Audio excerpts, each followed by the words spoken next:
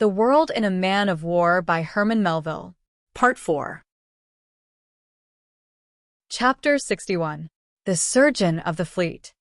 Cadwallader Cuticle, M.D., and honorary member of the most distinguished colleges of surgeons both in Europe and America, was our surgeon of the fleet. Nor was he at all blind to the dignity of his position, to which, indeed, he was rendered peculiarly competent, if the reputation he enjoyed was deserved. He had the name of being the foremost surgeon in the Navy, a gentleman of remarkable science, and a veteran practitioner.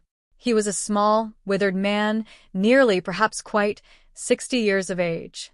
His chest was shallow, his shoulders bent, his pantaloons hung round skeleton legs, and his face was singularly attenuated.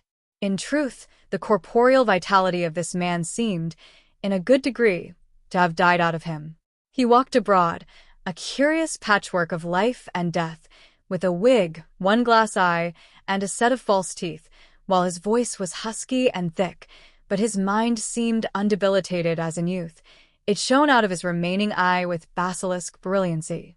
Like most old physicians and surgeons who have seen much service and have been promoted to high professional place for their scientific attainments, this Cuticle was an enthusiast in his calling. In private, he had once been heard to say, confidentially, that he would rather cut off a man's arm than dismember the wing of the most delicate pheasant. In particular, the department of morbid anatomy was his peculiar love, and in his stateroom below he had a most unsightly collection of Parisian casts in plaster and wax, representing all imaginable malformations of the human members, both organic and induced by disease. Chief among these was a cast, often to be met with in the anatomical museums of Europe, and no doubt an unexaggerated copy of a genuine original. It was the head of an elderly woman, with an aspect singularly gentle and meek, but at the same time wonderfully expressive of a gnawing sorrow, never to be relieved. You would almost have thought it the face of some abbess, for some unspeakable crime voluntarily sequestered from human society, and leading a life of agonized penitence without hope. So marvelously sad and tearfully pitiable was this head. But when you first beheld it, no such emotions ever crossed your mind. All your eyes and all your horrified soul were fast fascinated and frozen by the sight of a hideous, crumpled horn, like that of a ram, downward growing out from the forehead and partly shadowing the face. But as you gazed, the freezing fascination of its horribleness gradually waned, and then your whole heart burst with sorrow as you contemplated those aged features, ashy pale and wan. The horn seemed the mark of a curse for some mysterious sin, conceived and committed before the spirit had entered the flesh. Yet that sin seemed something imposed, and not voluntarily sought, some sin growing out of the heartless necessities of the predestination of things, some sin under which the sinner sank in sinless woe.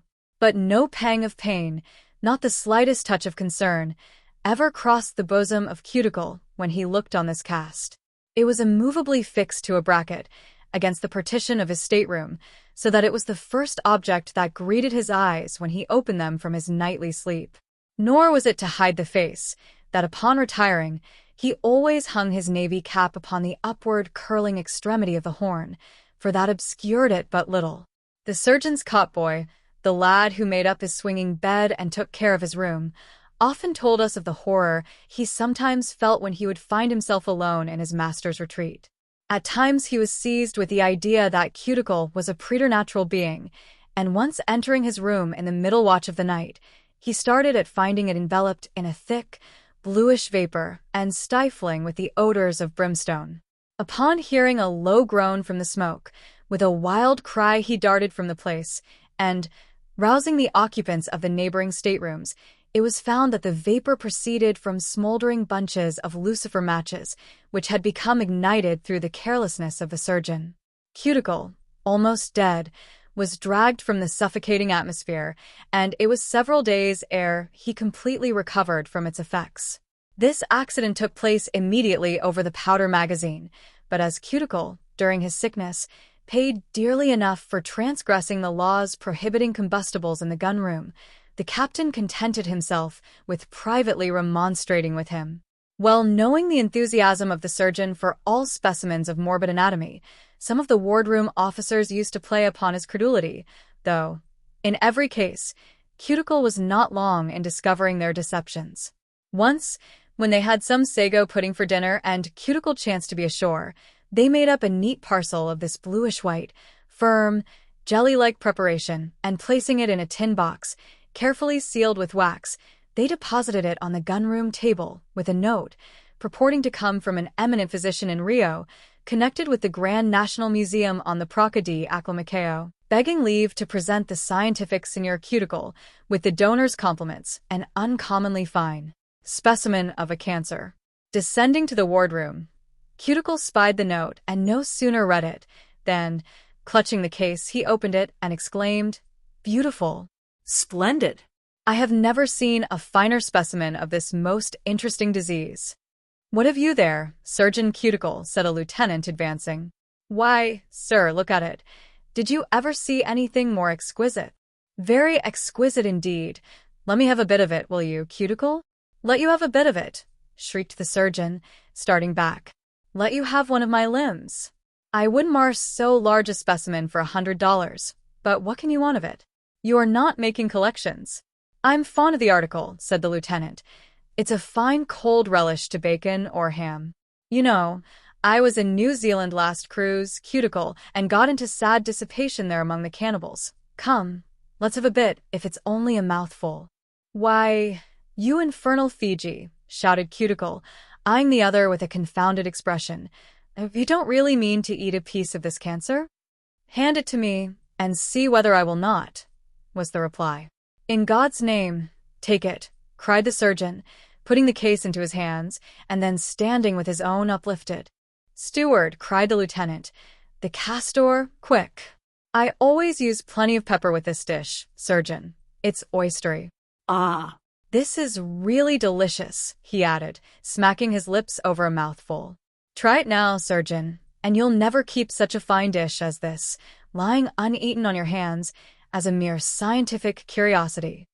Cuticle's whole countenance changed, and, slowly walking up to the table, he put his nose close to the tin case, then touched its contents with his finger and tasted it. Enough. Buttoning up his coat, in all the tremblings of an old man's rage, he burst from the wardroom and, calling for a boat, was not seen again for 24 hours. But though, like all other mortals, Cuticle was subject at times to these fits of passion, at least under outrageous provocation, nothing could exceed his coolness when actually employed in his imminent vocation.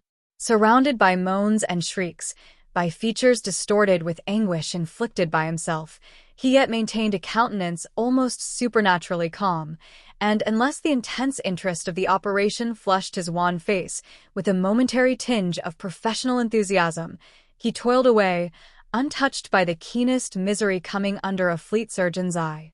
Indeed, long habituation to the dissecting room and the amputation table had made him seemingly impervious to the ordinary emotions of humanity. Yet you could not say that Cuticle was essentially a cruel-hearted man. His apparent heartlessness must have been of a purely scientific origin. It is not to be imagined even that Cuticle would have harmed a fly unless he could procure a microscope powerful enough to assist him in experimenting on the minute vitals of the creature. But notwithstanding his marvelous indifference to the sufferings of his patients, and spite even of his enthusiasm in his vocation, not cooled by frosting old age itself, Cuticle, on some occasions, would affect a certain disrelish of his profession and declaim against the necessity that forced a man of his humanity to perform a surgical operation. Especially was it apt to be thus with him when the case was one of more than ordinary interest. In discussing it previous to setting about it, he would veil his eagerness under an aspect of great circumspection, curiously marred, however, by continual sallies of unsuppressible impatience. But the knife once in his hand, the compassionless surgeon himself, undisguised, stood before you. Such was Cadwallader Cuticle, our surgeon of the fleet. Chapter 62. A Consultation of Man-O-F War Surgeons. It seems customary for the surgeon of the fleet, when any important operation in his department is on the anvil, and there is nothing to absorb professional attention from it, to invite his brother surgeons, if at hand at the time, to a ceremonious consultation upon it. And this, in courtesy, his brother surgeons expect. In pursuance of this custom, then, the surgeons of the neighboring American ships of war were requested to visit the Neversink in a body, to advise concerning the case of the topman, whose situation had now become critical. They assembled on the half-deck, and were soon joined by their respected senior, Cuticle. In a body they bowed as he approached, and accosted him with deferential regard. "Gentlemen," said Cuticle, unostentatiously seating himself on a camp-stool, handed him by his cot-boy, "we have here an extremely interesting case. You have all seen the patient, I believe. At first I had hopes that I should have been able to cut down to the ball and remove it, but the state of the patient forbade. Since then, the inflammation and sloughing of the part has been attended with a copious suppuration, great loss of substance, extreme debility and emaciation. From this, I am convinced that the ball has shattered and deadened the bone, and now lies impacted in the medullary canal. In fact, there can be no doubt that the wound is incurable, and that amputation is the only resource. But, gentlemen, I find myself placed in a very delicate predicament. I assure you I feel no professional anxiety to perform the operation. I desire your advice, and if you will now again visit the patient with me, we can then return here and decide what is best to be done. Once more, let me say that I feel no personal anxiety whatever to use the knife." The assembled surgeons listened to this address with the most serious attention and, in accordance with their superior's desire, now descended to the sick bay, where the patient was languishing. The examination concluded, they returned to the half-deck, and the consultation was renewed. "Gentlemen," began Cuticle, again seating himself, "you have now just inspected the limb. You have seen that there is no resource but amputation, and now, gentlemen, what do you say? Surgeon Bandage, of the Mohawk, will you express your opinion?" "The wound is a very serious one," said Bandage, a corpulent man with a high German forehead, shaking his head solemnly. "Can anything save him but amputation?" demanded Cuticle. "His constitutional debility is extreme," observed Bandage, "but I have seen more dangerous cases." "Surgeon Wedge of the Malay," said Cuticle in a pet, "be pleased to give your opinion, and let it be definitive, I entreat." This was said with a severe glance toward Bandage. "If I thought," began Wedge, a very spare, tall man, elevating himself still higher on his toes, "that the ball had shattered and divided the whole femur, including the greater and lesser trochanter, the linear aspera, the digital fossa, and the inner trochanteric, I should certainly be in favor of amputation, but that, sir, permit me to observe, is not my opinion." "Surgeon Sawyer of the Buccaneer," said Cuticle, drawing in his thin lower lip with vexation, and turning to a round-faced, florid, frank, sensible-looking man, whose uniform coat very handsomely fitted him and was adorned with an unusual quantity of gold lace. "Surgeon Sawyer, of the Buccaneer, let us now hear your opinion, if you please. Is not amputation the only resource, sir?" "Excuse me," said Sawyer, "I am decidedly opposed to it, for if hitherto the patient has not been strong enough to undergo the extraction of the ball, I do not see how he can be expected to endure a far more severe operation. As there is no immediate danger of mortification, and you say the ball cannot be reached without making large incisions, I should support him, I think, for the present with tonics and gentle antiphlogistics locally applied. On no account would I proceed to amputation until further symptoms are exhibited." "Surgeon Patella, of the Algerine," said Cuticle, in an ill-suppressed passion, abruptly turning round on the person addressed, "will you have the kindness to say whether you do not think that amputation is the only resource?" Now Patella was the youngest of the company, a modest man, filled with a profound reverence for the science of Cuticle, and desirous of gaining his good opinion, yet not wishing to commit himself altogether by a decided reply, though, like Surgeon Sawyer, in his own mind he might have been clearly against the operation. "What you have remarked, Mr. Surgeon of the Fleet," said Patella, respectfully hemming, "concerning the dangerous condition of the limb, seems obvious enough. Amputation would certainly be a cure to the wound, but then, as, notwithstanding his present debility, the patient seems to have a strong constitution, he might rally as it is, and by your scientific treatment, Mr. Surgeon of the fleet, bowing, be entirely made whole, without risking an amputation. Still, it is a very critical case, and amputation may be indispensable, and if it is to be performed, there ought to be no delay whatever. That is my view of the case, Mr. Surgeon of the fleet. Surgeon Patella, then, gentlemen, said Cuticle, turning round triumphantly, is clearly of opinion that amputation should be immediately performed. For my own part, individually, I mean, and without respect to the patient, I am sorry to have it so decided. But this settles the question, gentlemen. In my own mind, however, it was settled before.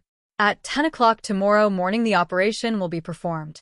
I shall be happy to see you all on the occasion, and also your juniors, alluding to the absent assistant surgeons. Good morning, gentlemen. At 10 o'clock, remember. And Cuticle retreated to the wardroom.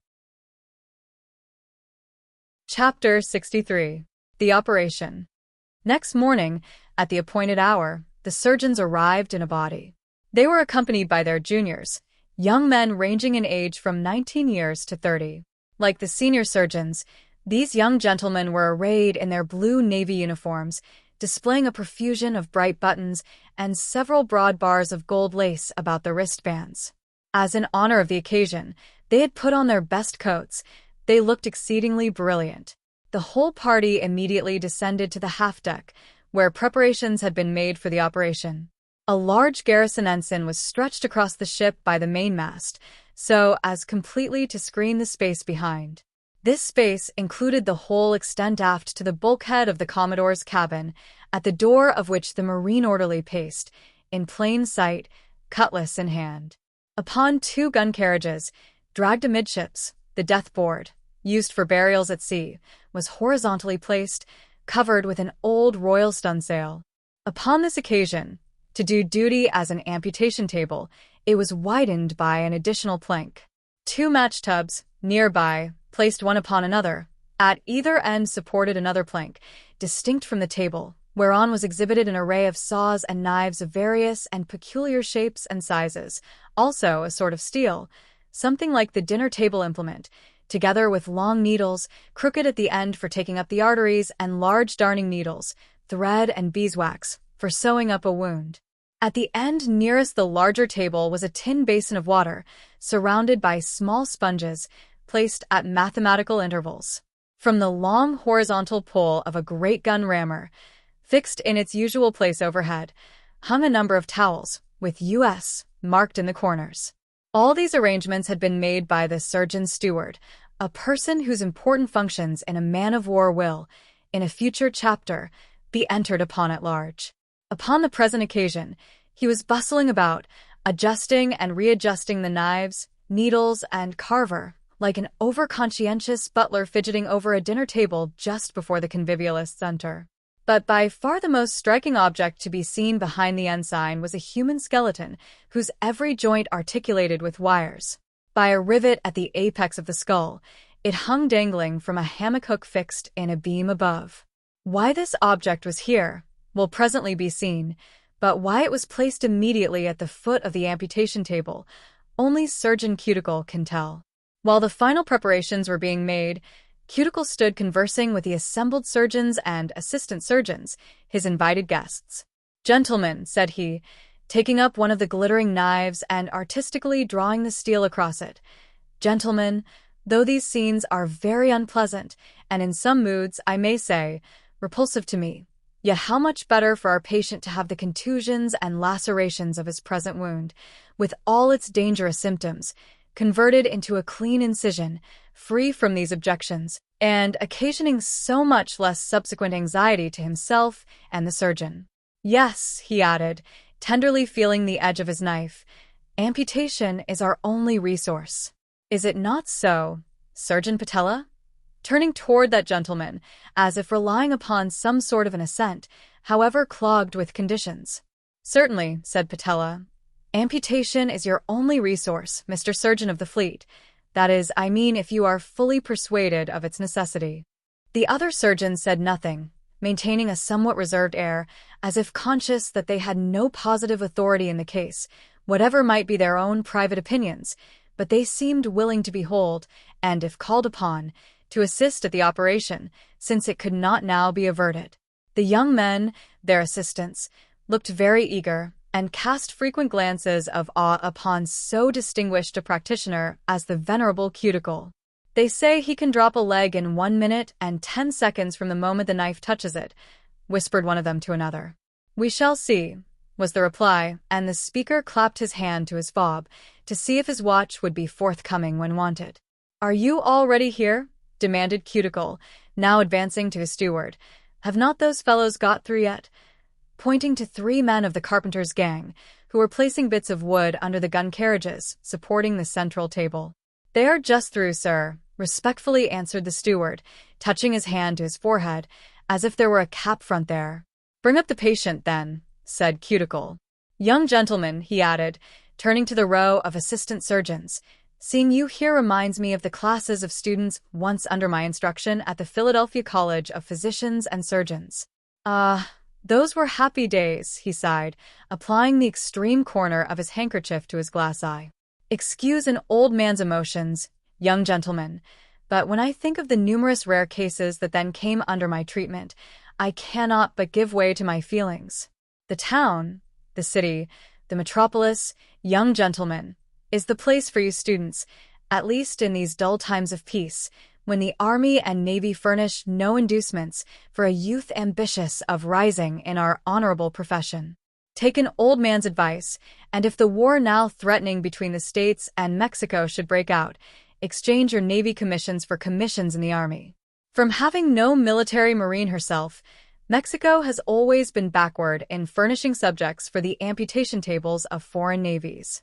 The cause of science has languished in her hands. The Army, young gentleman, is your best school. Depend upon it.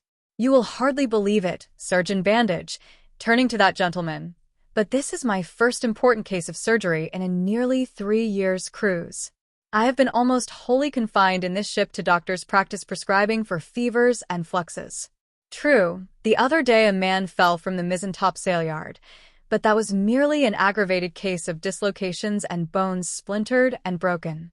No one, sir, could have made an amputation of it without severely contusing his conscience. And mine, I may say it, gentlemen, without ostentation, is peculiarly susceptible."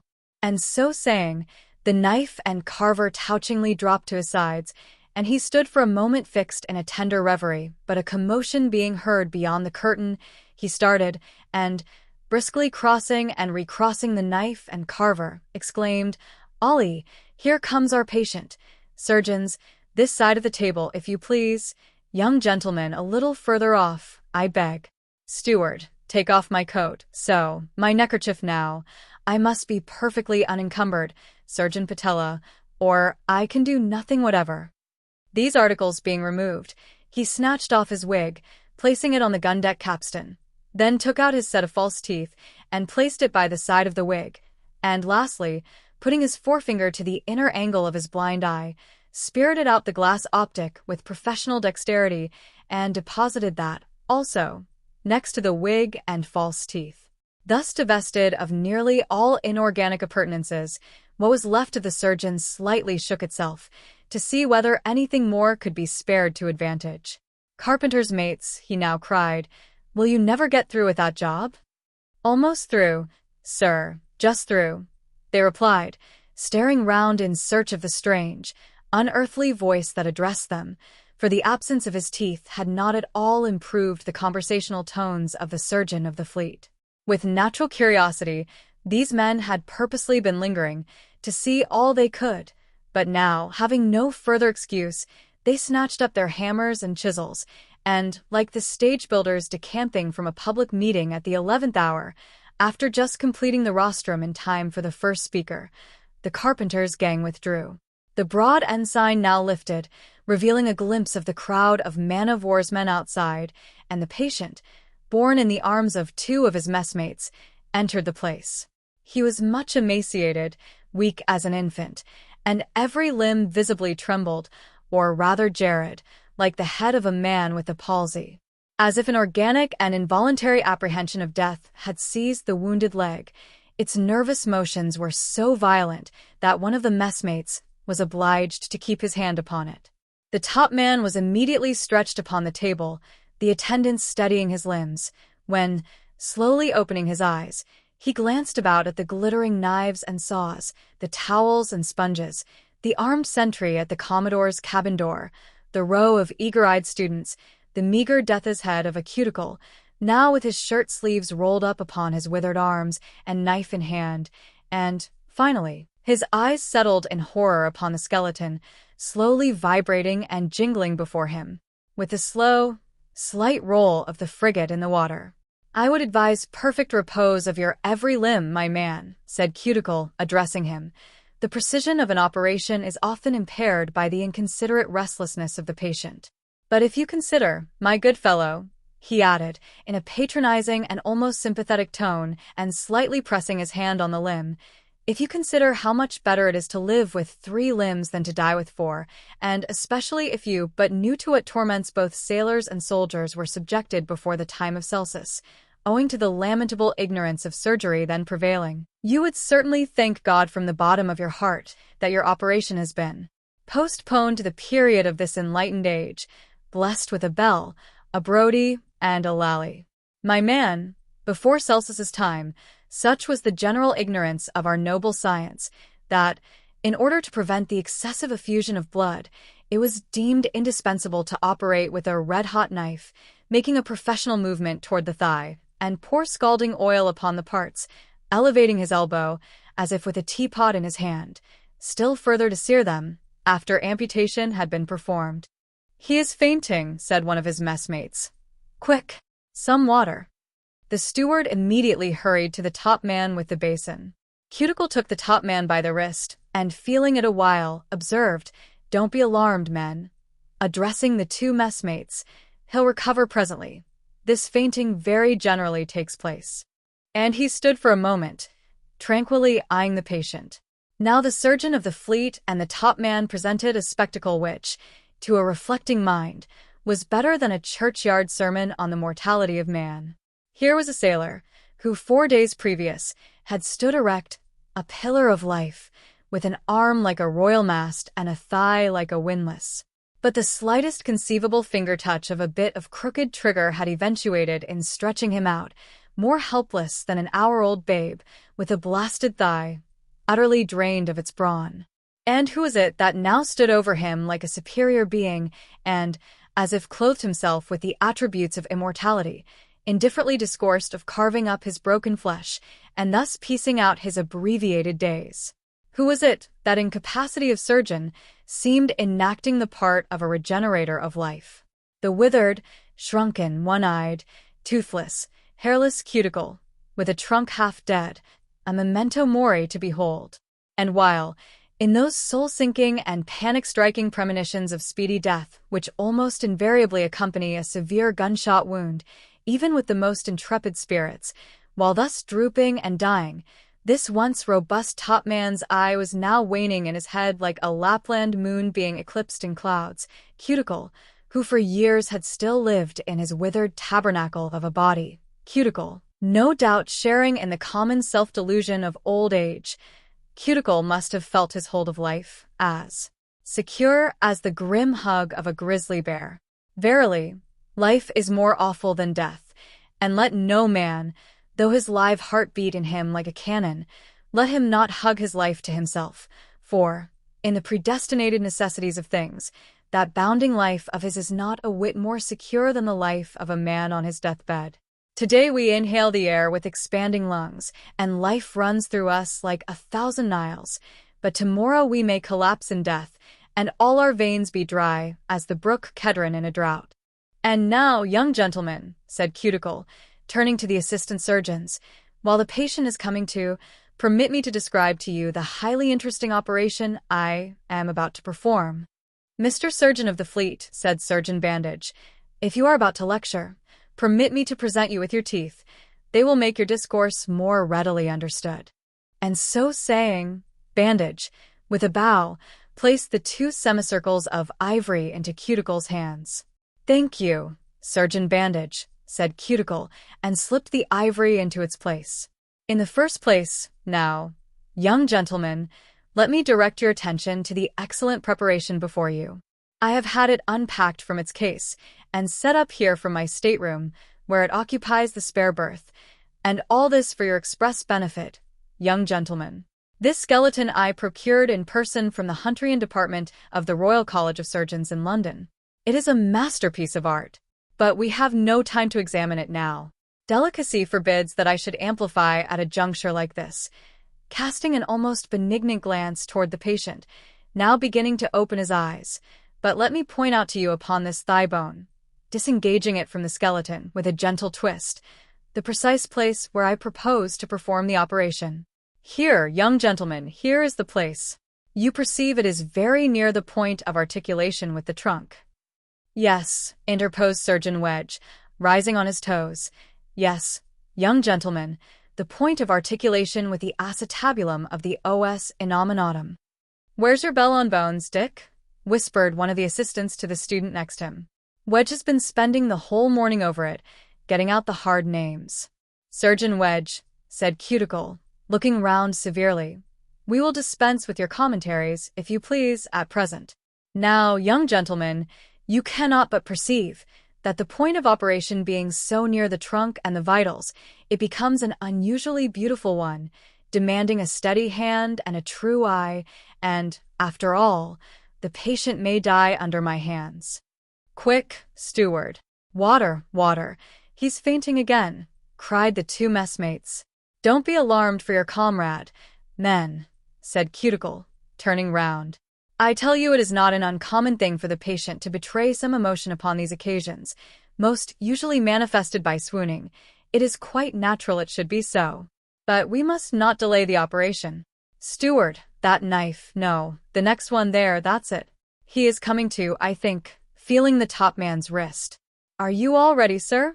This last observation was addressed to one of the Neversink's assistant surgeons, a tall, lank, cadaverous young man, arrayed in a sort of shroud of white canvas, pinned about his throat, and completely enveloping his person. He was seated on a match-tub, the skeleton swinging near his head, at the foot of the table, in readiness to grasp the limb, as when a plank is being severed by a carpenter and his apprentice. The sponges, steward, said Cuticle, for the last time taking out his teeth, and drawing up his shirt sleeves still further. Then, taking the patient by the wrist, stand by, now, you messmates, keep hold of his arms, pin him down. Steward, put your hand on the artery.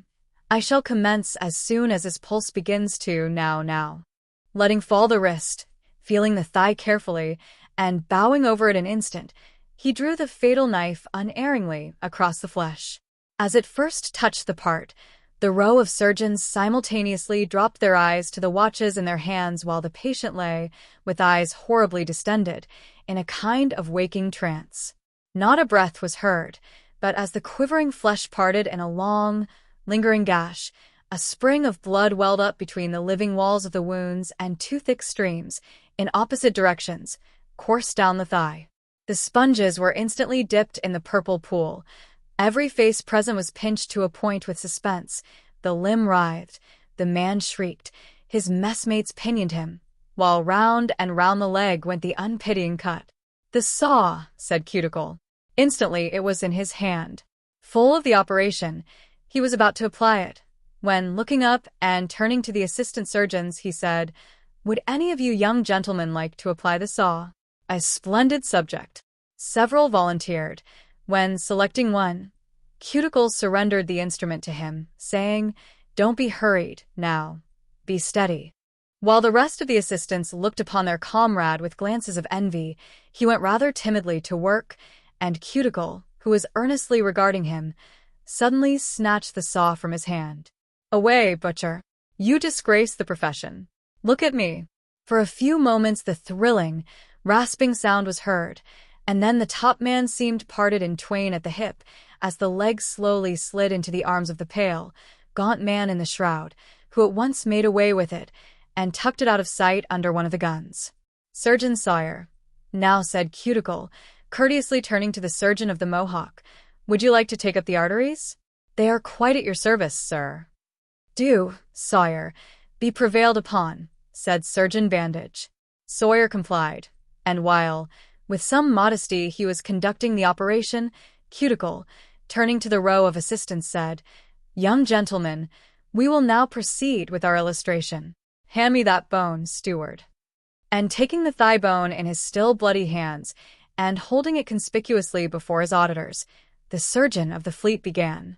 "Young gentlemen, you will perceive that precisely at this spot, here, to which I previously directed your attention, at the corresponding spot precisely, the operation has been performed. About here, young gentlemen, here," lifting his hand some inches from the bone, "about here the great artery was. But you notice that I did not use the tourniquet. I never do. The forefinger of my steward is far better than a tourniquet, being so much more manageable and leaving the smaller veins uncompressed. But I have been told, young gentlemen, that a certain Signoroni, a surgeon of Seville, has recently invented an admirable substitute for the clumsy, old-fashioned tourniquet. As I understand it, it is something like a pair of calipers, working with a small Archimedes screw, a very clever invention according to all accounts. For the padded points at the end of the arches, arching his forefinger and thumb, can be so worked as to approximate in such a way as to— But you don't attend to me, young gentlemen," he added, all at once starting. Being more interested in the active proceedings of Surgeon Sawyer, who was now threading a needle to sew up the overlapping of the stump, the young gentlemen had not scrupled to turn away their attention altogether from the lecturer. A few moments more, and the top man, in a swoon, was removed below into the sick bay.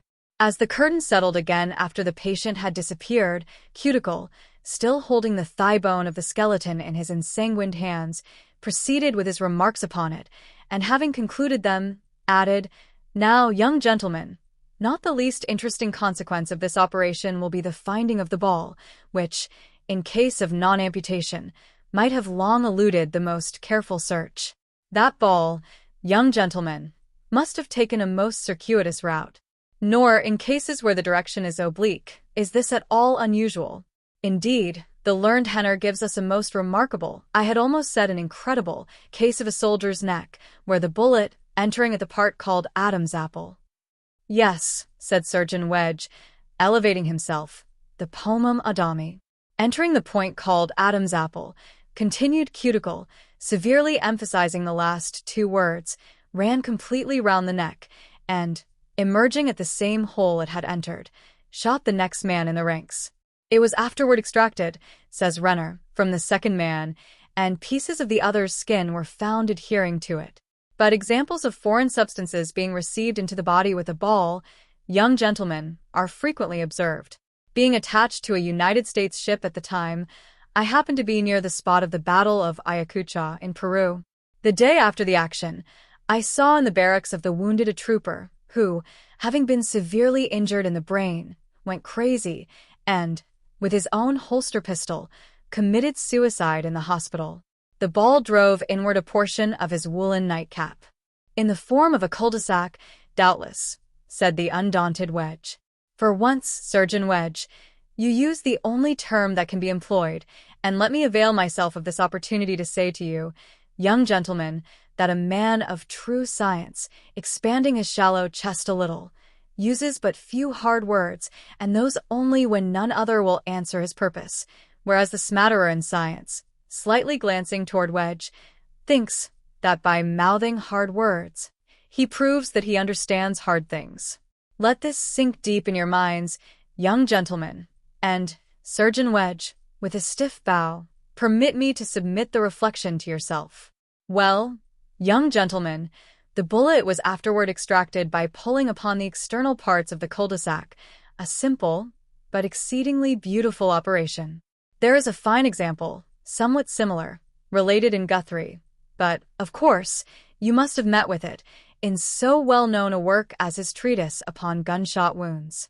When, upward of 20 years ago, I was with Lord Cochrane, then Admiral of the fleets of this very country, pointing shoreward, out of a porthole, a sailor of the vessel to which I was attached during the blockade of Bahia had his leg, but by this time the fidgets had completely taken possession of his auditors, especially of the senior surgeons, and turning upon them abruptly, he added, "But I will not detain you longer, gentlemen," turning round upon all the surgeons.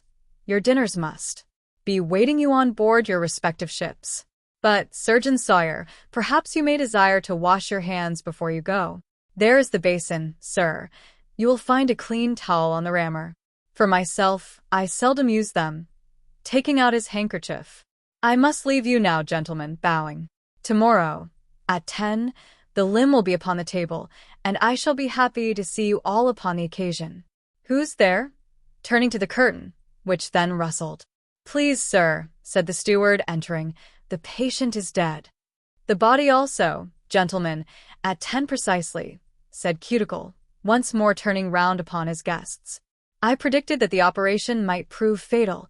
He was very much run down. Good morning. And Cuticle departed. He does not, surely, mean to touch the body? Exclaimed Surgeon Sawyer, with much excitement. Oh, no, said Patella. That's only his way. He means, doubtless, that it may be inspected previous to being taken ashore for burial. The assemblage of gold-laced surgeons now ascended to the quarterdeck. The second cutter was called away by the bugler, and one by one, they were dropped aboard of their respective ships.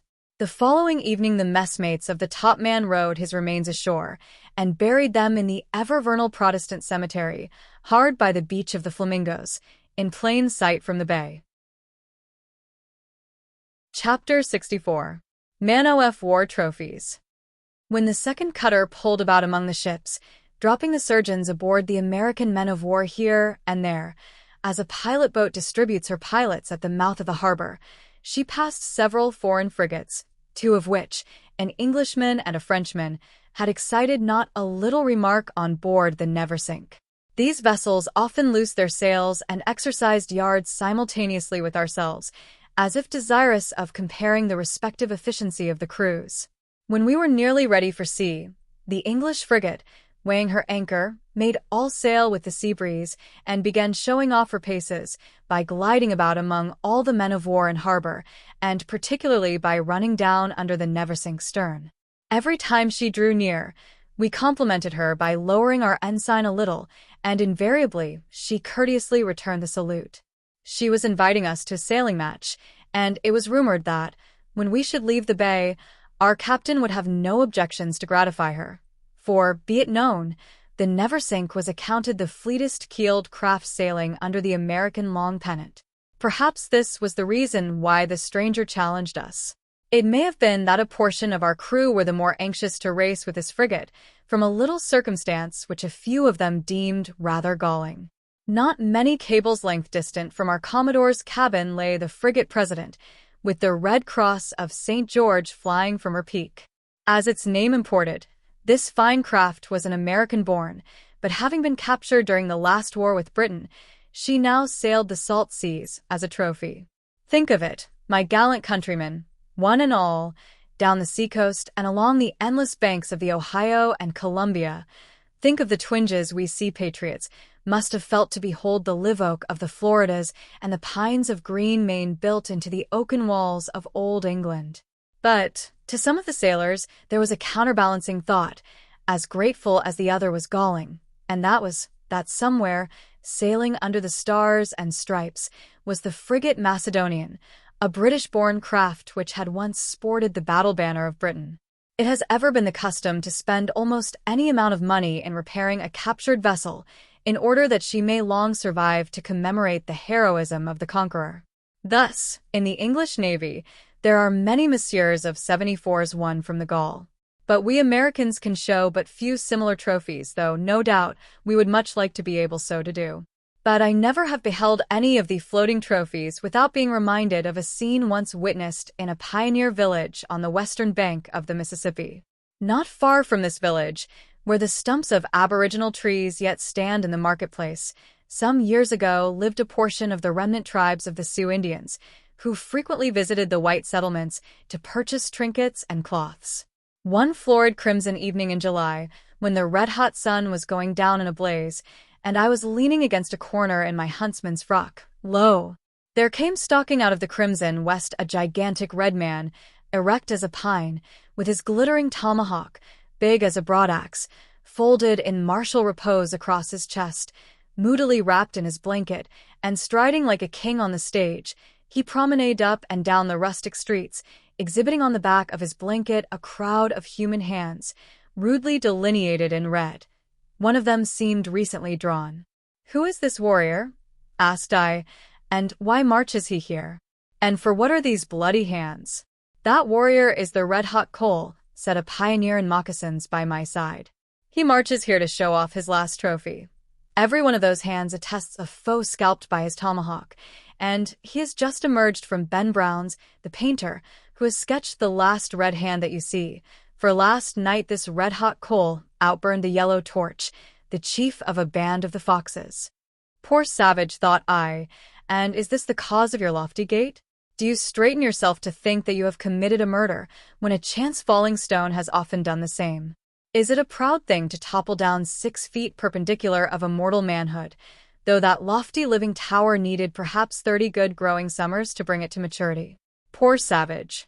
And you account it so glorious, do you, to mutilate and destroy what God himself was more than a quarter of a century in building? And yet, fellow Christians, what is the American frigate Macedonian, or the English frigate President, but as 2 bloody red hands painted on this poor savage's blanket? Are there no Moravians in the moon, that not a missionary has yet visited this poor pagan planet of ours, to civilize civilization and Christianize Christendom? Chapter 65. A Man-O-F War Race. We lay in Rio so long, for what reason the Commodore only knows, that a saying went abroad among the impatient sailors that our frigate would at last ground on the beef bones daily thrown overboard by the cooks. But at last good tidings came. "All hands up anchor, ahoy!" And bright and early in the morning up came our old iron, as the sun rose in the east. The land breezes at Rio, by which alone vessels may emerge from the bay, is ever languid and faint. It comes from gardens of citrons and cloves, spiced with all the spices of the Tropic of Capricorn. And, like that old exquisite Mohammed, who so much loved to snuff perfumes and essences, and used to lounge out of the conservatories of Khadijah, his wife, to give battle to the robust sons of Quraysh, even so this Rio land breeze comes jaded with sweet-smelling savors, to wrestle with the wild Tartar breezes of the sea. Slowly we dropped and dropped down the bay, glided like a stately swan through the outlet, and were gradually rolled by the smooth, sliding billows broad out upon the deep. Straight in our wake came the tall mainmast of the English fighting frigate, terminating, like a steepled cathedral, in the bannered cross of the religion of peace, and straight after her came the rainbow banner of France, sporting God's token that no more would he make war on the earth. Both Englishmen and Frenchmen were resolved upon a race, and we Yankees swore by our topsails and royals to sink their blazing banners that night among the southern constellations we should daily be extinguishing behind us in our run to the north. "Aye," said Mad Jack, "St. George's banner shall be as the Southern Cross, out of sight, leagues down the horizon, while our gallant stars, my brave boys, shall burn all alone in the north, like the Great Bear at the pole. Come on, rainbow and cross." But the wind was long languid and faint, not yet recovered from its night's dissipation ashore, and noon advanced, with the Sugarloaf Pinnacle in sight. Now it is not with ships as with horses, for though, if a horse walk well and fast, it generally furnishes good token that he is not bad at a gallop, yet the ship that in a light breeze is outstripped may sweep the stakes, so soon as a t-gallant breeze enables her to strike into a canter. Thus fared it with us. First, the Englishman glided ahead and bluffly passed on. Then the Frenchman politely bade us adieu, while the old Neversink lingered behind, railing at the effeminate breeze. At one time, all 3 frigates were irregularly abreast, forming a diagonal line, and so near were all 3 that the stately officers on the poop stiffly saluted by touching their caps, though refraining from any further civilities. At this juncture, it was a noble sight to behold those fine frigates, with dripping breast-hooks, all rearing and nodding in concert, and to look through their tall spars and wilderness of rigging that seemed like inextricably entangled, gigantic cobwebs against the sky.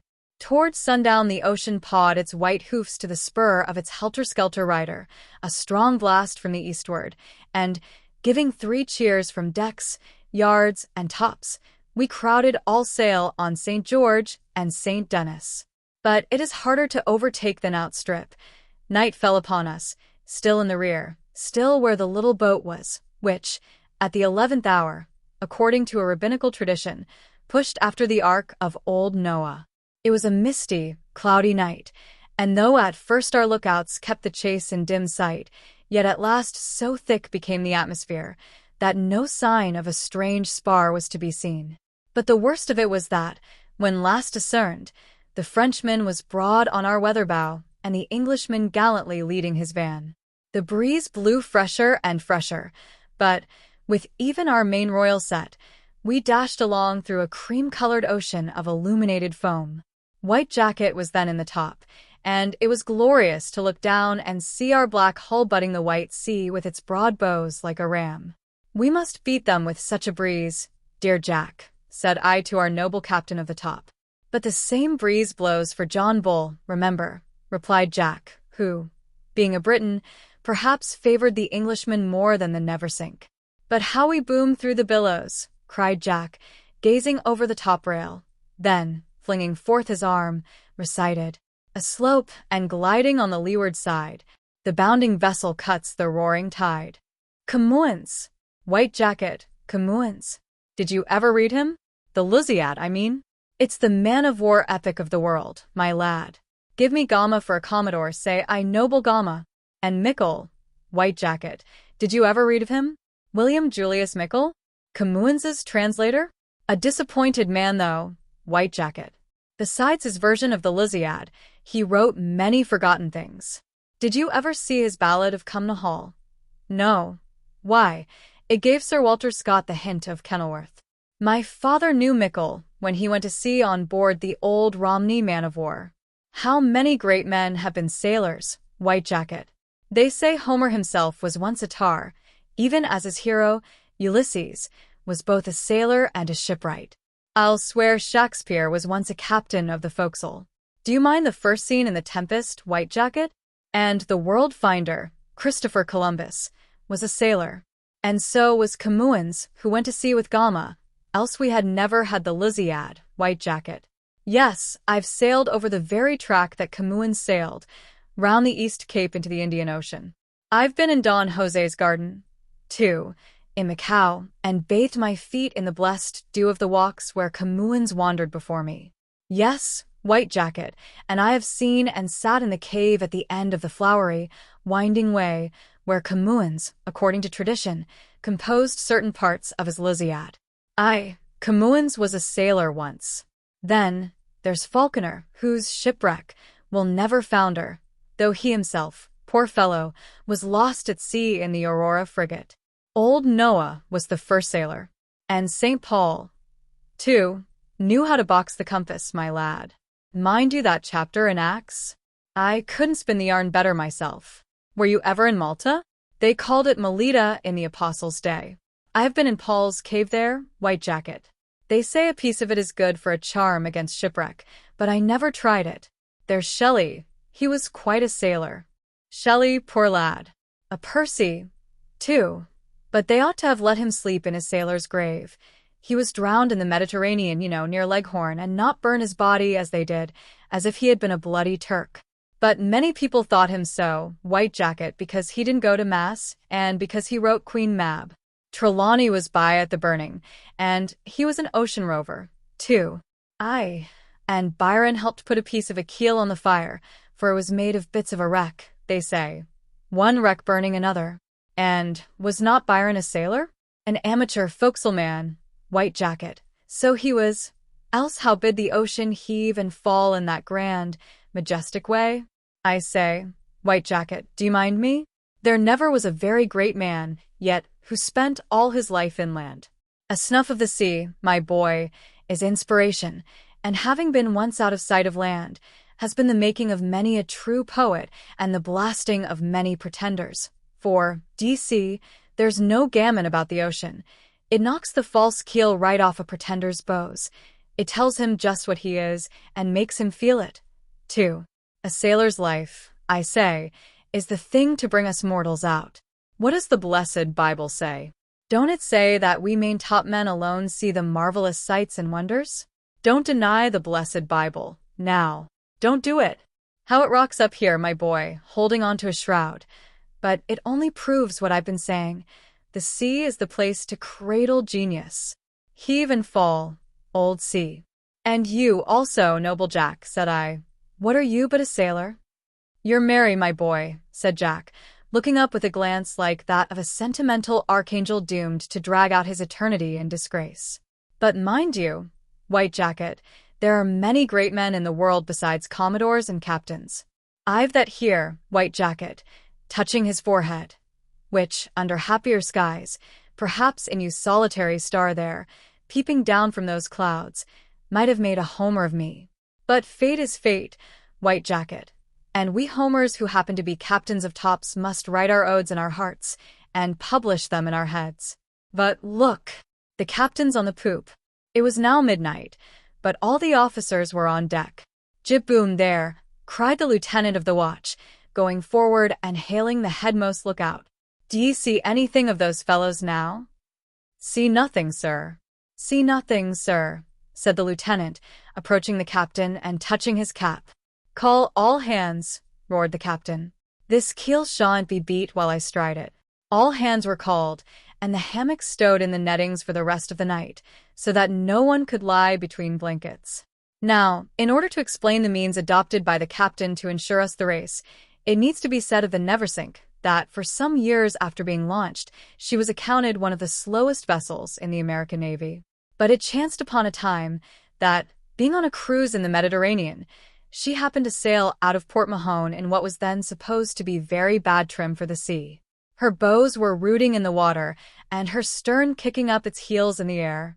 But, wonderful to tell, it was soon discovered that in this comical posture she sailed like a shooting star. She outstripped every vessel on the station.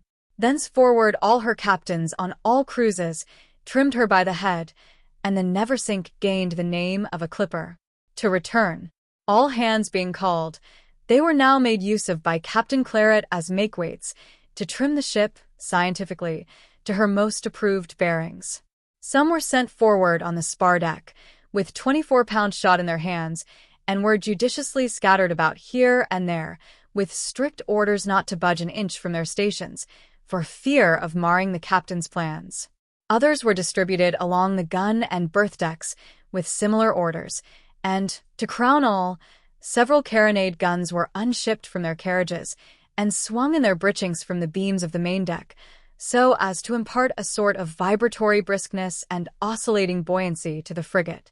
And thus we 500 makeweights stood out that whole night, some of us exposed to a drenching rain, in order that the Neversink might not be beaten. But the comfort and consolation of all makeweights is as dust in the balance in the estimation of the rulers of our man-of-war world. The long, anxious night at last came to an end, and, with the first peep of day, the lookout on the jib-boom was hailed, but nothing was in sight. At last it was broad day, yet still not a bow was to be seen in our rear, nor a stern in our van. "Where are they?" cried the captain. "Out of sight, astern, to be sure, sir," said the officer of the deck. "Out of sight, ahead, to be sure, sir," muttered Jack Chase in the top. Precisely thus stood the question. Whether we beat them, or whether they beat us, no mortal can tell to this hour, since we never saw them again. But for one, White Jacket will lay his 2 hands on the bow chasers of the Neversink, and take his ship's oath that we Yankees carried the day. Chapter 66. Fun in a Man-o'-F War.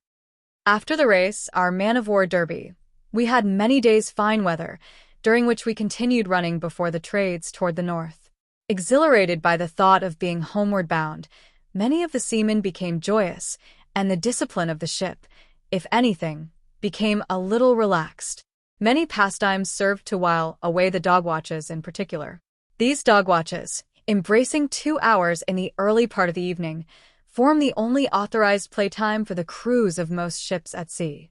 Among other diversions at present licensed by authority in the Neversink were those of single-stick, sparring, hammer and anvil, and head-bumping. All these were under the direct patronage of the captain. Otherwise, seeing the consequences they sometimes led to, they would undoubtedly have been strictly prohibited. It is a curious coincidence that when a Navy captain does not happen to be an admirer of the Fistiana, his crew seldom amuse themselves in that way. Single stick, as everyone knows, is a delightful pastime, which consists in two men standing a few feet apart and rapping each other over the head with long poles. There is a good deal of fun in it, so long as you are not hit, but a hit in the judgment of discreet persons spoils the sport completely. When this pastime is practiced by connoisseurs ashore, they wear heavy, wired helmets to break the force of the blows. But the only helmets of our tars were those with which nature had furnished them. They played with great gun rammers. Sparring consists in playing single stick with bone poles instead of wooden ones. Two men stand apart and pummel each other with their fists, a hard bunch of knuckles permanently attached to the arms and made globular or extended into a palm at the pleasure of the proprietor, till one of them, finding himself sufficiently thrashed, cries enough. Hammer and anvil is thus practiced by amateurs. Patient number 1 gets on all fours and stays so, while patient number 2 is taken up by his arms and legs, and his base is swung against the base of patient number 1, till patient number 1, with the force of the final blow, is sent flying along the deck. Head bumping, as patronized by Captain Claret, consists in two Negroes, whites will not answer, butting at each other like rams. This pastime was an especial favorite with the captain. In the dog watches, Rosewater and Mayday were repeatedly summoned into the lee waist to tilt at each other for the benefit of the captain's health. Mayday was a full-blooded bull Negro, so the sailors called him, with a skull like an iron tea kettle, wherefore Mayday much fancied the sport. But Rosewater, he was a slender and rather handsome mulatto, and abhorred the pastime. Nevertheless, the captain must be obeyed, so at the word poor Rosewater was fain to put himself in a posture of defense, else Mayday would incontinently have bumped him out of a porthole into the sea. I used to pity poor Rosewater from the bottom of my heart, but my pity was almost aroused into indignation at a sad sequel to one of these gladiatorial scenes. It seems that, lifted up by the unaffected, though verbally unexpressed applause of the captain, Mayday had begun to despise Rosewater as a poltroon, a fellow all brains and no skull, whereas he himself was a great warrior, all skull and no brains. Accordingly, after they had been bumping one evening to the captain's content, Mayday confidentially told Rosewater that he considered him a nigger, which, among some blacks, is held a great term of reproach. Fired at the insult, Rosewater gave Mayday to understand that he utterly erred, for his mother, a black slave, had been one of the mistresses of a Virginia planter belonging to one of the oldest families in that state. Another insulting remark followed this innocent disclosure. Retort followed retort. In a word, at last they came together in mortal combat. The master-at-arms caught them in the act, and brought them up to the mast. The captain advanced. "Please, sir," said poor Rosewater, "it all came of dat, ar bumping. Mayday, here, aggravated me about it." "Master-at-arms," said the captain, "did you see them fighting?" "Aye, sir," said the master-at-arms, touching his cap. "Rig the gratings," said the captain. "I'll teach you two men that, though I now and then permit you to play, I will have no fighting. Do your duty, boatswain's mate." And the Negroes were flogged. Justice commands that the fact of the captain's not showing any leniency to Mayday, a decided favorite of his, at least while in the ring, should not be passed over. He flogged both culprits in the most impartial manner. As in the matter of the scene at the gangway, shortly after the Cape Horn theatricals, when my attention had been directed to the fact that the officers had shipped their quarterdeck faces, upon that occasion, I say, it was seen with what facility a sea officer assumes his wonted severity of demeanor after a casual relaxation of it. This was especially the case with Captain Claret upon the present occasion. For any landsman to have beheld him in the lee waist of a pleasant dog-watch, with a genial, good-humored countenance, observing the gladiators in the ring, and now and then indulging in a playful remark, that landsman would have deemed Captain Claret the indulgent father of his crew, perhaps permitting the excess of his kind-heartedness to encroach upon the appropriate dignity of his station.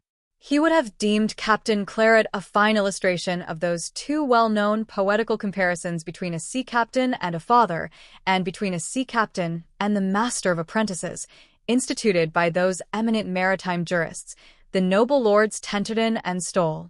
But surely, if there is anything hateful, it is this shipping of the quarterdeck face after wearing a merry and good-natured one.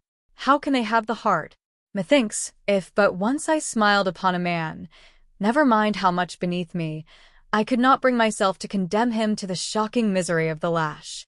O officers, all round the world, if this quarterdeck face you wear at all, then never unship it for another, to be merely sported for a moment. Of all insults, the temporary condescension of a master to a slave is the most outrageous and galling. That potentate who most condescends, mark him well, for that potentate, if occasion come, will prove your uttermost tyrant. Chapter 67. White Jacket arraigned at the mast.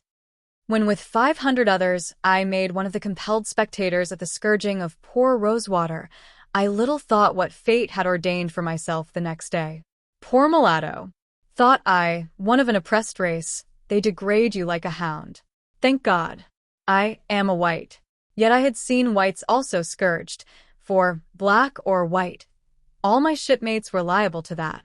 Still, there is something in us, somehow, that in the most degraded condition, we snatch at a chance to deceive ourselves into a fancied superiority to others, whom we suppose lower in the scale than ourselves. Poor Rosewater, thought I, poor mulatto, heaven send you a release from your humiliation. To make plain the thing about to be related, it needs to repeat what has somewhere been previously mentioned, that in tacking ship every seaman in a man-of-war has a particular station assigned him. What that station is, should be made known to him by the first lieutenant, and when the word is passed to tack or wear, it is every seaman's duty to be found at his post. But among the various numbers and stations given to me by the senior lieutenant, when I first came on board the frigate, he had altogether omitted informing me of my particular place at those times, and, up to the precise period now written of, I had hardly known that I should have had any special place then at all. For the rest of the men, they seemed to me to catch hold of the first rope that offered, as in a merchantman upon similar occasions. Indeed, I subsequently discovered that such was the state of discipline, in this one particular at least, that very few of the seamen could tell where their proper stations were, at tacking or wearing. All hands tack ship, ahoy! Such was the announcement made by the boatswain's mates at the hatchways the morning after the hard fate of Rosewater. It was just 8 bells, noon, and springing from my white jacket, which I had spread between the guns for a bed on the main deck, I ran up the ladders, and, as usual, seized hold of the main brace, which 50 hands were streaming along forward. When maintopsail haul was given through the trumpet, I pulled at this brace with such heartiness and goodwill that I almost flattered myself that my instrumentality in getting the frigate round on the other tack deserved a public vote of thanks and a silver tankard from Congress. But something happened to be in the way aloft when the yards swung round. A little confusion ensued, and, with anger on his brow, Captain Claret came forward to see what occasioned it. No one to let go the weather-lift of the main-yard. The rope was cast off, however, by a hand, and the yards unobstructed, came round. When the last rope was coiled away, the captain desired to know of the first lieutenant who it might be that was stationed at the weather, then the starboard main-lift. With a vexed expression of countenance, the first lieutenant sent a midshipman for the station bill, when, upon glancing it over, my own name was found put down at the post in question. At the time I was on the gun-deck below, and did not know of these proceedings, but a moment after, I heard the boatswain's mates bawling my name at all the hatchways, and along all 3 decks. It was the first time I had ever heard it so sent through the furthest recesses of the ship, and well knowing what this generally betokened to other seamen, my heart jumped to my throat, and I hurriedly asked Flute, the boatswain's mate at the fore hatchway, what was wanted of me. "Captain wants ye at the mast," he replied. "Going to flog ye, I guess." "What for?" "My eyes. You've been chalking your face, hain't ye?" "What am I wanted for?" I repeated. But at that instant my name was again thundered forth by the other boatswain's mate, and Flute hurried me away, hinting that I would soon find out what the captain desired of me. I swallowed down my hardened me as I touched the spar deck, for a single instant balanced myself on my best center, and then, wholly ignorant of what was going to be alleged against me, advanced to the dread tribunal of the frigate. As I passed through the gangway, I saw the quartermaster rigging the gratings, the boatswain with his green bag of scourges, the master-at-arms ready to help off someone's shirt. Again I made a desperate swallow of my whole soul in me, and found myself standing before Captain Claret. His flushed face obviously showed him in ill humor. Among the group of officers by his side was the first lieutenant, who, as I came aft, eyed me in such a manner that I plainly perceived him to be extremely vexed at me for having been the innocent means of reflecting upon the manner in which he kept up the discipline of the ship. "Why were you not at your station, sir?" asked the captain. "What station do you mean, sir?" said I. "It is generally the custom with man-of-war's men to stand obsequiously touching their hat at every sentence they address to the captain. But as this was not obligatory upon me by the Articles of War, I did not do so upon the present occasion, and previously I had never had the dangerous honor of a personal interview with Captain Claret. He quickly noticed my omission of the homage usually rendered him, and instinct told me that, to a certain extent, it set his heart against me. "What station, sir, do you mean?" said I. "You pretend ignorance," he replied. "It will not help you, sir." Glancing at the captain, the first lieutenant now produced the station bill, and read my name in connection with that of the starboard mainlift. "Captain Claret," said I, "it is the first time I ever heard of my being assigned to that post." "How is this, Mr. Bridewell?" he said, turning to the first lieutenant with a fault-finding expression. "It is impossible, sir," said that officer, striving to hide his vexation, "but this man must have known his station." "I have never known it before this moment, Captain Claret," said I. "Do you contradict my officer?" he returned. "I shall flog you." I had now been on board the frigate upward of a year, and remained unscourged. The ship was homeward bound, and in a few weeks, at most, I would be a free man. And now, after making a hermit of myself in some things, in order to avoid the possibility of the scourge, here it was hanging over me for a thing utterly unforeseen, for a crime of which I was as utterly innocent. But all that was not. I saw that my case was hopeless. My solemn disclaimer was thrown in my teeth, and the boatswain's mate stood curling his fingers through the cat. There are times when wild thoughts enter a man's heart, when he seems almost irresponsible for his act and his deed. The captain stood on the weather side of the deck. Sideways, on an unobstructed line with him, was the opening of the lee gangway, where the side ladders are suspended in port. Nothing but a slight bit of sinnate stuff served to rail in this opening, which was cut right down to the level of the captain's feet, showing the far sea beyond. I stood a little to windward of him, and, though he was a large, powerful man, it was certain that a sudden rush against him, along the slanting deck, would infallibly pitch him head foremost into the ocean, though he who so rushed must needs go over with him. My blood seemed clotting in my veins. I felt icy cold at the tips of my fingers, and a dimness was before my eyes. But through that dimness the boatswain's mate, scourge in hand, loomed like a giant, and Captain Claret, and the blue sea seen through the opening at the gangway, showed with an awful vividness. I cannot analyze my heart, though it then stood still within me. But the thing that swayed me to my purpose was not altogether the thought that Captain Claret was about to degrade me, and that I had taken an oath with my soul that he should not. No, I felt my man's manhood so bottomless within me, that no word, no blow, no scourge of Captain Claret could cut me deep enough for that. I but swung to an instinct in me, the instinct diffused through all animated nature, the same that prompts even a worm to turn under the heel. Locking souls with him, I meant to drag Captain Claret from this earthly tribunal of his to that of Jehovah, and let him decide between us. No other way could I escape the scourge. Nature has not implanted any power in man that was not meant to be exercised at times, though too often our powers have been abused. The privilege, inborn and inalienable, that every man has of dying himself and inflicting death upon another, was not given to us without a purpose. These are the last resources of an insulted and unendurable existence. "To the gratings, sir," said Captain Claret. "Do you hear?" My eye was measuring the distance between him and the sea. "Captain Claret," said a voice advancing from the crowd. I turned to see who this might be that audaciously interposed at a juncture like this. It was the same remarkably handsome and gentlemanly corporal of Marines, Colebrook, who has been previously alluded to in the chapter describing killing time in a man-of-war.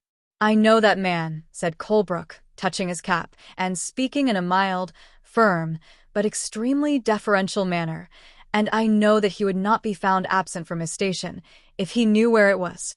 This speech was almost unprecedented. Seldom or never before had a Marine dared to speak to the captain of a frigate in behalf of a seaman at the mast.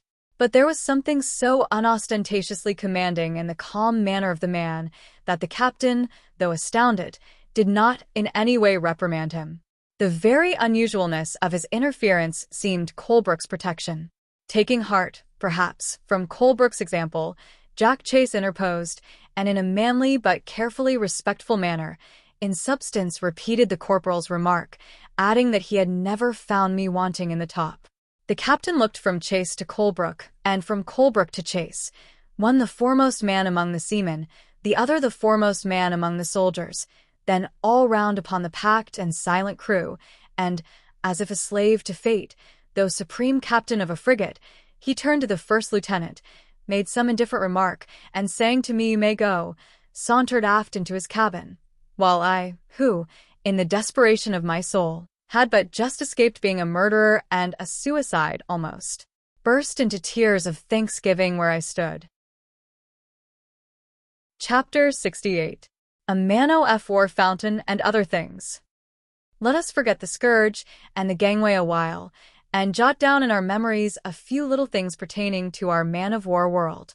I let nothing slip, however small, and feel myself actuated by the same motive which has prompted many worthy old chroniclers to set down the merest trifles concerning things that are destined to pass away entirely from the earth, and which, if not preserved in the nick of time, must infallibly perish from the memories of man. Who knows that this humble narrative may not hereafter prove the history of an obsolete barbarism?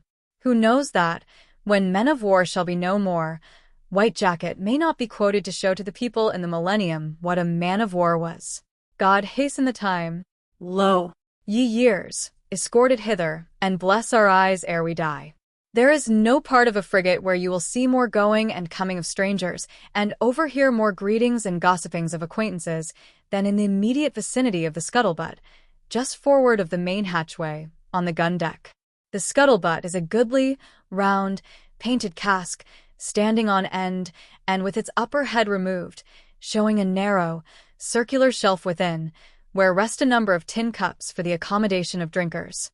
Central, within the scuttlebutt itself, stands an iron pump, which, connecting with the immense water tanks in the hold, furnishes an unfailing supply of the much-admired pale ale, first brewed in the brooks of the Garden of Eden, and stamped with the brand of our old Father Adam, who never knew what wine was.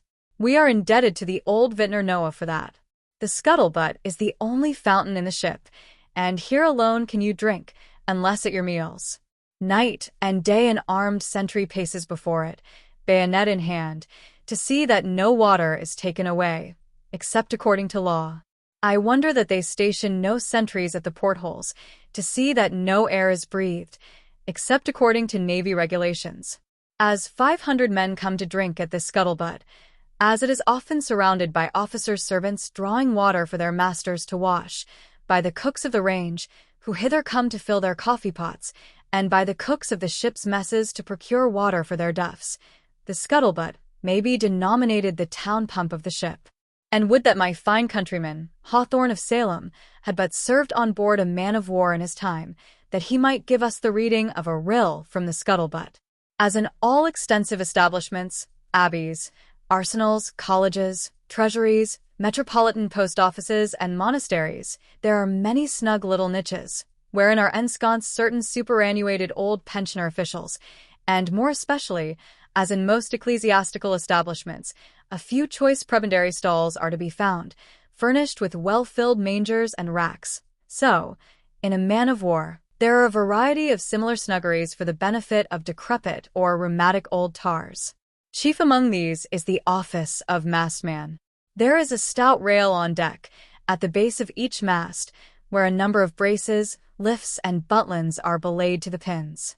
It is the sole duty of the mastman to see that these ropes are always kept clear, to preserve his premises in a state of the greatest attainable neatness, and every Sunday morning to dispose his ropes in neat Flemish coils. The mainmastman of the Neversink was a very aged seaman, who well deserved his comfortable berth.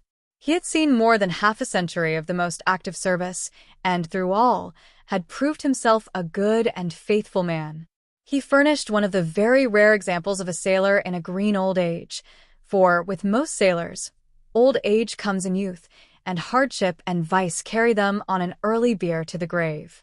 As in the evening of life, and at the close of the day, old Abraham sat at the door of his tent, biding his time to die, so sits our old mastman on the coat of the mast, glancing round him with patriarchal benignity. And that mild expression of his sets off very strangely a face that has been burned almost black by the torrid suns that shone 50 years ago, a face that is seamed with 3 saber cuts. You would almost think this old mastman had been blown out of Vesuvius, to look alone at his scarred, blackened forehead, chin, and cheeks.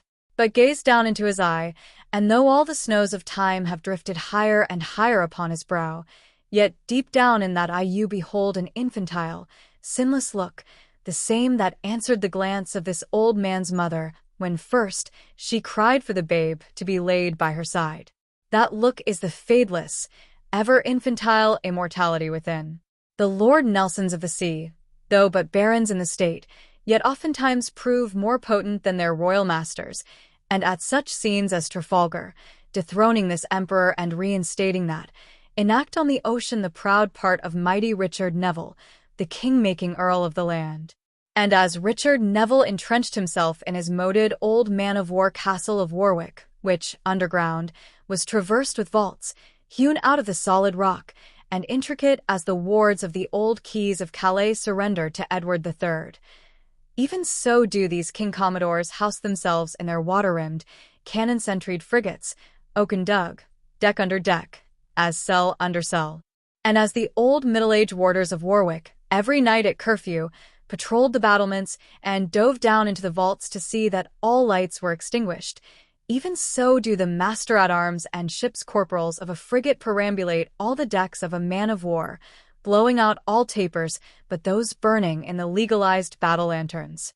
Yet in these things, so potent is the authority of these sea wardens, that, though almost the lowest subalterns in the ship, yet should they find the senior lieutenant himself sitting up late in his stateroom, reading Bowditch's Navigator, or Danton on gunpowder and firearms, they would infallibly blow the light out under his very nose, nor durst that grand vizier resent the indignity.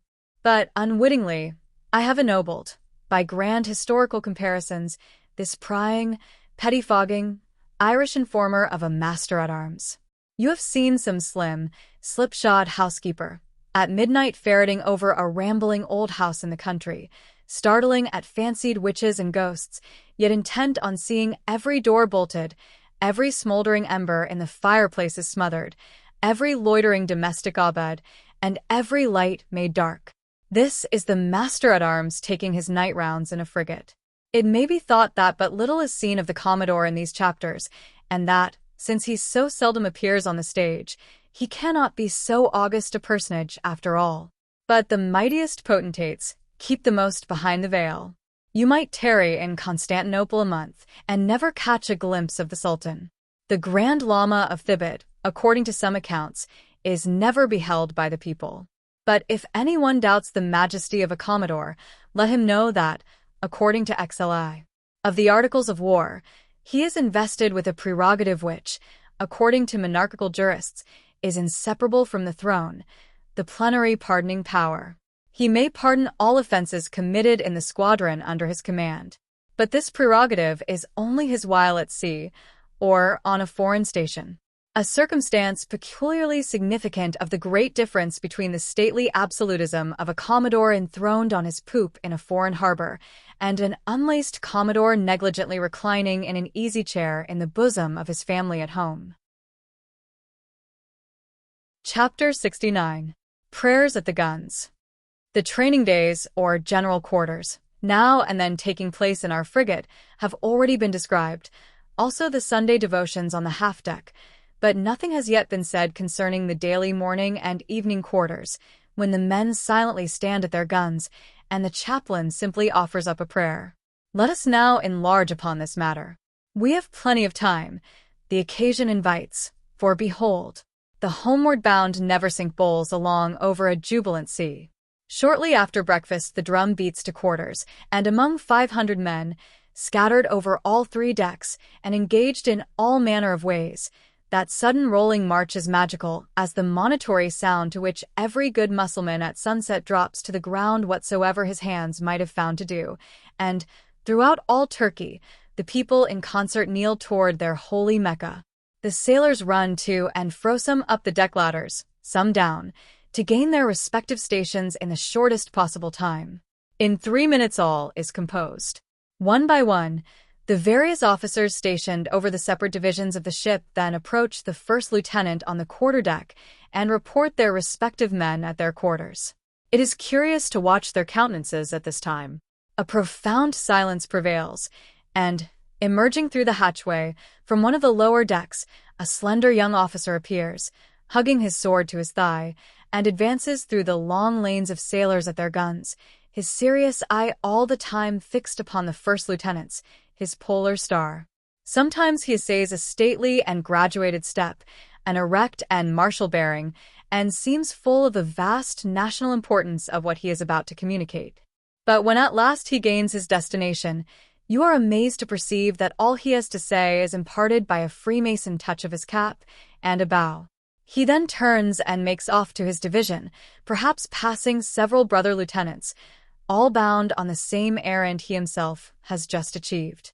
For about 5 minutes these officers are coming and going, bringing in thrilling intelligence from all quarters of the frigate, most stoically received, however, by the first lieutenant, with his legs apart, so as to give a broad foundation for the superstructure of his dignity. This gentleman stands stiff as a pikestaff on the quarter-deck. One hand holds his saber, an appurtenance altogether unnecessary at the time, and which he accordingly tucks, point backward, under his arm, like an umbrella on a sunshiny day.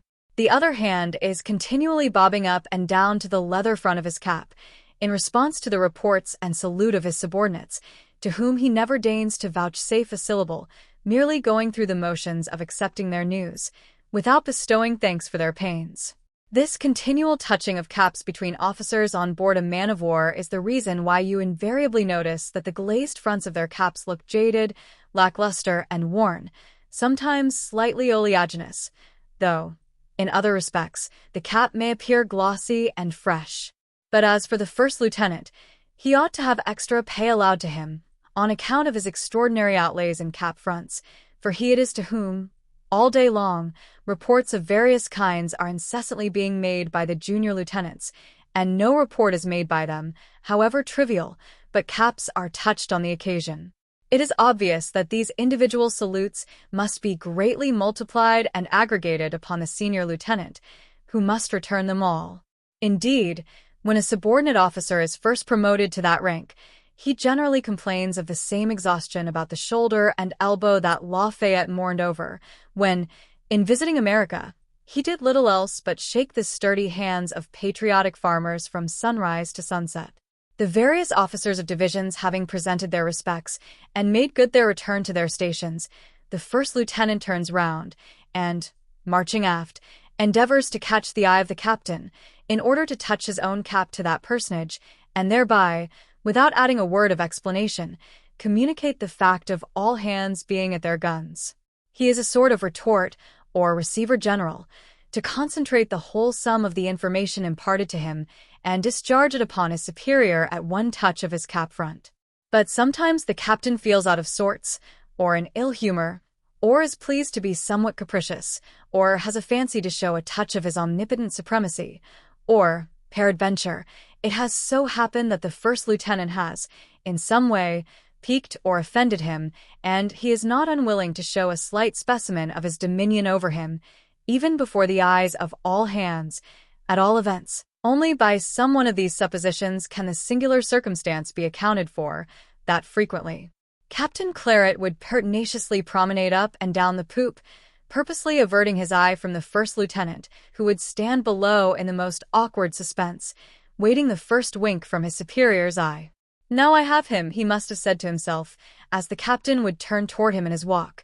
"Now's my time," and up would go his hand to his cap.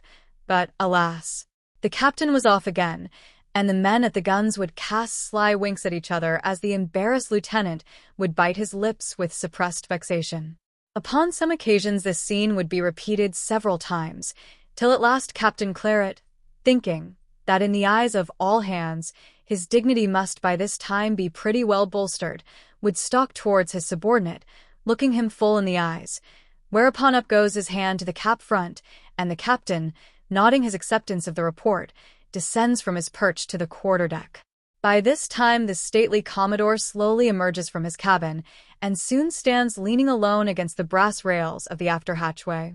In passing him, the captain makes a profound salutation, which his superior returns, in token that the captain is at perfect liberty to proceed with the ceremonies of the hour. Marching on, Captain Claret at last halts near the mainmast, at the head of a group of the wardroom officers, and by the side of the chaplain. At a sign from his finger, the brass band strikes up the Portuguese hymn. This over, from Commodore to hammock boy, all hands uncover, and the chaplain reads a prayer. Upon its conclusion, the drum beats the retreat, and the ship's company disappear from the guns. At sea or in harbor, this ceremony is repeated every morning and evening.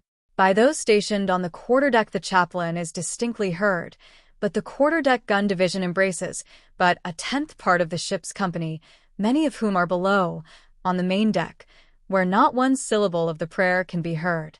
This seemed a great misfortune, for I well knew myself how blessed and soothing it was to mingle twice every day in these peaceful devotions, and, with the Commodore and captain and smallest boy, unite in acknowledging Almighty God.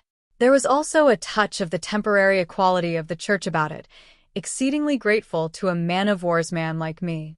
My carronade gun happened to be directly opposite the brass railing against which the Commodore invariably leaned at prayers. Brought so close together, twice every day, for more than a year, we could not but become intimately acquainted with each other's faces. To this fortunate circumstance it is to be ascribed that some time after reaching home, we were able to recognize each other when we chanced to meet in Washington at a ball given by the Russian minister, the Baron de Badisco. And though, while on board the frigate, the Commodore never in any manner personally addressed me, nor did I him, yet, at the minister's social entertainment, we there became exceedingly chatty, nor did I fail to observe, among that crowd of foreign dignitaries and magnates from all parts of America, that my worthy friend did not appear so exalted as when leaning, in solitary state, against the brass railing of the Neversink's quarterdeck. Like many other gentlemen, he appeared to the best advantage, and was treated with the most deference in the bosom of his home, the frigate. Our morning and evening quarters were agreeably diversified for some weeks by a little circumstance, which to some of us at least, always seemed very pleasing. At Callao, half of the Commodore's cabin had been hospitably yielded to the family of a certain aristocratic-looking magnate, who was going ambassador from Peru to the court of the Brazils at Rio. This dignified diplomatist sported a long, twirling mustache that almost enveloped his mouth. The sailors said he looked like a rat with his teeth through a bunch of oakum, or a St. Iago monkey peeping through a prickly pear bush. He was accompanied by a very beautiful wife and a still more beautiful little daughter, about 6 years old.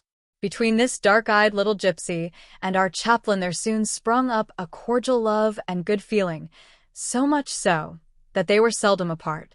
And whenever the drum beat to quarters, and the sailors were hurrying to their stations, this little señorita would outrun them all to gain her own quarters at the capstan, where she would stand by the chaplain's side, grasping his hand and looking up archly in his face.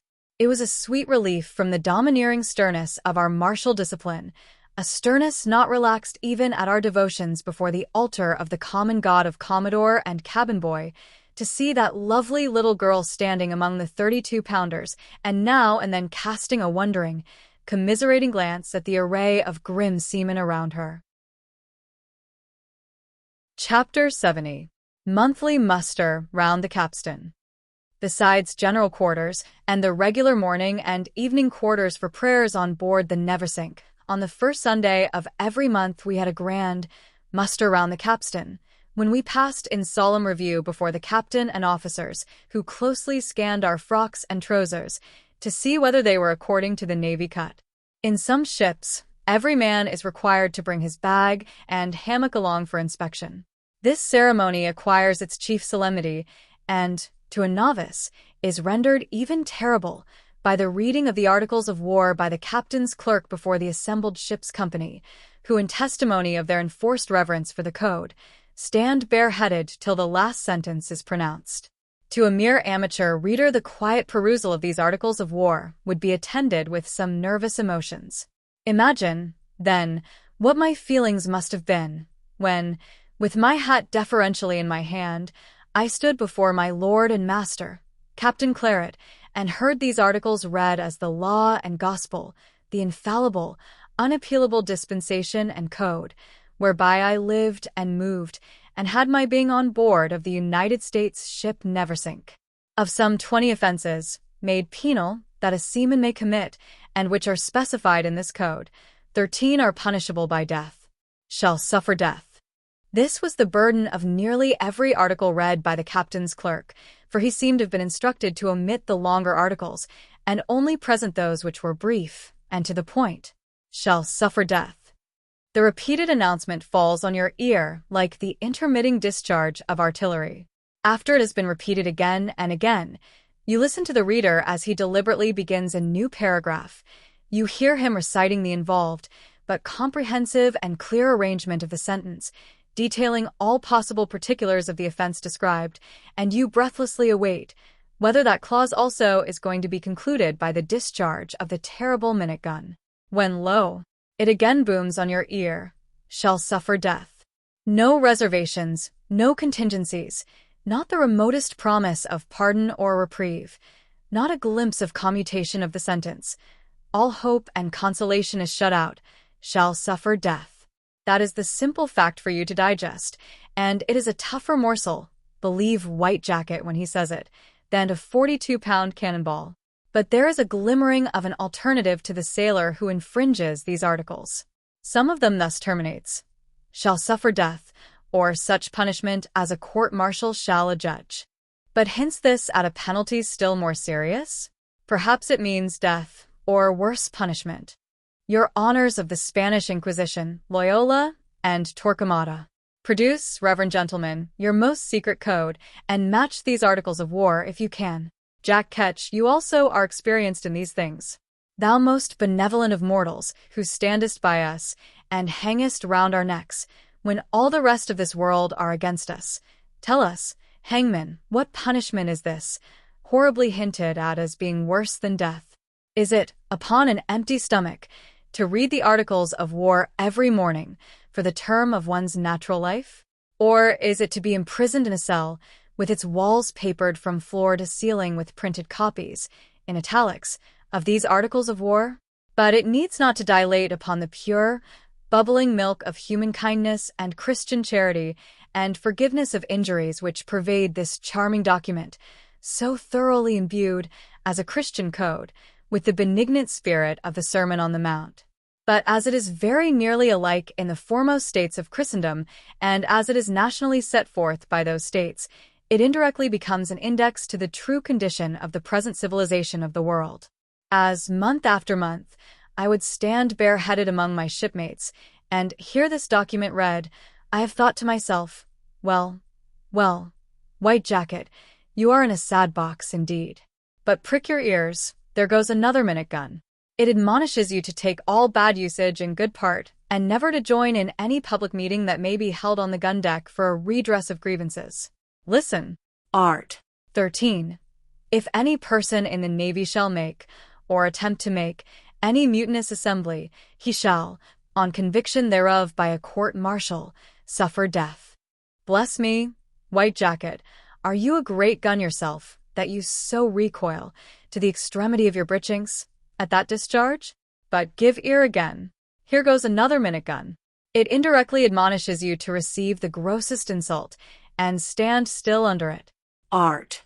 14. No private in the Navy shall disobey the lawful orders of his superior officer, or strike him, or draw, or offer to draw, or raise any weapon against him, while in the execution of the duties of his office, on pain of death. Do not hang back there by the bulwarks, white jacket. Come up to the mark once more, for here goes still another minute gun, which admonishes you never to be caught napping. Part of art. XX. If any person in the Navy shall sleep upon his watch, he shall suffer death. Murderous. But then, in time of peace, they do not enforce these bloodthirsty laws? Do they not, indeed? What happened to those 3 sailors on board an American armed vessel a few years ago, quite within your memory, white jacket? Yeah, while you yourself were yet serving on board this very frigate, the Neversink.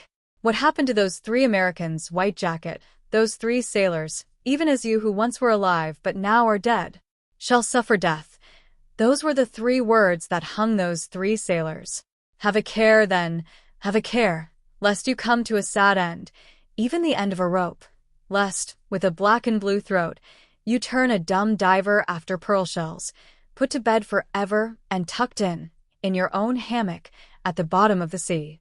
And there you will lie, white jacket, while hostile navies are playing cannonball billiards over your grave. By the mainmast. Then, in a time of profound peace, I am subject to the cutthroat martial law. And when my own brother, who happens to be dwelling ashore and does not serve his country as I am now doing, when he is at liberty to call personally upon the President of the United States and express his disapprobation of the whole national administration, here am I, liable at any time to be run up at the yardarm, with a necklace, made by no jeweler, round my neck. A hard case truly, white jacket, but it cannot be helped. Yes, you live under this same martial law. Does not everything around you din the fact in your ears? Twice every day, do you not jump to your quarters at the sound of a drum?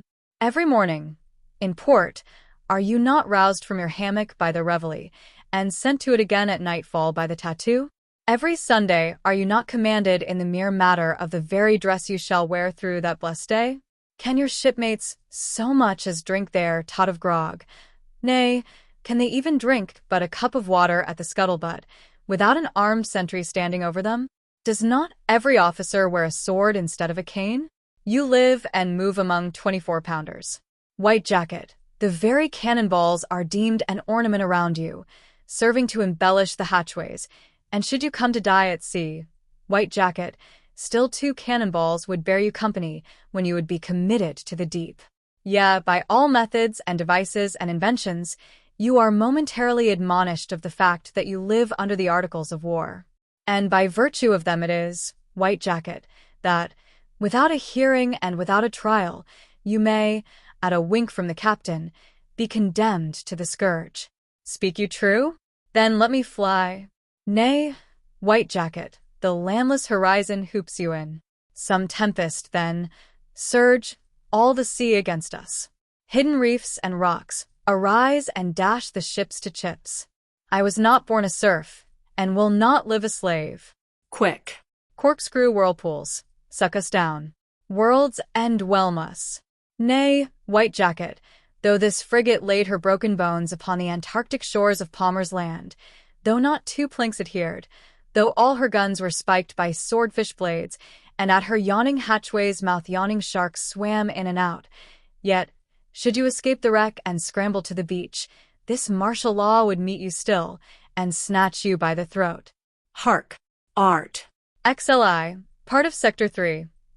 In all cases where the crews of the ships or vessels of the United States shall be separated from their vessels by the latter being wrecked, lost, or destroyed, all the command, power, and authority given to the officers of such ships or vessels shall remain, and be in full force, as effectually as if such ship or vessel were not so wrecked, lost, or destroyed.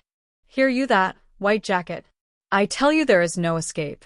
Afloat or wrecked, the martial law relaxes, not its gripe. And though, by that selfsame warrant, for some offense therein set down, you were indeed to suffer death, Even then the martial law might hunt you straight through the other world, and out again at its other end, following you through all eternity, like an endless thread on the inevitable track of its own point, passing unnumbered needles through.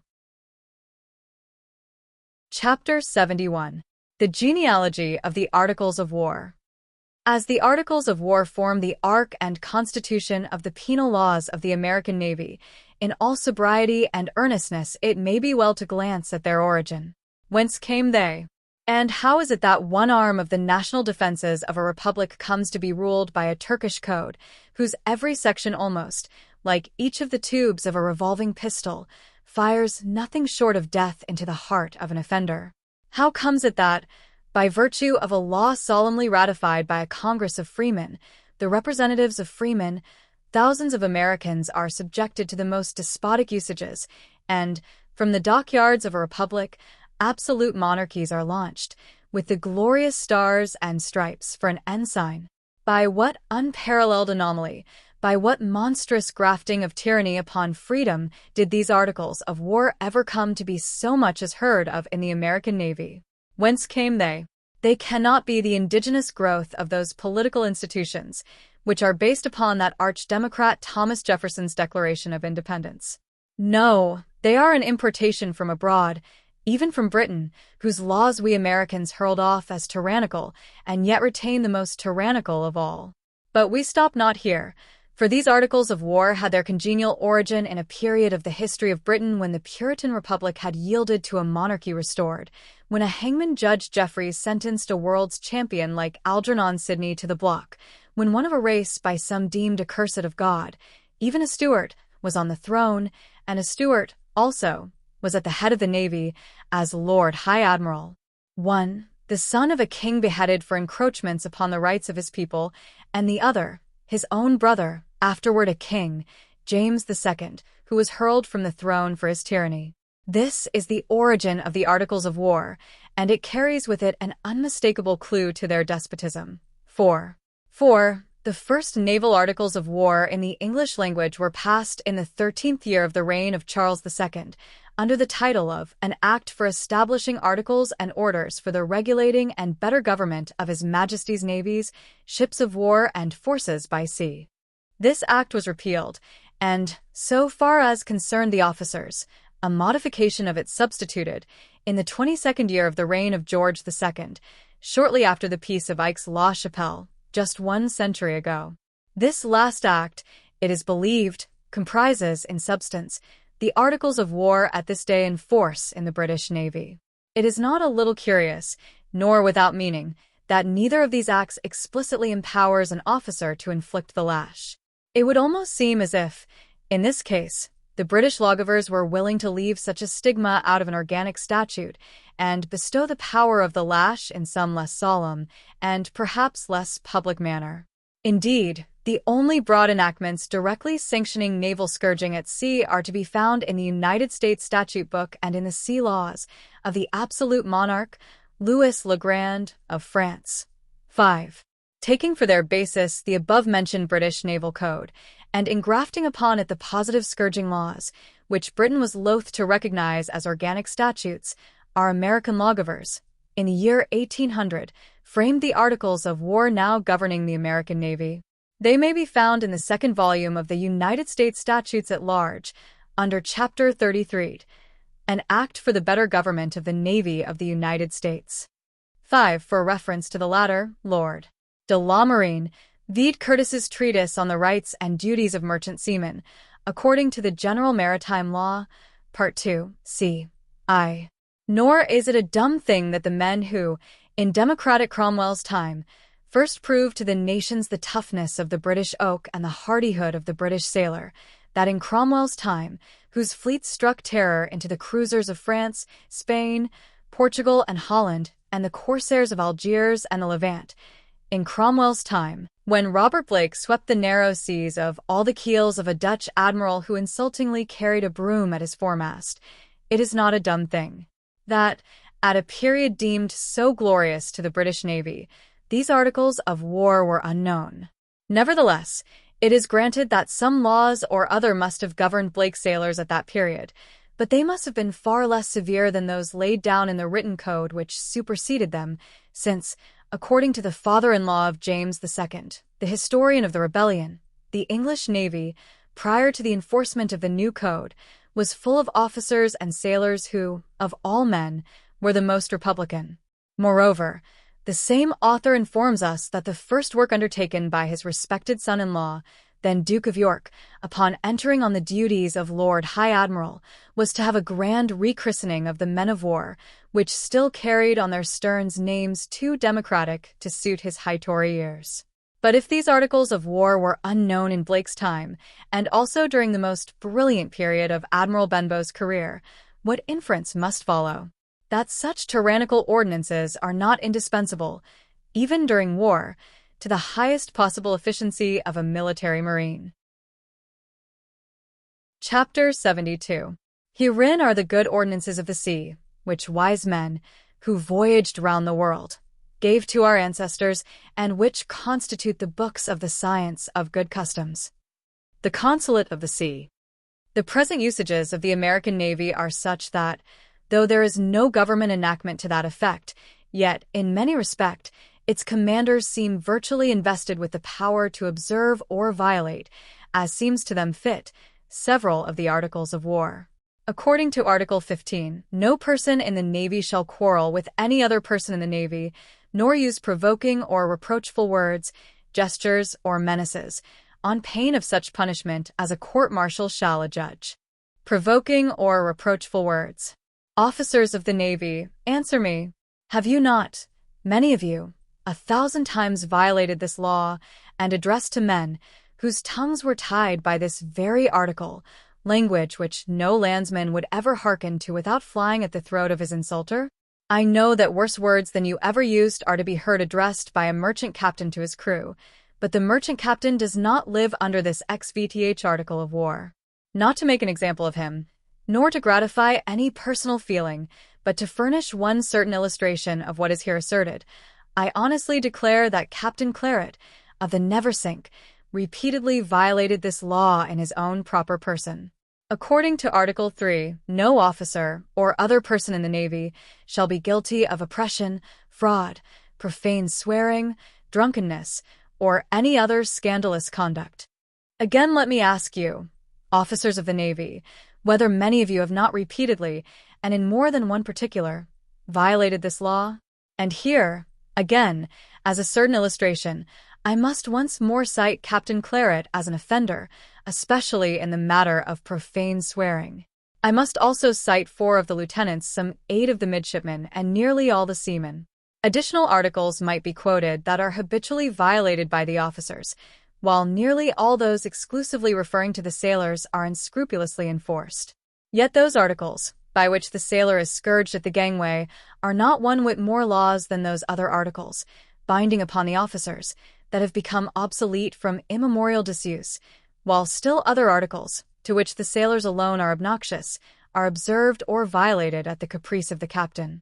Now, if it be not so much the severity as the certainty of punishment that deters from transgression, how fatal to all proper reverence for the enactments of Congress must be this disregard of its statutes. Still more, this violation of the law, on the part of the officers, in many cases involves oppression to the sailor.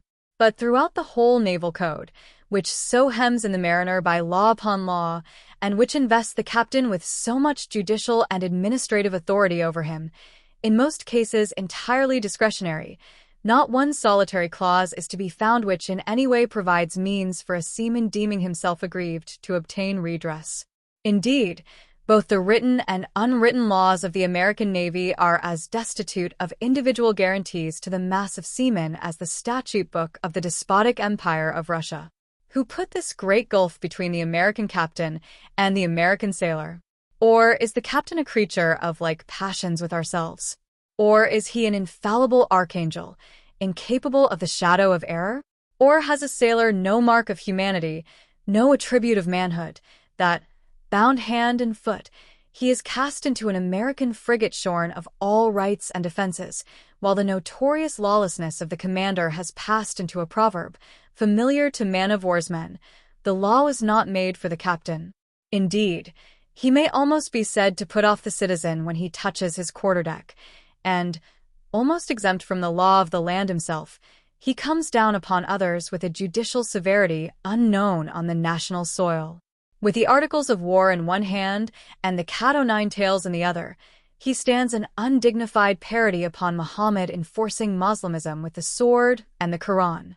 The concluding sections of the Articles of War treat of the naval courts-martial before which officers are tried for serious offenses, as well as the seamen. The oath administered to members of these courts, which sometimes sit upon matters of life and death, explicitly enjoins that the members shall not, at any time, divulge the vote or opinion of any particular member of the court, unless required so to do before a court of justice in due course of law. Here, then, is a council of 10 and a star chamber indeed. Remember, also, that though the sailor is sometimes tried for his life before a tribunal like this, in no case do his fellow sailors, his peers, form part of the court. Yet that a man should be tried by his peers is the fundamental principle of all civilized jurisprudence. And not only tried by his peers, but his peers must be unanimous to render a verdict, whereas, in a court-martial, the concurrence of a majority of conventional and social superiors is all that is requisite.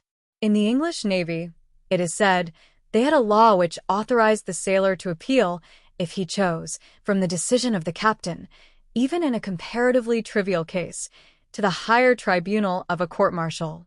It was an English seaman who related this to me.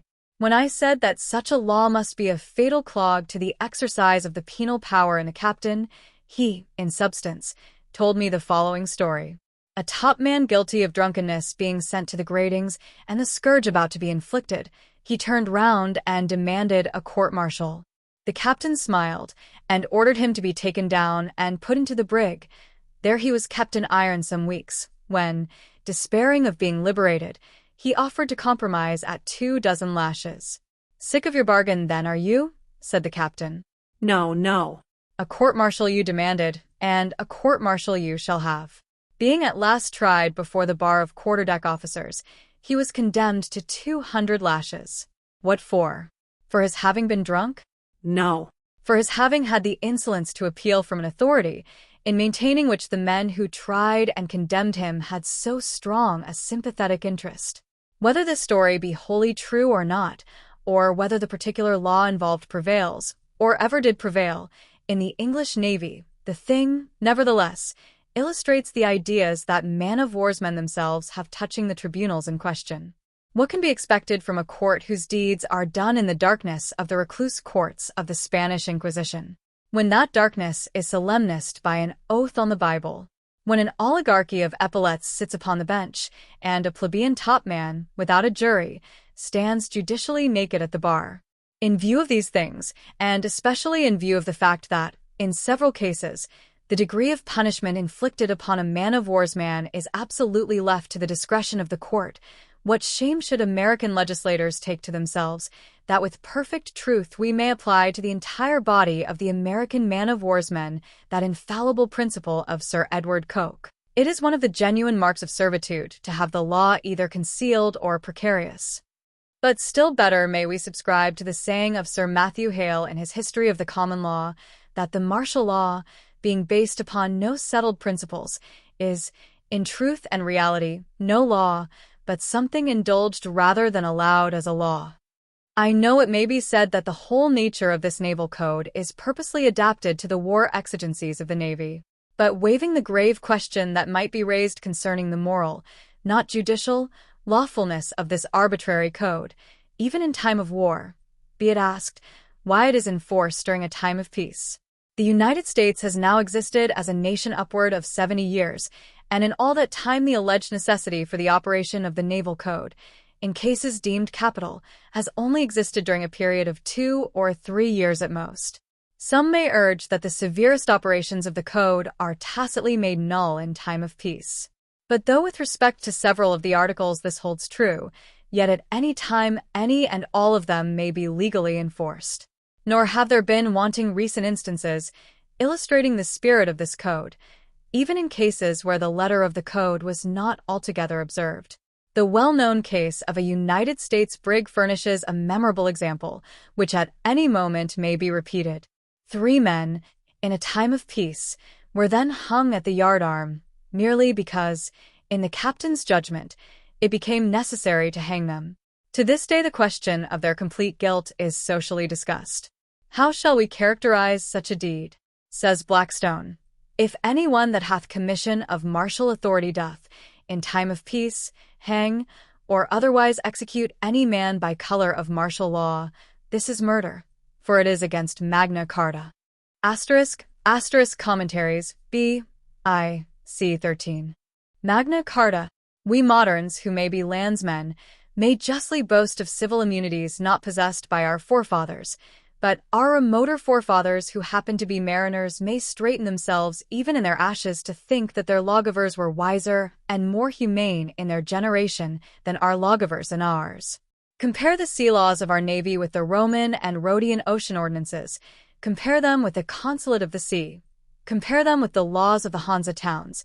Compare them with the ancient Whispery laws. In the last we find that they were ocean democrats in those days.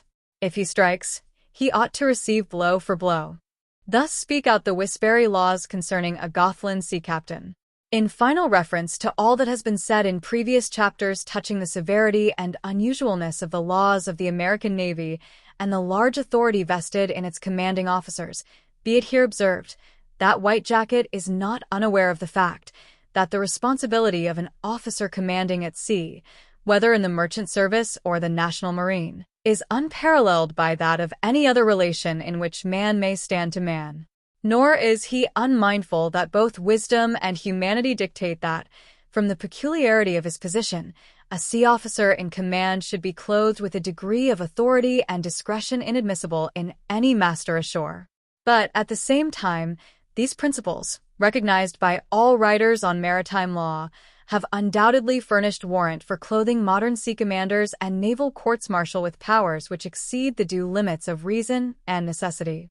Nor is this the only instance where right and salutary principles, in themselves almost self-evident and infallible, have been advanced in justification of things, which in themselves are just as self-evidently wrong and pernicious. Be it here, once and for all, understood that no sentimental and theoretic love for the common sailor, no romantic belief in that peculiar noble-heartedness and exaggerated generosity of disposition fictitiously imputed to him in novels, and no prevailing desire to gain the reputation of being his friend, have actuated me in anything I have said, in any part of this work, touching the gross oppression under which I know that the sailor suffers. Indifferent as to who may be the parties concerned, I but desire to see wrong things righted, and equal justice administered to all. Nor, as has been elsewhere hinted, is the general ignorance or depravity of any race of men to be alleged as an apology for tyranny over them. On the contrary, it cannot admit of a reasonable doubt, in any unbiased mind conversant with the interior life of a man of war, that most of the sailor iniquities practiced therein are indirectly to be ascribed to the morally debasing effects of the unjust, despotic, and degrading laws under which the man-of-war's man lives. Chapter 73. Night and Day Gambling in a Man-o' War. Mention has been made that the game of draughts, or checkers, was permitted to be played on board the Neversink. At the present time, while there is little or no shipwork to be done, and all hands, in high spirits, were sailing homeward over the warm, smooth sea of the tropics, so numerous became the players, scattered about the decks, that our first lieutenant used ironically to say that it was a pity they were not tessellated with squares of white and black marble for the express benefit and convenience of the players. Had this gentleman had his way, our checkerboards would very soon have been pitched out of the ports. But the captain, usually lenient in some things, permitted them, and so Mr. Bridewell was fain to hold his peace. But, although this one game was allowable in the frigate, all kinds of gambling were strictly interdicted under the penalty of the gangway, nor were cards or dice tolerated in any way whatever. This regulation was indispensable, for, of all human beings, man-of-war's men are perhaps the most inclined to gambling.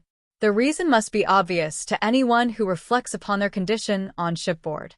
And gambling, The most mischievous of vices anywhere, in a man-of-war operates still more perniciously than on shore. But quite as often as the law against smuggling spirits is transgressed by the unscrupulous sailors, the statutes against cards and dice are evaded. Sable night, which, since the beginning of the world, has winked and looked on at so many deeds of iniquity, night is the time usually selected for their operations by man-of-war gamblers. The place pitched upon is generally the berth deck, where the hammocks are swung, and which is lighted so stintedly as not to disturb the sleeping seamen with any obtruding glare. In so spacious an area, the 2 lanterns swinging from the stanchions diffuse a subdued illumination, like a night taper in the apartment of some invalid. Owing to their position, also, these lanterns are far from shedding an impartial light, however dim, but fling long angular rays here and there, like burglars' dark lanterns in the 50-acre vaults of the West India Docks on the Thames. It may well be imagined, therefore, how well adapted is this mysterious and subterranean hall of Eblis to the clandestine proceedings of gamblers, especially as the hammocks not only hang thickly, but many of them swing very low, within 2 feet of the floor, thus forming innumerable little canvas glens, grottos, nooks, corners, and crannies, where a good deal of wickedness may be practiced by the wary with considerable impunity. Now the master-at-arms, assisted by his mates, the ship's corporals, reign supreme in these bowels of the ship. Throughout the night these policemen relieve each other at standing guard over the premises, and, except when the watches are called, they sit in the midst of a profound silence, only invaded by trumpeters' snores, or the ramblings of some old sheet-anchor man in his sleep. The 2 ship's corporals went among the sailors by the names of Legs and Pounce. Pounce had been a policeman, it was said, in Liverpool, Legs, a turnkey attached to the Tombs in New York. Hence their education eminently fitted them for their stations, and Bland, the master-at-arms, ravished with their dexterity in prying out offenders, used to call them his 2 right hands. When man-of-war's men desire to gamble, they appoint the hour, and select some certain corner, in some certain shadow, behind some certain hammock. They then contribute a small sum toward a joint fund, to be invested in a bribe for some argus-eyed shipmate, who shall play the part of a spy upon the master-at-arms and corporals while the gaming is in progress. In 9 cases out of 10 these arrangements are so cunning and comprehensive that the gamblers, eluding all vigilance, conclude their game unmolested. But now and then, seduced into unwariness, or perhaps from parsimony, being unwilling to employ the services of a spy, they are suddenly lighted upon by the constables, remorselessly collared, and dragged into the brig there to await a dozen lashes in the morning.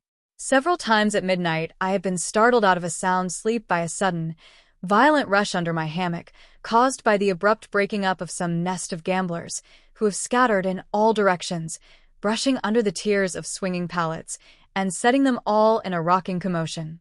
It is, however, while laying in port that gambling most thrives in a man-of-war. Then the men frequently practice their dark deeds in the light of the day, and the additional guards which, at such times, they deem indispensable, are not unworthy of note. More especially, their extra precautions in engaging the services of several spies necessitate a considerable expenditure, so that, in port, the diversion of gambling rises to the dignity of a nabob luxury. During the day the master-at-arms and his corporals are continually prowling about on all 3 decks, eager to spy out iniquities. At one time, for example, you see Legs switching his magisterial rattan and lurking round the foremast on the spar-deck. The next moment, perhaps, he is 3 decks down, out of sight, prowling among the cable tiers.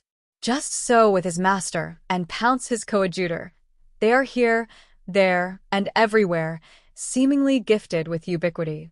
In order successfully to carry on their proceedings by day, the gamblers must see to it that each of these constables is relentlessly dogged wherever he goes, so that, in case of his approach toward the spot where themselves are engaged, they may be warned of the fact in time to make good their escape.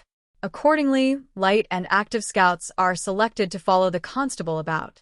From their youthful alertness and activity, the boys of the mizentop are generally chosen for this purpose.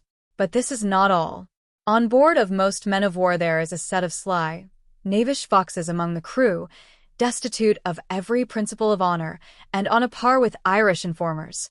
In man-of-war parlance, they come under the denomination of fancy men and white mice. They are called fancy men because, from their zeal in craftily reporting offenders, they are presumed to be regarded with high favor by some of the officers. Though it is seldom that these informers can be certainly individualized, so secret and subtle are they in laying their information, yet certain of the crew, and especially certain of the Marines, are invariably suspected to be fancy men and white mice, and are accordingly more or less hated by their comrades. Now, in addition to having an eye on the master-at-arms and his aides, the day gamblers must see to it that every person suspected of being a white mouse or fancy man is likewise dogged wherever he goes.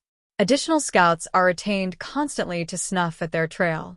But the mysteries of man-of-war vice are wonderful, and it is now to be recorded that, from long habit and observation and familiarity with the guardo moves and maneuvers of a frigate, the master-at-arms and his aides can almost invariably tell when any gambling is going on by day, though, in the crowded vessel, abounding in decks, tops, dark places, and outlandish corners of all sorts, they may not be able to pounce upon the identical spot where the gamblers are hidden.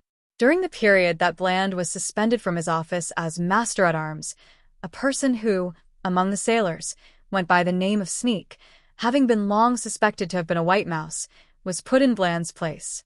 He proved a hangdog, sidelong catch thief, but gifted with a marvelous perseverance in ferreting out culprits, following in their track like an inevitable Cuba bloodhound, with his noiseless nose. When disconcerted, however, you sometimes heard his bay. "The muffled dice are somewhere around," Sneak would say to his aides. "There are them 3 chaps, there, been dogging me about for the last half-hour. I say, Pounce, has anyone been scouting around you this morning?" "For on 'em," says Pounce. "I knowed it. I knowed the muffled dice was rattlin'." "Legs," says the master-at-arms to his other aide. "Legs, how is it with you, any spies?" "10 on 'em," says Legs. "There's one on 'em now, that fellow stitching a hat." "Halloo, you sir," cried the master-at-arms. "Top your boom and sail large now. If I see you about me again, I'll have you up to the mast." "What am I doin' now?" says the hat-stitcher, with a face as long as a rope-walk. "Can a feller be workin' here, without being specked of Tom Cox's traverse, up one ladder and down t'other?" "Oh, I know the moves, sir. I've been on board a guardo. Top your boom, I say, and be off, or I'll have you hauled up and riveted in a clinch, both foretacks over the main yard, and no bloody knife to cut the seizing. Sheer. Or I'll pitch into you, like a shin of beef into a beggar's wallet." It is often observable that, in vessels of all kinds, the men who talk the most sailor lingo are the least sailor-like in reality. You may sometimes hear even Marines jerk out more salt phrases than the captain of the forecastle himself. On the other hand, when not actively engaged in his vocation, you would take the best specimen of a seaman for a landsman. When you see a fellow yawning about the docks like a homeward-bound Indiaman, a long Commodore's pennant of black ribbon flying from his masthead, and fetching up at a grog shop with a slew of his hull, as if an admiral were coming alongside a 3-decker in his barge, you may put that man down for what man-of-warsmen call a damn-my-eyes tar. That is, a humbug. And many damn-my-eyes humbugs there are in this man-of-war world of ours. Chapter 74. The Main Top at Night. The whole of our run from Rio to the line was one delightful yachting, so far as fine weather and the ship's sailing were concerned. It was especially pleasant when our quarter-watch lounged in the main top, diverting ourselves in many agreeable ways. Removed from the immediate presence of the officers, we there harmlessly enjoyed ourselves, more than in any other part of the ship. By day, many of us were very industrious, making hats or mending our clothes. But by night we became more romantically inclined. Often Jack Chase, an enthusiastic admirer of sea scenery, would direct our attention to the moonlight on the waves by fine snatches from his catalogue of poets. I shall never forget the lyric air with which, one morning, at dawn of day, when all the east was flushed with red and gold, he stood leaning against the topmast shrouds, and, stretching his bold hand over the sea, exclaimed, "Here comes Aurora, topmates, see." And, In a liquid, long-lingering tone, he recited the lines, "With gentle hand, as seeming oft to pause, the purple curtains of the morn she draws. Commodore Camoens, white jacket, but bear a hand there, we must rig out that stunsail boom, the wind is shifting." From our lofty perch, of a moonlight night, the frigate itself was a glorious sight. She was going large before the wind, her stunsails set on both sides, so that the canvas on the mainmast and foremast presented the appearance of majestic, tapering pyramids, more than 100 feet broad at the base, and terminating in the clouds with the light copestone of the royals. That immense area of snow-white canvas sliding along the sea was indeed a magnificent spectacle. The three shrouded masts looked like the apparitions of three gigantic Turkish emirs striding over the ocean. Nor, at times, was the sound of music wanting to augment the poetry of the scene. The whole band would be assembled on the poop, regaling the officers, and incidentally ourselves, with their fine old airs. To these, some of us would occasionally dance in the top, which was almost as large as an ordinary-sized parlor. When the instrumental melody of the band was not to be had, our nightingales mustered their voices and gave us a song. Upon these occasions Jack Chase was often called out and regaled us, in his own free and noble style, with the Spanish ladies, a favorite thing with British man-of-warsmen and many other salt-sea ballads and ditties, including Sir Patrick Spens was the best sailor that ever sailed the sea. Also, and 3 times around spun our gallant ship, 3 times around spun she, 3 times around spun our gallant ship, and she went to the bottom of the sea, the sea, the sea, the sea, and she went to the bottom of the sea. These songs would be varied by sundry yarns and twisters of the topmen. And it was at these times that I always endeavored to draw out the oldest Tritons into narratives of the war service they had seen. There were but few of them, it is true, who had been in action, but that only made their narratives the more valuable. There was an old Negro who went by the name of Tawny, a sheet anchor man, whom we often invited into our top of tranquil nights to hear him discourse. He was a staid and sober seaman, very intelligent, with a fine, frank bearing, one of the best men in the ship, and held in high estimation by everyone. It seems that, during the last war between England and America, he had, with several others, been impressed upon the high seas, out of a New England merchantman. The ship that impressed him was an English frigate, the Macedonian, afterward taken by the Neversink, the ship in which we were sailing.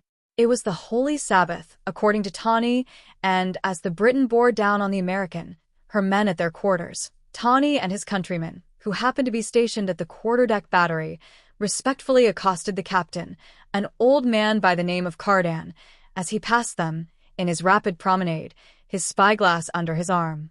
Again they assured him that they were not Englishmen, and that it was a most bitter thing to lift their hands against the flag of that country which harbored the mothers that bore them. They conjured him to release them from their guns, and allow them to remain neutral during the conflict. But when a ship of any nation is running into action, it is no time for argument, small time for justice, and not much time for humanity. Snatching a pistol from the belt of a boarder standing by, the captain leveled it at the heads of the 3 sailors and commanded them instantly to their quarters, under penalty of being shot on the spot. So, side by side with his country's foes, Tawny and his companions toiled at the guns and fought out the fight to the last, with the exception of one of them, who was killed at his post by one of his own country's balls. At length, having lost her fore and main topmasts, and her mizzenmast having been shot away to the deck, and her foreyard lying in 2 pieces on her shattered forecastle, and in 100 places having been hulled with round shot, the English frigate was reduced to the last extremity. Captain Cardan ordered his signal quartermaster to strike the flag. Tawny was one of those who, at last, helped pull him on board the Neversink.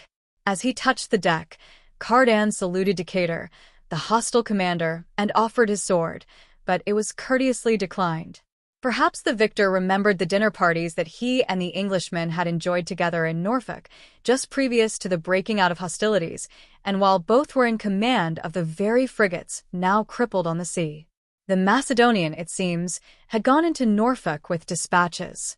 Then they had laughed and joked over their wine, and a wager of a beaver hat was said to have been made between them upon the event of the hostile meeting of their ships. Gazing upon the heavy batteries before him, Cardan said to Decatur, "This is a 74, not a frigate. No wonder the day is yours." This remark was founded upon the Neversink's superiority in guns. The Neversink's main deck batteries then consisted, as now, of 24-pounders, the Macedonians of only 18s.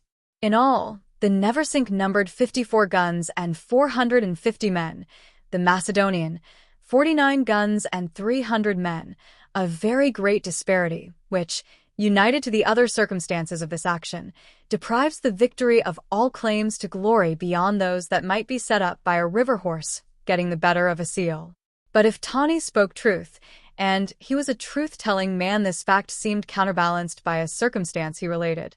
When the guns of the Englishmen were examined, after the engagement, in more than one instance the wad was found rammed against the cartridge, without intercepting the ball. And though, in a frantic sea fight, such a thing might be imputed to hurry and remissness, yet Tawney, a stickler for his tribe, always ascribed it to quite a different and less honorable cause. But, even granting the cause he assigned to have been the true one, it does not involve anything inimical to the general valor displayed by the British crew. Yet, from all that may be learned from candid persons who have been in sea fights, there can be but little doubt that on board of all ships, of whatever nation, in time of action, no very small number of the men are exceedingly nervous, to say the least, at the guns, ramming and sponging at a venture. And what special patriotic interest could an impressed man, for instance, take in a fight into which he had been dragged from the arms of his wife?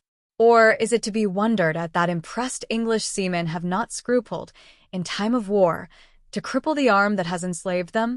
During the same general war which prevailed at and previous to the period of the frigate action here spoken of, a British flag officer, in writing to the Admiralty, said, "Everything appears to be quiet in the fleet, but, in preparing for battle last week, several of the guns in the after part of the ship were found to be spiked, that is to say, rendered useless." Who had spiked them? The dissatisfied seamen.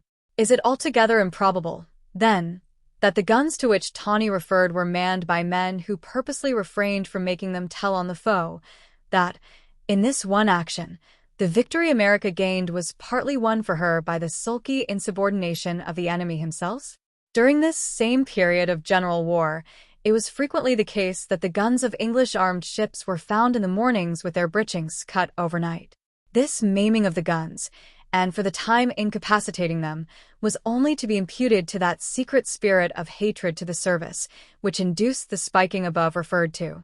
But even in cases where no deep-seated dissatisfaction was presumed to prevail among the crew, and where a seaman, in time of action, impelled by pure fear, shirked from his gun, it seems but flying in the face of him who made such a seaman what he constitutionally was, to so coward upon his back, and degrade and agonize the already trembling wretch in numberless other ways.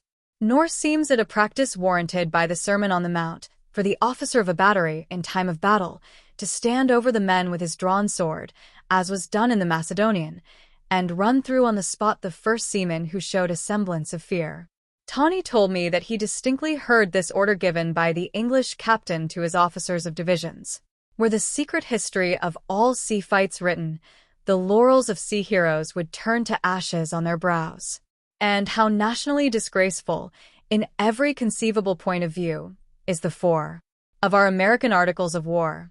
If any person in the Navy shall pusillanimously cry for quarter, he shall suffer death. Thus, with death before his face from the foe, and death behind his back from his countrymen, the best valor of a man-of-war's man can never assume the merit of a noble spontaneousness. In this, as in every other case, the articles of war hold out no reward for good conduct, but only compel the sailor to fight, like a hired murderer, for his pay, by digging his grave before his eyes if he hesitates.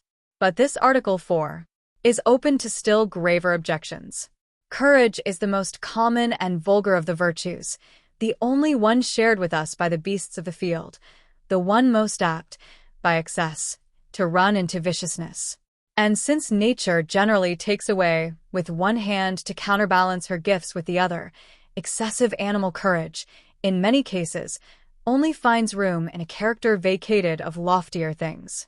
But in a naval officer, animal courage is exalted to the loftiest merit and often procures him a distinguished command.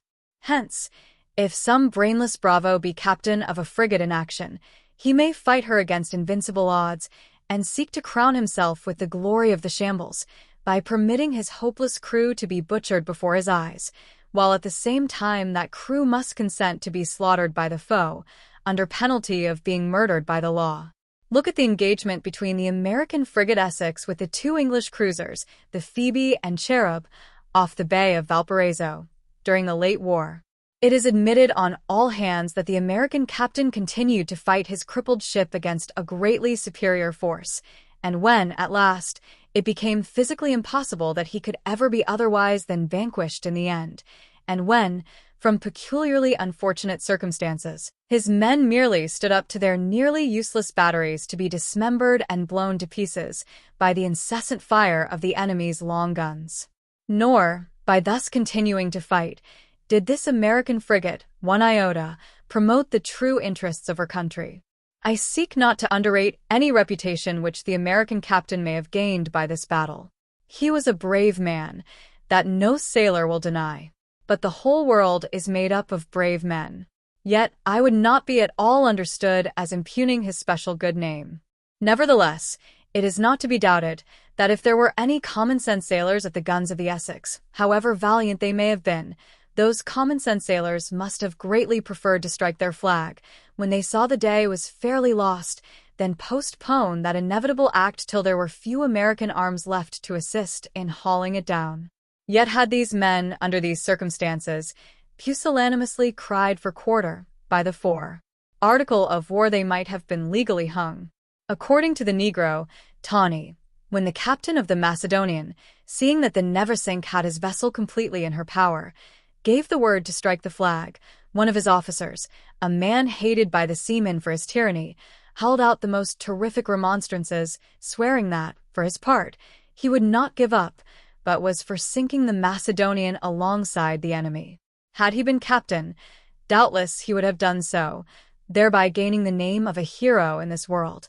But what would they have called him in the next? But as the whole matter of war is a thing that smites common sense and Christianity in the face, so everything connected with it is utterly foolish, unchristian, barbarous, brutal, and savoring of the Fiji Islands, cannibalism, saltpetre, and the devil. It is generally the case in a man of war when she strikes her flag that all discipline is at an end, and the men for a time are ungovernable. This was so on board of the English frigate. The spirit room was broken open, and buckets of grog were passed along the decks, where many of the wounded were lying between the guns. These mariners seized the buckets, and, spite of all remonstrances, gulped down the burning spirits, till, as Tawney said, the blood suddenly spurred out of their wounds, and they fell dead to the deck. The Negro had many more stories to tell of this fight, and frequently he would escort me along our main deck batteries, still mounting the same guns used in the battle, pointing out their ineffaceable indentations and scars. Coated over with the accumulated paint of more than 30 years, they were almost invisible to a casual eye, but Tawney knew them all by heart, for he had returned home in the Neversink, and had beheld these scars shortly after the engagement. One afternoon, I was walking with him along the gun deck, when he paused abreast of the mainmast. "This part of the ship," said he, "we called the slaughterhouse on board the Macedonian. Here the men fell, 5 and 6 at a time. An enemy always directs its shot here, in order to hurl over the mast, if possible. The beams and carlines overhead in the Macedonian slaughterhouse were spattered with blood and brains. About the hatchways it looked like a butcher's stall, bits of human flesh sticking in the ring bolts. A pig that ran about the decks escaped unharmed, but his hide was so clotted with blood, from rooting among the pools of gore, that when the ship struck the sailors hove the animal overboard, swearing that it would be rank cannibalism to eat him. Another quadruped, a goat, lost its 4 legs in this fight. The sailors who were killed, according to the usual custom, were ordered to be thrown overboard as soon as they fell, No doubt, as the Negro said, that the sight of so many corpses lying around might not appall the survivors at the guns. Among other instances, he related the following. A shot entering one of the portholes dashed dead 2/3 of a gun's crew. The captain of the next gun, dropping his lockstring, which he had just pulled, turned over the heap of bodies to see who they were, when, perceiving an old messmate who had sailed with him in many cruises, he burst into tears and, taking the corpse up in his arms and going with it to the side, held it over the water a moment, and eyeing it, cried, "Oh God, Tom, D, and your prayers over that thing. Overboard with it, and down to your gun," roared a wounded lieutenant. The order was obeyed, and the heart-stricken sailor returned to his post. Tawny's recitals were enough to snap this man-of-war world's sword in its scabbard.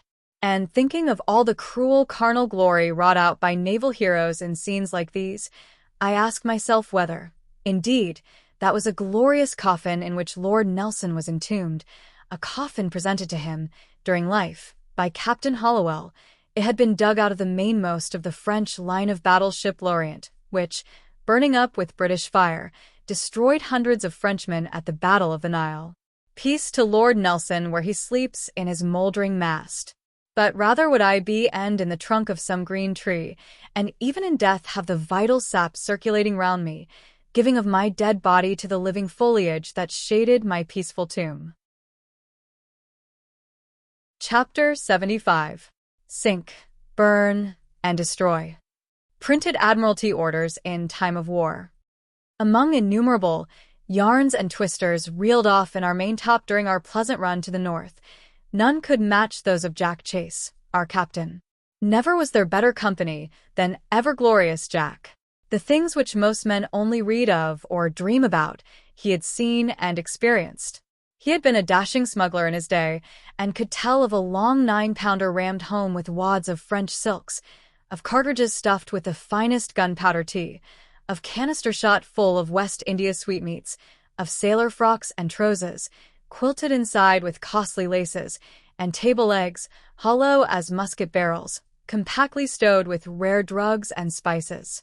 He could tell of a wicked widow, too, a beautiful receiver of smuggled goods upon the English coast, who smiled so sweetly upon the smugglers when they sold her silks and laces, cheap as tape and ginghams. She called them gallant fellows, hearts of game, and bade them bring her more. He could tell of desperate fights with his British Majesty's cutters in midnight coves upon a stormy coast, of the capture of a reckless band and their being drafted on board a man-of-war, of their swearing that their chief was slain, of a writ of habeas corpus sent on board for one of them for a debt, a reserved and handsome man, and his going ashore, strongly suspected of being the slaughtered captain, and this a successful scheme for his escape. But more than all, Jack could tell of the Battle of Navarino, for he had been a captain of one of the main-deck guns on board Admiral Codrington's flagship, the Asia. Were mine the style of stout old Chapman's Homer, even then I would scarce venture to give noble Jack's own version of this fight, wherein, on the 20th of October, A.D. 1827, 32 sail of Englishmen, Frenchmen, and Russians attacked and vanquished in the Levant an Ottoman fleet of 3 ships of the line, 25 frigates, and a swarm of fire ships and hornet craft. "We bade to be at them," said Jack, "and when we did open fire, we were like dolphin among the flying fish. Every man take his bird," was the cry, when we trained our guns. And those guns all smoked like rows of Dutch pipe bowls, my hearties. My gun's crew carried small flags in their bosoms to nail to the mast in case the ship's colors were shot away. Stripped to the waistbands, we fought like skinned tigers and bowled down the Turkish frigates like ninepins. Among their shrouds, swarming thick with small-arm men, like flights of pigeons lighted on pine trees, our marines sent their leaden peas and gooseberries, like a shower of hailstones in Labrador. It was a stormy time, my hearties. The blasted Turks pitched into the old Asia's hull a whole quarry of marble shot, each ball 150 pounds. They knocked 3 portholes into one, but we gave them better than they sent. "Up and at them, my bulldog," said I, patting my gun on the breech. "Tear open hatchways in their Moslem sides." White jacket, my lad. You ought to have been there. The bay was covered with masts and yards, as I've seen a raft of snags in the Arkansas River. Showers of burned rice and olives from the exploding foe fell upon us like manna in the wilderness. Allah, Allah. Muhammad, Muhammad, split the air. Some cried it out from the Turkish portholes, others shrieked it forth from the drowning waters, their topknots floating on their shaven skulls, like black snakes on half-tide rocks. By those topknots they believed that their prophet would drag them up to paradise, but they sank 50 fathoms, my hearties, to the bottom of the bay. Ain't the bloody home-ton's going to strike yet? Cried my first loader, a Guernsey man, thrusting his neck out of the porthole and looking at the Turkish line of battleship nearby. That instant his head blew by me like a bursting pigskin shot, and the flag of Neb Knowles himself was hauled down forever. We dragged his hull to one side and avenged him with the cooper's anvil, which, endways, we rammed home. A messmate shoved in the dead man's bloody Scotch cap for the wad and sent it flying into the line of battleship. By the god of war, boys, we hardly left enough of that craft to boil a pot of water with. It was a hard day's work, a sad day's work, my hearties.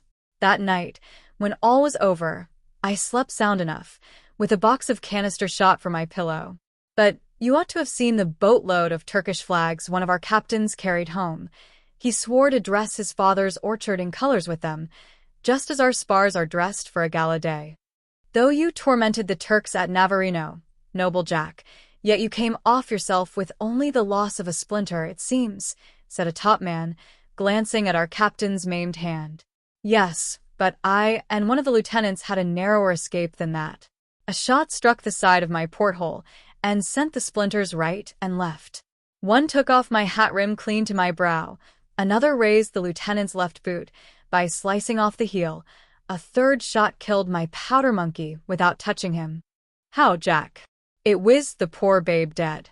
He was seated on a cheese of wads at the time, and after the dust of the powdered bulwarks had blown away, I noticed he yet sat still, his eyes wide open.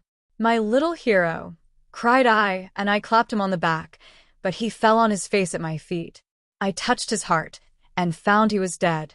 There was not a little finger mark on him. Silence now fell upon the listeners for a time, broken at last by the second captain of the top. Noble Jack, I know you never brag, but tell us what you did yourself that day. Why, my hearties, I did not do quite as much as my gun. But I flatter myself it was that gun that brought clown the Turkish admiral's mainmast, and the stump left wasn't long enough to make a wooden leg for Lord Nelson. How? But I thought, by the way you pull a lock string on board here and look along the sight, that you can steer a shot about right. Hey, Jack. It was the admiral of the fleet, God Almighty, who directed the shot that dismasted the Turkish admiral, said Jack. I only pointed the gun. But how did you feel, Jack, when the musket ball carried away one of your hooks there? Feel. Only a finger the lighter. I have 7 more left, besides thumbs, and they did good service, too, in the torn rigging the day after the fight. For you must know, my hearties, that the hardest work comes after the guns are run in. 3 days I helped work, with one hand, in the rigging, in the same trousers that I wore in the action. The blood had dried and stiffened. They looked like glazed red Morocco. Now, this Jack Chase had a heart in him like a mastodon's. I have seen him weep when a man has been flogged at the gangway, yet, in relating the story of the Battle of Navarino, he plainly showed that he held the God of the blessed Bible to have been the British Commodore in the Levant, on the bloody 20th of October, A.D. 1827. And thus it would seem that war almost makes blasphemers of the best of men, and brings them all down to the Fiji standard of humanity. Some man-of-war's men have confessed to me that as a battle has raged more and more, their hearts have hardened in infernal harmony, and, like their own guns, they have fought without a thought. Soldier or sailor, the fighting man is but a fiend, and the staff and bodyguard of the devil musters many a baton. But war at times is inevitable. Must the national honor be trampled underfoot by an insolent foe? Say on, but know you this, and lay it to heart, war-voting bench of bishops, that he on whom we believe himself has enjoined us to turn the left cheek if the right be smitten. Never mind what follows. That passage you cannot expunge from the Bible. That passage is as binding upon us as any other. That passage embodies the soul and substance of the Christian faith. Without it, Christianity were like any other faith. And that passage will yet, by the blessing of God, turn the world. But in some things we must turn Quakers first. But though unlike most scenes of carnage, which have proved useless murders of men, Admiral Codrington's victory undoubtedly achieved the emancipation of Greece and terminated the Turkish atrocities in that tomahawked state. Yet who shall lift his hand and swear that a divine providence led the van of the combined fleets of England, France, and Russia at the Battle of Navarino? For if this be so, then it led the van against the Church's own elect, the persecuted Waldenses in Switzerland, and kindled the Smithfield fires in Bloody Mary's time. But all events are mixed in a fusion indistinguishable. What we call fate is even, heartless, and impartial. Not a fiend to kindle bigot flames, nor a philanthropist to espouse the cause of Greece. We may fret, fume, and fight, but the thing called fate everlastingly sustains an armed neutrality. Yet though all this be so, nevertheless, in our own hearts, we mold the whole world's hereafters, and in our own hearts we fashion our own gods. Each mortal casts his vote for whom he will to rule the world. I have a voice that helps to shape eternity, and my volitions stir the orbits of the furthest suns. In two senses, we are precisely what we worship. Ourselves are fate. Chapter 76. The Chains. When wearied with the tumult and occasional contention of the gun deck of our frigate, I have often retreated to a porthole and calmed myself down by gazing broad off upon a placid sea. After the battle din of the last 2 chapters, let us now do the like, and, in the sequestered forechains of the Neversink, tranquilize ourselves, if we may. Notwithstanding the domestic communism to which the seamen in a man-of-war are condemned, and the publicity in which actions the most diffident and retiring in their nature must be performed, there is yet an odd corner or two where you may sometimes steal away and, for a few moments, almost be private. Chief among these places is the Chains, to which I would sometimes hie during our pleasant homeward-bound glide over those pensive tropical latitudes. After hearing my fill of the wild yarns of our top, here would I recline, if not disturbed, serenely concocting information into wisdom. The Chains designates the small platform outside of the hull, at the base of the large shrouds leading down from the 3 mastheads to the bulwarks. At present they seem to be getting out of vogue among merchant vessels, along with the fine, old-fashioned quarter-galleries, little turret-like appurtenances, which, in the days of the old admirals, set off the angles of an armed ship's stern. Here a naval officer might lounge away an hour after action, smoking a cigar, to drive out of his whiskers the villainous smoke of the gunpowder.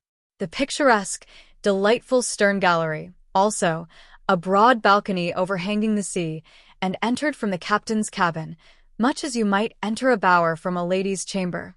This charming balcony, where, sailing over summer seas in the days of the old Peruvian viceroys, the Spanish Cavalier Mendana of Lima made love to the Lady Isabella as they voyaged in quest of the Solomon Islands, the fabulous Ophir, the grand Cyclades, and the Lady Isabella, at sunset, blushed like the Orient, and gazed down to the goldfish and silver-hued flying fish that wove the woof and warp of their wakes in bright, scaly tartans and plaids underneath where the lady reclined. This charming balcony, exquisite retreat, has been cut away by vandalic innovations. That claw-footed old gallery is no longer in fashion, in Commodore's eyes, is no longer genteel. Out on all furniture fashions but those that are past. Give me my grandfather's old armchair, planted upon 4 carved frogs, as the Hindus fabled the world to be supported upon 4 tortoises. Give me his cane, with the gold-loaded top, a cane that, like the musket of General Washington's father and the broadsword of William Wallace, would break down the back of the switch-carrying dandies of these spindle-shank days. Give me his broad-breasted vest, coming bravely down over the hips, and furnished with 2 strong boxes of pockets to keep guineas. In Toss this toppling cylinder of a beaver overboard, and give me my grandfather's gallant, gable-ended, cocked hat. But though the quarter galleries and the stern gallery of a man-of-war are departed, yet the chains still linger, nor can there be imagined a more agreeable retreat. The huge blocks and lanyards forming the pedestals of the shrouds divide the chains into numerous little chapels, alcoves, niches, and altars, where you lazily lounge, outside of the ship, though on board. But there are plenty to divide a good thing with you in this man-of-war world. Often, when snugly seated in one of these little alcoves, gazing off to the horizon, and thinking of Cathay, I have been startled from my repose by some old quarter-gunner, who, having newly painted a parcel of match-tubs, wanted to set them to dry. At other times, one of the tattooing artists would crawl over the bulwarks, followed by a sitter, and then a bare arm or leg would be extended, and the disagreeable business of pricking commence, right under my eyes, or an eruption of tars, with ditty-bags or sea-reticules and piles of old trousers to mend, would break in upon my seclusion and, forming a sewing circle, drive me off with their chatter. But once, it was a Sunday afternoon, I was pleasantly reclining in a particularly shady and secluded little niche between two lanyards, when I heard a low, supplicating voice. Peeping through the narrow space between the ropes, I perceived an aged seaman on his knees, his face turned seaward, with closed eyes, buried in prayer. Softly rising, I stole through a porthole and left the venerable worshipper alone. He was a sheet-anchor man, an earnest Baptist, and was well known, in his own part of the ship, to be constant in his solitary devotions in the chains. He reminded me of St. Anthony going out into the wilderness to pray. This man was captain of the starboard bow chaser, one of the two long 24-pounders on the forecastle. In time of action, the command of that iron Thalaba the destroyer would devolve upon him.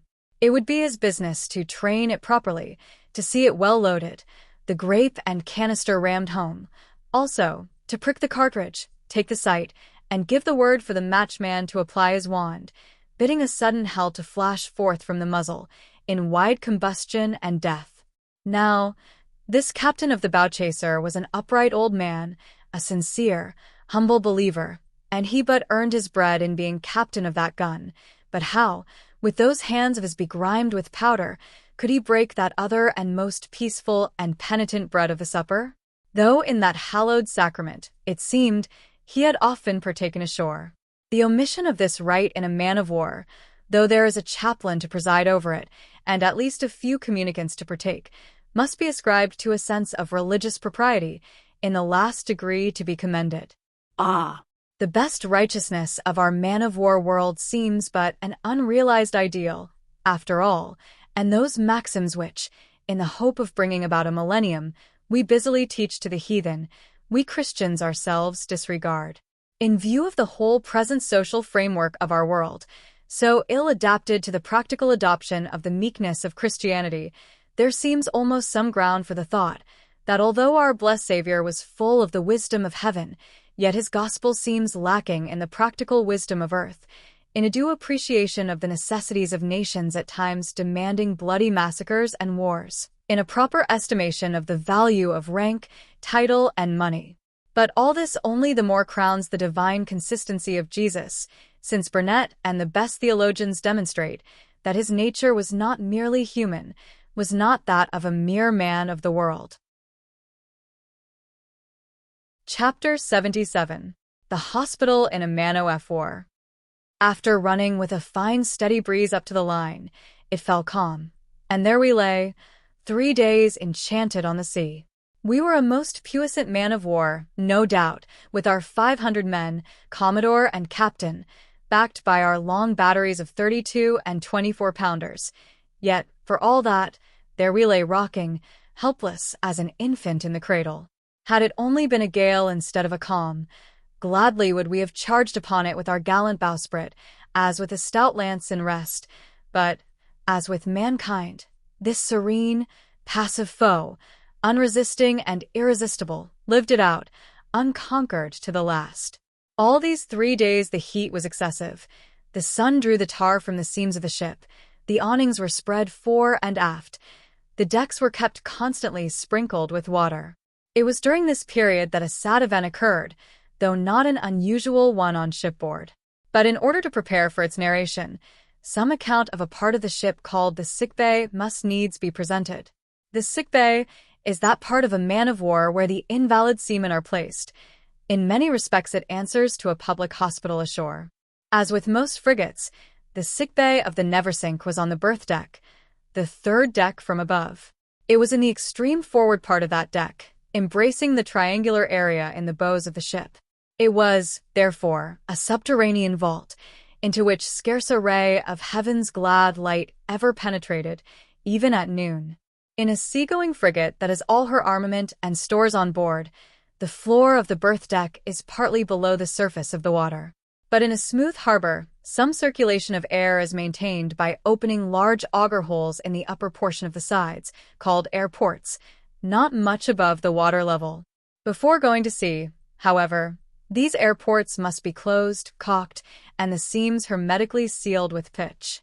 These places for ventilation being shut, the sickbay is entirely barred against the free, natural admission of fresh air. In the Neversink, a few lungsful were forced down by artificial means. But as the ordinary windsail was the only method adopted, the quantity of fresh air sent down was regulated by the force of the wind. In a calm there was none to be had, while in a severe gale the windsail had to be hauled up on account of the violent draught flowing full upon the cots of the sick. An open-work partition divided our sickbay from the rest of the deck, where the hammocks of the watch were slung. It, therefore, was exposed to all the uproar that ensued upon the watches being relieved. An official, called the surgeon's steward, assisted by subordinates, presided over the place. He was the same individual alluded to as officiating at the amputation of the topman. He was always to be found at his post, by night and by day. This surgeon's steward deserves a description.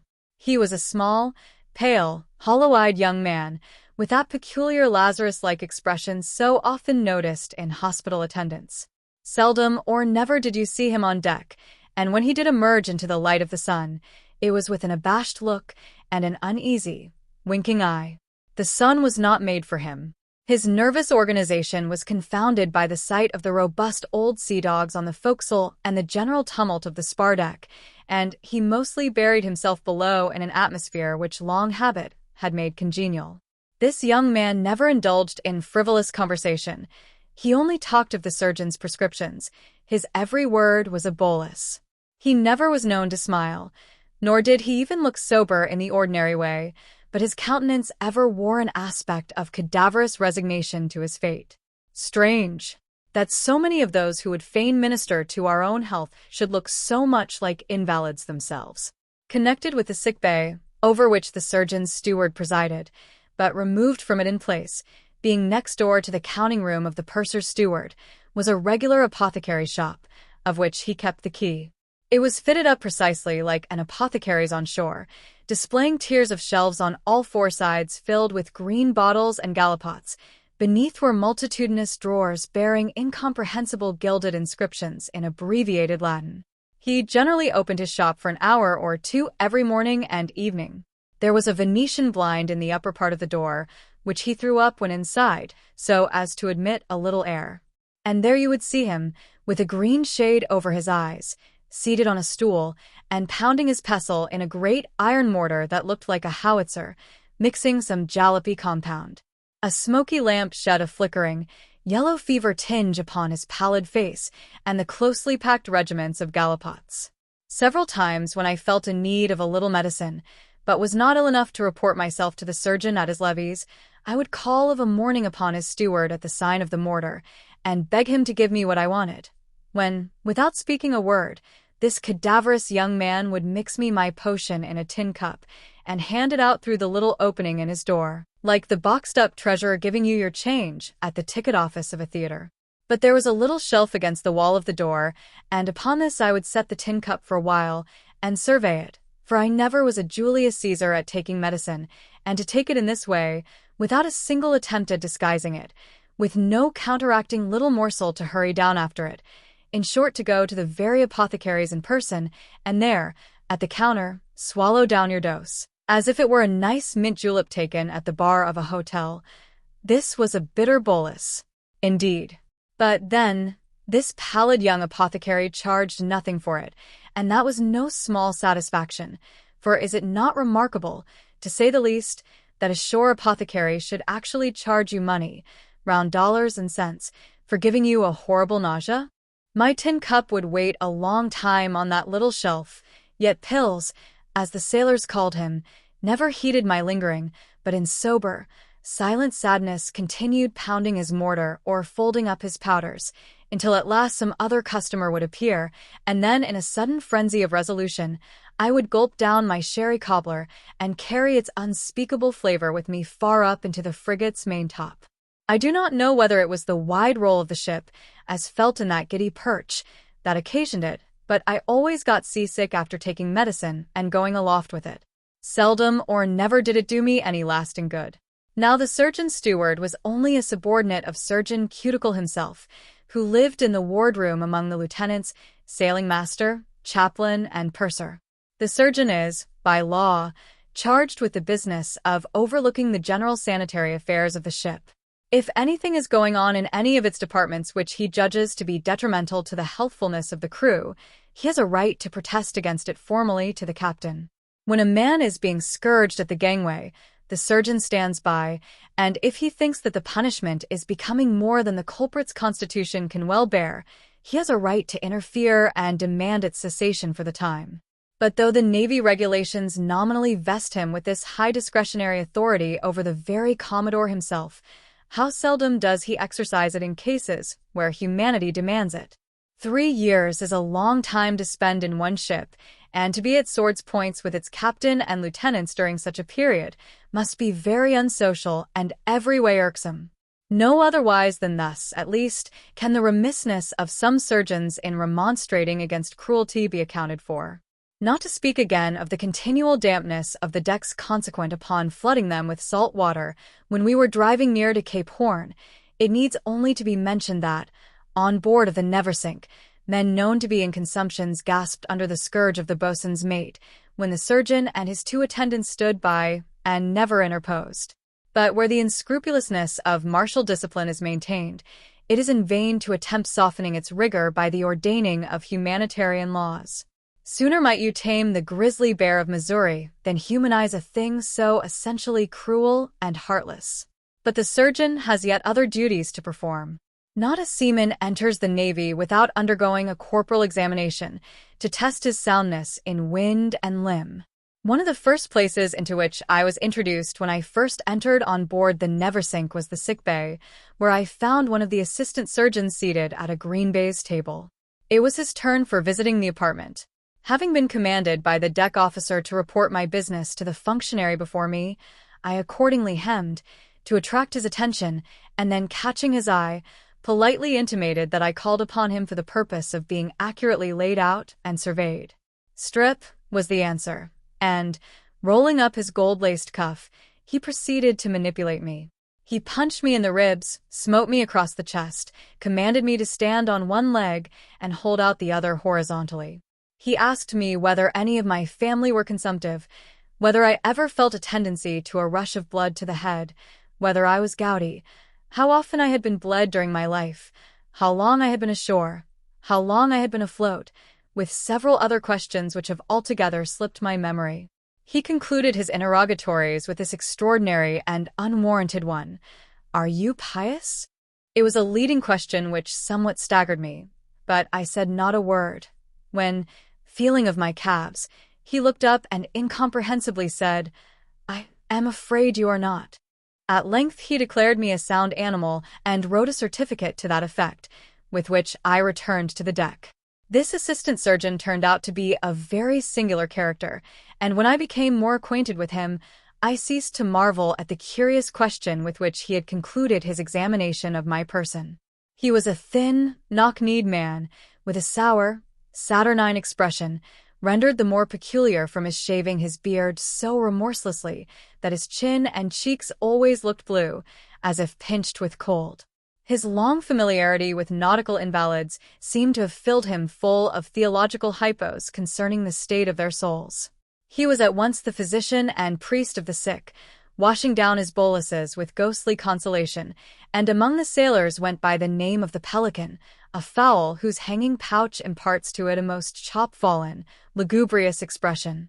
The privilege of going off duty and lying by when you are sick is one of the few points in which a man-of-war is far better for the sailor than a merchantman. But, as with every other matter in the Navy, the whole thing is subject to the general discipline of the vessel and is conducted with a severe, unyielding method and regularity, making no allowances for exceptions to rules. During the half-hour preceding morning quarters, the surgeon of a frigate is to be found in the sick bay, where, after going his rounds among the invalids, he holds a levee for the benefit of all new candidates for the sick list. If, after looking at your tongue and feeling of your pulse, he pronounces you a proper candidate, his secretary puts you down on his books, and you are thenceforth relieved from all duty and have abundant leisure in which to recover your health. Let the boatswain blow, let the deck officer bellow, let the captain of your gun hunt you up, yet, if it can be answered by your messmates that you are down on the list, you ride it all out with impunity. The Commodore himself has then no authority over you. But you must not be too much elated, for your immunities are only secure while you are immured in the dark hospital below. Should you venture to get a mouthful of fresh air on the spar deck, and be there discovered by an officer, you will in vain plead your illness, for it is quite impossible, it seems, that any true man-of-war invalid can be hardy enough to crawl up the ladders. Besides, the raw sea air, as they will tell you, is not good for the sick. But, notwithstanding all this, notwithstanding the darkness and closeness of the sick bay, in which an alleged invalid must be content to shut himself up till the surgeon pronounces him cured, many instances occur, especially in protracted bad weather, where pretended invalids will submit to this dismal hospital durance in order to escape hard work and wet jackets. There is a story told somewhere of the devil taking down the confessions of a woman on a strip of parchment and being obliged to stretch it longer and longer with his teeth, in order to find room for all the lady had to say. Much thus was it with our purser's steward, who had to lengthen out his manuscript sick list, in order to accommodate all the names which were presented to him while we were off the pitch of Cape Horn.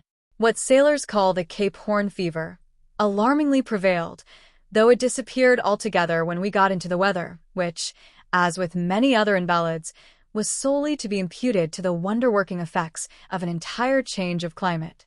It seems very strange, but it is really true, that off Cape Horn some sogers of sailors will stand cupping and bleeding and blistering before they will budge. On the other hand, there are cases where a man actually sick and in need of medicine will refuse to go on the sick list, because in that case his allowance of grog must be stopped. On board of every American man-of-war, bound for sea, there is a goodly supply of wines and various delicacies put on board, according to law, for the benefit of the sick, whether officers or sailors. And one of the chicken coops is always reserved for the government chickens, destined for a similar purpose. But, on board of the Neversink, the only delicacies given to invalid sailors was a little sago or arrowroot, and they did not get that unless severely ill.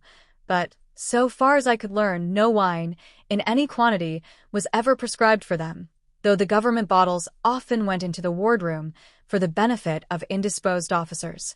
And though the government chicken coop was replenished at every port, yet not 4 pair of drumsticks were ever boiled into broth for sick sailors. Where the chickens went, someone must have known, but, as I cannot vouch for it myself, I will not hear back the hearty assertion of the men, which was that the pious Pelican, true to his name, was extremely fond of poultry. I am the still less disposed to believe this scandal, from the continued leanness of the Pelican, which could hardly have been the case did he nourish himself by so nutritious a dish as the drumsticks of fowls, a diet prescribed to pugilists in training. But who can avoid being suspicious of a very suspicious person? Pelican, I rather suspect you still. Chapter 78. Dismal Times in the Mess. It was on the first day of the long, hot calm which we had on the equator that a messmate of mine, by the name of Shinley, who had been for some weeks complaining, at length went on the sick list. An old gunner's mate of the mess, Priming, the man with the hare lip, who, true to his tribe, was charged to the muzzle with bile, and, moreover, rammed home on top of it a wad of sailor superstition. This gunner's mate indulged in some gloomy and savage remarks, strangely tinged with genuine feeling and grief, at the announcement of the sickness of Shinli, coming as it did not long after the almost fatal accident befalling poor Baldy, captain of the mizentop, another messmate of ours, and the dreadful fate of the amputated foretop man whom we buried in Rio, also our messmate. We were cross-legged seated at dinner between the guns, when the sad news concerning Shinli was first communicated. I knowed it, said Priming through his nose. Blast ye, I told ye so. Poor fellow. But damn me, I knowed it. This comes of having 13 in the mess. I hope he aren't dangerous, men. Poor Shinli. But, blast it, it weren't till White Jacket there comed into the mess that these here things began. I don't believe there'll be more nor 3 of us left by the time we strike soundings, men. But how is he now? Have you been down to see him, any on ye? Damn you, you Jonah! I don't see how you can sleep in your hammock, knowing as you do that by making an odd number in the mess you have been the death of one poor fellow, and ruined Baldy for life, and here's poor Shinli keeled up. Blast you, and your jacket, say I. My dear messmate, I cried, don't blast me any more, for heaven's sake.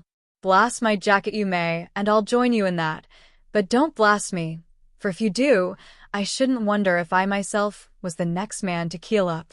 Gunner's mate, said Jack Chase, helping himself to a slice of beef and sandwiching it between 2 large biscuits. Gunner's mate. White Jacket there is my particular friend, and I would take it as a particular favor if you would knock off blasting him. It's in bad taste, rude, and unworthy a gentleman. Take your back away from that air gun carriage, will ye now, Jack Chase? Cried Priming in reply, just then Jack happening to lean up against it. Must I be all the time cleaning after you fellows? Blast ye. I spent an hour on that air gun carriage this very morning, but it all comes of White Jacket there. If it weren't for having one too many, there wouldn't be any crowding and jamming in the mess. I'm blessed if we aren't about chock a block here. Move further up there. I'm sitting on my leg. For God's sake, gunner's mate, cried I, if it will content you, I and my jacket will leave the mess. I wish you would and be, to you, he replied. And if he does, you will mess alone, gunner's mate, said Jack Chase. That you will, cried all. And I wish to the Lord you'd let me, growled Priming, irritably rubbing his head with the handle of his sheath knife. You are an old bear, gunner's mate, said Jack Chase. I am an old Turk, he replied, drawing the flat blade of his knife between his teeth, thereby producing a whetting, grating sound. Let him alone, men, said Jack Chase. Only keep off the tail of a rattlesnake, and he'll not rattle. Look out he don't bite, though, said Priming, snapping his teeth, and with that he rolled off, growling as he went. Though I did my best to carry off my vexation with an air of indifference, need I say how I cursed my jacket, that it thus seemed the means of fastening on me the murder of one of my shipmates, and the probable murder of 2 more. For, had it not been for my jacket, doubtless, I had yet been a member of my old mess, and so have escaped making the luckless odd number among my present companions. All I could say in private to Priming had no effect, though I often took him aside, to convince him of the philosophical impossibility of my having been accessory to the misfortunes of Baldy, the buried sailor in Rio, and Shinli. But Priming knew better.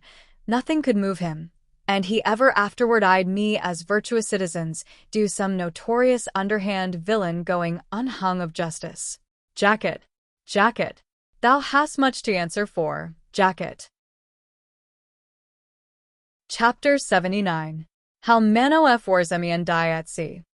Shinli, my sick messmate, was a middle-aged, handsome, intelligent seaman whom some hard calamity, or perhaps some unfortunate excess, must have driven into the Navy. He told me he had a wife and 2 children in Portsmouth, in the state of New Hampshire. Upon being examined by Cuticle, the surgeon, he was, on purely scientific grounds, reprimanded by that functionary for not having previously appeared before him. He was immediately consigned to one of the invalid cots as a serious case. His complaint was of long standing, a pulmonary one, now attended with general prostration. The same evening he grew so much worse that according to man-of-war usage, we, his messmates, were officially notified that we must take turns at sitting up with him through the night. We at once made our arrangements, allotting 2 hours for a watch. Not till the third night did my own turn come round. During the day preceding, it was stated at the mess that our poor messmate was run down completely. The surgeon had given him up. At 4 bells, 2 o'clock in the morning, I went down to relieve one of my messmates at the sick man's cot. The profound quietude of the calm pervaded the entire frigate through all her decks. The watch on duty were dozing on the carronade slides, far above the sick bay, and the watch below were fast asleep in their hammocks, on the same deck with the invalid. Groping my way under these 200 sleepers, I entered the hospital. A dim lamp was burning on the table, which was screwed down to the floor.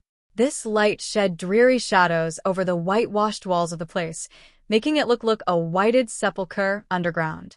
The windsail had collapsed and lay motionless on the deck. The low groans of the sick were the only sounds to be heard, and as I advanced, some of them rolled upon me their sleepless, silent, tormented eyes. "Fan him, and keep his forehead wet with this sponge," whispered my messmate, whom I came to relieve, as I drew near to Shinley's cot, "and wash the foam from his mouth. Nothing more can be done for him. If he dies before your watch is out, call the surgeon's steward. He sleeps in that hammock," pointing it out. Goodbye, messmate," he then whispered, stooping over the sick man, and so saying, he left the place. Shinley was lying on his back. His eyes were closed, forming 2 dark blue pits in his face. His breath was coming and going with a slow, long-drawn, mechanical precision. It was the mere foundering hull of a man that was before me, and though it presented the well-known features of my messmate, yet I knew that the living soul of Shinley nevermore would look out of those eyes. So warm had it been during the day that the surgeon himself, when visiting the sick bay, had entered it in his shirt-sleeves, and so warm was now the night that even in the lofty top I had worn but a loose linen frock and trousers. But in this subterranean sick bay, buried in the very bowels of the ship, and at sea cut off from all ventilation, the heat of the night calm was intense. The sweat dripped from me as if I had just emerged from a bath, and stripping myself naked to the waist, I sat by the side of the cot, and with a bit of crumpled paper, put into my hand by the sailor I had relieved, kept fanning the motionless white face before me. I could not help thinking, as I gazed, whether this man's fate had not been accelerated by his confinement in this heated furnace below, and whether many a sick man round me might not soon improve, if but permitted to swing his hammock in the airy vacancies of the half-deck above, open to the portholes, but reserved for the promenade of the officers. At last the heavy breathing grew more and more irregular, and gradually dying away, left forever the unstirring form of Shinley. Calling the surgeon's steward, he at once told me to rouse the master-at-arms and 4 or 5 of my messmates. The master-at-arms approached, and immediately demanded the dead man's bag, which was accordingly dragged into the bay.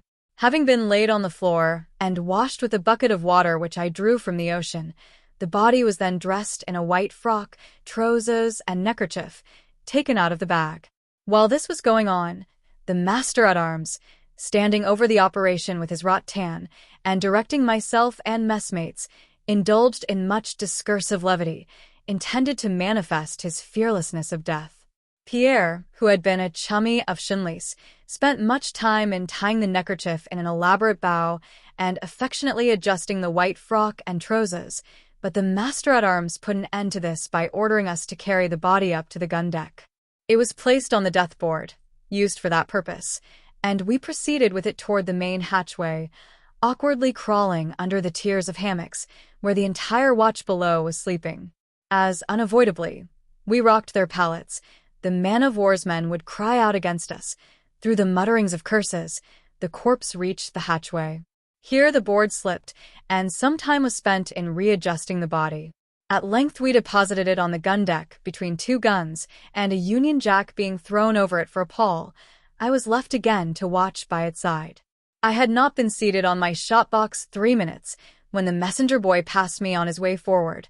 Presently the slow, regular stroke of the ship's great bell was heard, proclaiming through the calm the expiration of the watch.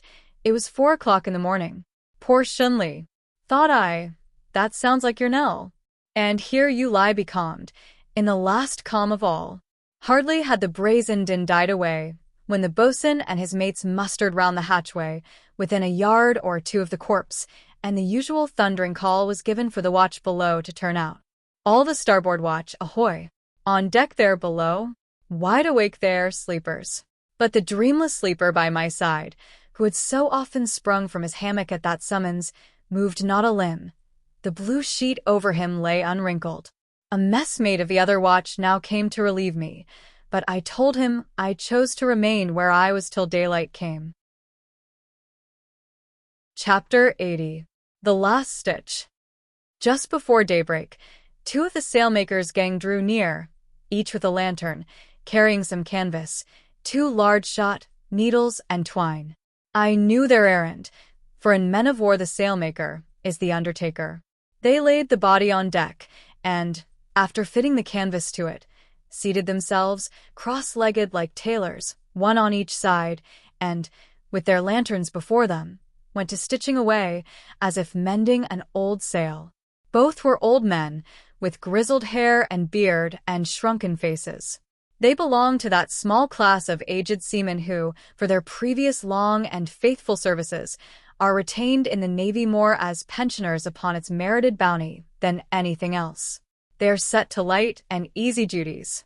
"Aren't this the foretopman, Shunli?" asked the foremost, looking full at the frozen face before him. Old Ringrope," said the other, drawing his hand far back with a long thread. "I thinks it's him, and he's further aloft now, I hope, than ever he was at the foretruck. But I only hopes. I'm afeard this aren't the last on him. His hull here will soon be going out of sight below hatches, though, old Thrummings," replied Ringrope, placing 2 heavy cannonballs in the foot of the canvas shroud. "I don't know that, old man. I never yet sewed up a shipmate, but he spooked me arterward. I tell ye, Ringrope, these air corpses is cunning.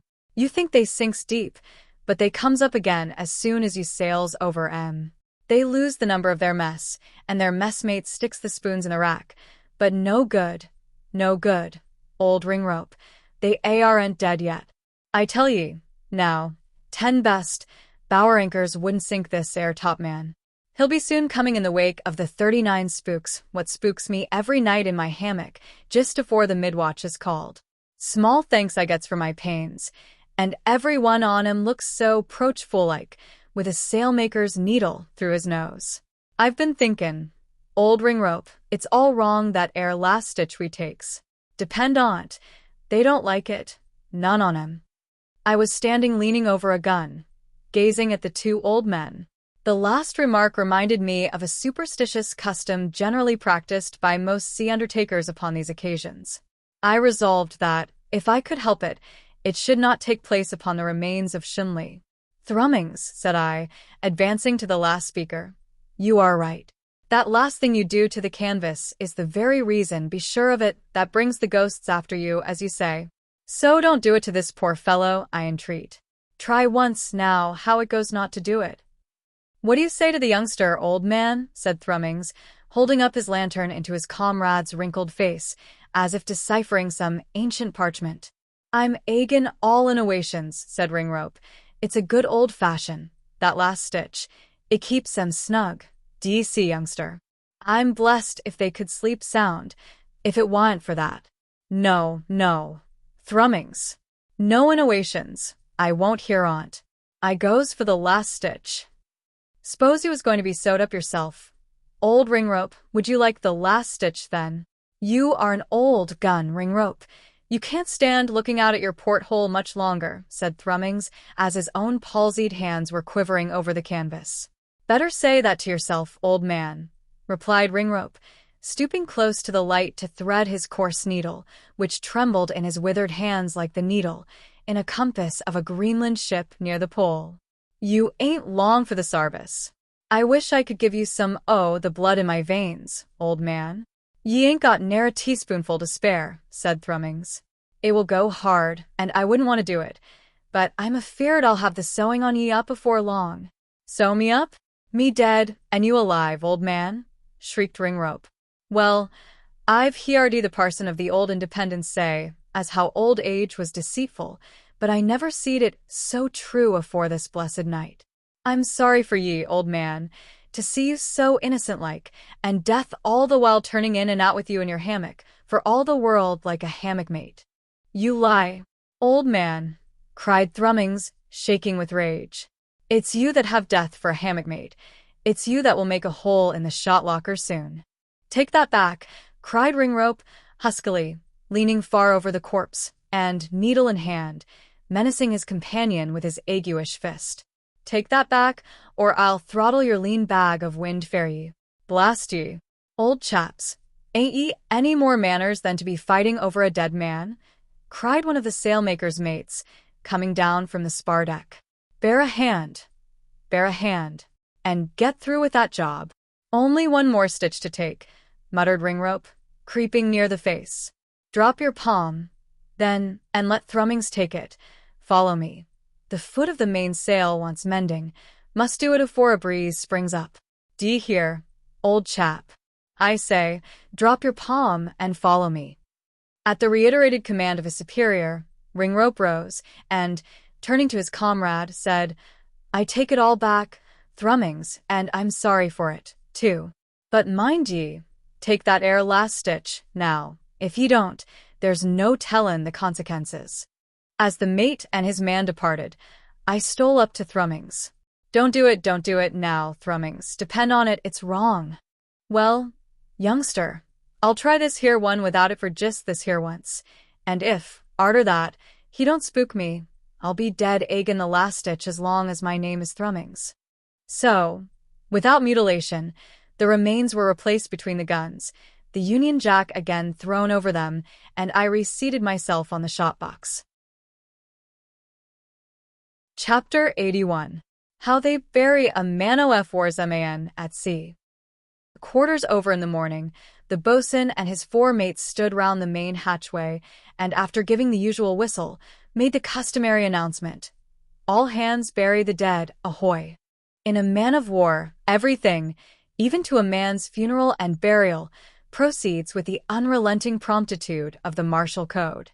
And whether it is all hands bury the dead, or all hands splice the mainbrace, the order is given in the same hoarse tones. Both officers and men assembled in the lee waist, and through that bareheaded crowd the messmates of Shinley brought his body to the same gangway where it had thrice winced under the scourge.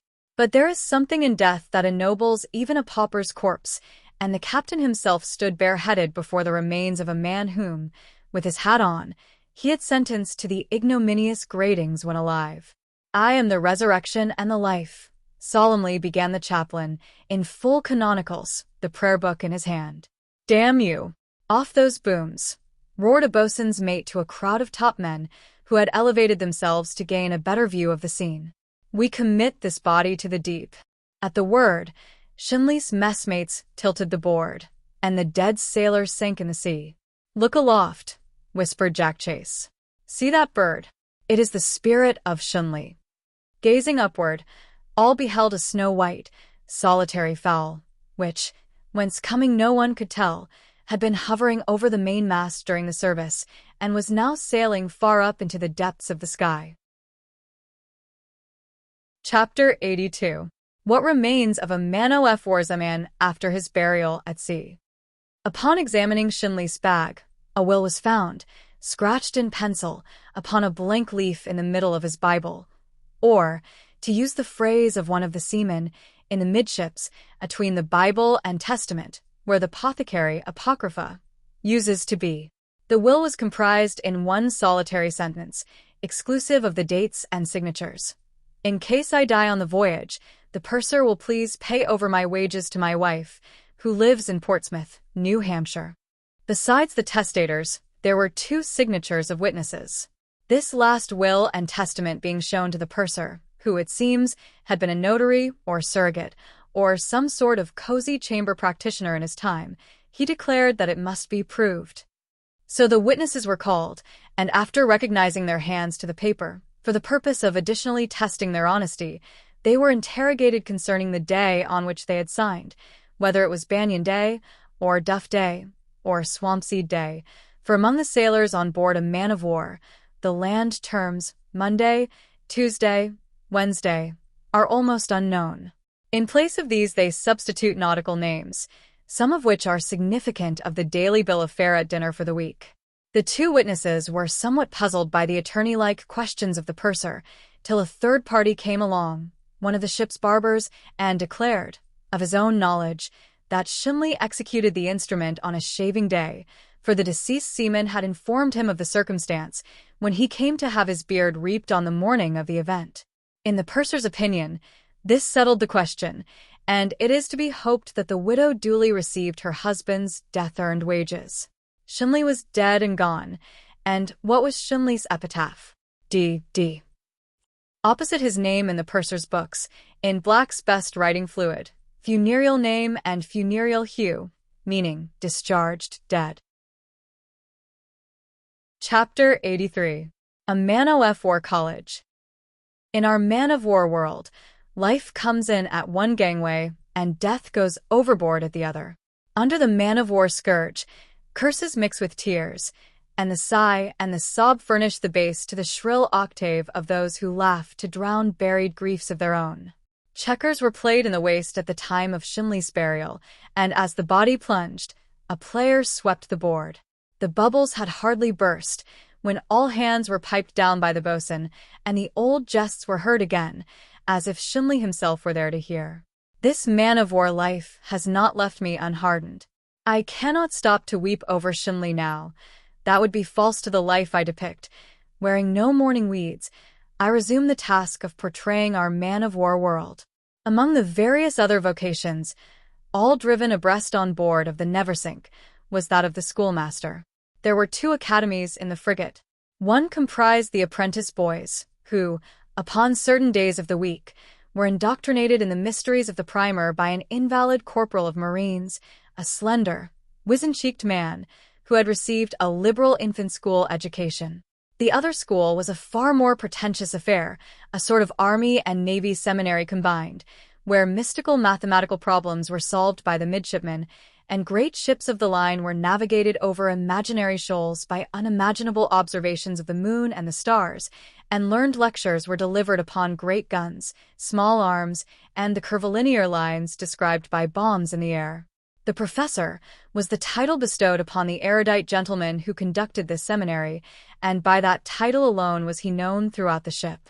He was domiciled in the wardroom, and circulated there on a social par with the purser, surgeon, and other non-combatants and Quakers. By being advanced to the dignity of a peerage in the wardroom, science and learning were ennobled in the person of this professor, even as divinity was honored in the chaplain enjoying the rank of a spiritual peer. Every other afternoon, while at sea, the professor assembled his pupils on the half-deck, near the long 24-pounders. A bass drumhead was his desk, his pupils forming a semicircle around him, seated on shot-boxes and match-tubs. They were in the jelly of youth, and this learned professor poured into their susceptible hearts all the gentle gunpowder maxims of war. Presidents of peace societies and superintendents of Sabbath schools, must it not have been a most interesting sight? But the professor himself was a noteworthy person, a tall, thin, spectacled man, about 40 years old, with a student's stoop in his shoulders and wearing uncommonly scanty pantaloons, exhibiting an undue proportion of his boots. In early life, he had been a cadet in the military academy of West Point, but, becoming very weak-sighted, and thereby in a good manner disqualified for active service in the field, he had declined entering the army and accepted the office of professor in the Navy. His studies at West Point had thoroughly grounded him in a knowledge of gunnery, and, as he was not a little of a pedant, it was sometimes amusing, when the sailors were at quarters, to hear him criticize their evolutions at the batteries. He would quote Dr. Hutton's tracts on the subject, also, in the original, the French Bombardier, and wind up by Italian passages from the Pratica Manuel del Artiglieria. Though not required by the Navy regulations to instruct his scholars in aught but the application of mathematics to navigation, yet besides this, and besides instructing them in the theory of gunnery, he also sought to root them in the theory of frigate and fleet tactics. To be sure, he himself did not know how to splice a rope or furl a sail, and, Owing to his partiality for strong coffee, he was apt to be nervous when we fired salutes, yet all this did not prevent him from delivering lectures on cannonading and breaking the enemy's line. He had arrived at his knowledge of tactics by silent, solitary study and earnest meditation in the sequestered retreat of his stateroom. His case was somewhat parallel to the Scotchman's, John Clerk, Esq. of Eldon, who, though he had never been to sea, composed a quarto treatise on fleet fighting, which to this day remains a textbook, and he also originated a nautical maneuver, which has given to England many a victory over her foes. Now there was a large blackboard, something like a great gun target, only it was square, which during the professor's lectures was placed upright on the gun deck, supported behind by 3 boarding pikes. And here he would chalk out diagrams of great fleet engagements, making marks, like the soles of shoes, for the ships, and drawing a dog vane in one corner to denote the assumed direction of the wind. This done, with a cutlass he would point out every spot of interest. Now, young gentlemen, the board before you exhibits the disposition of the British West Indian Squadron under Rodney, when, early on the morning of the 9th of April, in the year of our blessed Lord 1782, he discovered part of the French fleet, commanded by the Count de Grasse, lying under the north end of the island of Dominica. It was at this juncture that the admiral gave the signal for the British line to prepare for battle and stand on. Do ye understand, young gentlemen? Well, the British van having nearly fetched up with the center of the enemy, who, be it remembered, were then on the starboard tack, and Rodney's center and rear being yet becalmed under the lee of the land, the question I ask you is, what should Rodney now do? Blaze away by all means, responded a rather confident reefer, who had zealously been observing the diagram. But, sir, his center and rear are still becalmed, and his van has not yet closed with the enemy. Wait till he does come in range, and then blaze away, said the reefer. Permit me to remark, Mr. Pert, that blaze away is not a strictly technical term, and also permit me to hint, Mr. Pert, that you should consider the subject rather more deeply before you hurry forward your opinion. This rebuke not only abashed Mr. Pert, but for a time intimidated the rest, and the professor was obliged to proceed and extricate the British fleet by himself. He concluded by awarding Admiral Rodney the victory, which must have been exceedingly gratifying to the family pride of the surviving relatives and connections of that distinguished hero. "Shall I clean the board, sir?" now asked Mr. Pert, brightening up. "No, sir, not till you have saved that crippled French ship in the corner. That ship, young gentleman, is the Glorious. You perceive she is cut off from her consorts, and the whole British fleet is giving chase to her. Her bowsprit is gone. Her rudder is torn away. She has 100 round shot in her hull, and 2/3 of her men are dead or dying. What's to be done? The wind being at northeast by north." "Well, sir," said Mr. Dash, a chivalric young gentleman from Virginia, "I wouldn't strike yet. I'd nail my colors to the main royal-mast. I would, by Jove. That would not save your ship, sir. Besides, your main-mast is gone by the board." "I think, sir," said Mr. Slim, a diffident youth, "I think, sir, I would haul back the foretopsail." "And why so? Of what service would that be, I should like to know, Mr. Slim?" "I can't tell exactly, but I think it would help her a little," was the timid reply.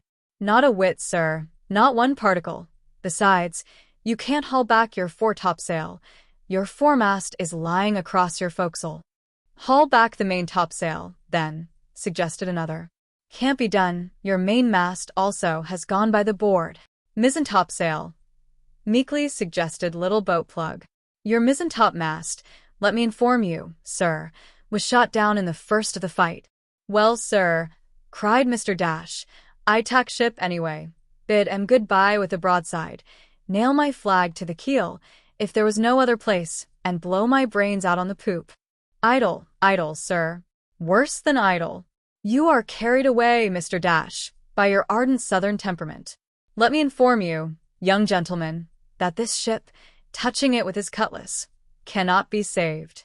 Then, throwing down his cutlass, "Mr. Pert, have the goodness to hand me one of those cannonballs from the rack." Balancing the iron sphere in one hand, the The learned professor began fingering it with the other, like Columbus illustrating the rotundity of the globe before the Royal Commission of Castilian Ecclesiastics. Young gentlemen, I resume my remarks on the passage of a shot in vacuo, which remarks were interrupted yesterday by General Quarters. After quoting that admirable passage in Spearman's British Gunner, I then laid it down, you remember, that the path of a shot in vacuo describes a parabolic curve. I now add that, agreeably to the method pursued by the illustrious Newton in treating the subject of curvilinear motion, I consider the trajectory or curve described by a moving body in space as consisting of a series of right lines, described in successive intervals of time, and constituting the diagonals of parallelograms formed in a vertical plane between the vertical deflections caused by gravity and the production of the line of motion which has been described in each preceding interval of time. This must be obvious, for if you say that the passage in vacuo of this cannonball, now held in my hand, would describe otherwise than a series of right lines, etc., then you are brought to the reductio ad absurdum that the diagonals of parallelograms are. All hands reef topsail was now thundered forth by the boatswain's mates. The shot fell from the professor's palm, his spectacles dropped on his nose, and the school tumultuously broke up, the pupils scrambling up the ladders with the sailors, who had been overhearing the lecture. Chapter 84. Man of War Barbers. The allusion to one of the ship's barbers in a previous chapter, together with the recollection of how conspicuous a part they enacted in a tragical drama soon to be related, leads me now to introduce them to the reader. Among the numerous artists and professors of polite trades in the Navy, none are held in higher estimation or drive a more profitable business than these barbers. And it may well be imagined that the 500 heads of hair and 500 beards of a frigate should furnish no small employment for those to whose faithful care they may be entrusted. As everything connected with the domestic affairs of a man of war comes under the supervision of the martial executive, so certain barbers are formally licensed by the first lieutenant. The better to attend to the profitable duties of their calling, they are exempted from all ship's duty except that of standing night watches at sea, mustering at quarters, and coming on deck when all hands are called.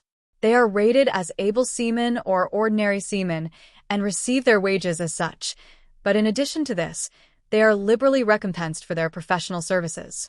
Herein their rate of pay is fixed for every sailor manipulated, so much per quarter, which is charged to the sailor and credited to his barber on the books of the purser. It has been seen that while a man-of-war barber is shaving his customers at so much per chin, his wages as a seaman are still running on, which makes him a sort of sleeping partner of a sailor, nor are the sailor wages he receives altogether to be reckoned as earnings. Considering the circumstances, however, not much objection can be made to the barbers on this score. But there were instances of men in the Neversink receiving government money in part pay for work done for private individuals. Among these were several accomplished tailors, who nearly the whole cruise sat cross-legged on the half-deck, making coats, pantaloons, and vests for the quarter-deck officers. Some of these men, though knowing little or nothing about sailor duties and seldom or never performing them, stood upon the ship's books as ordinary seamen, entitled to $10 a month. Why was this?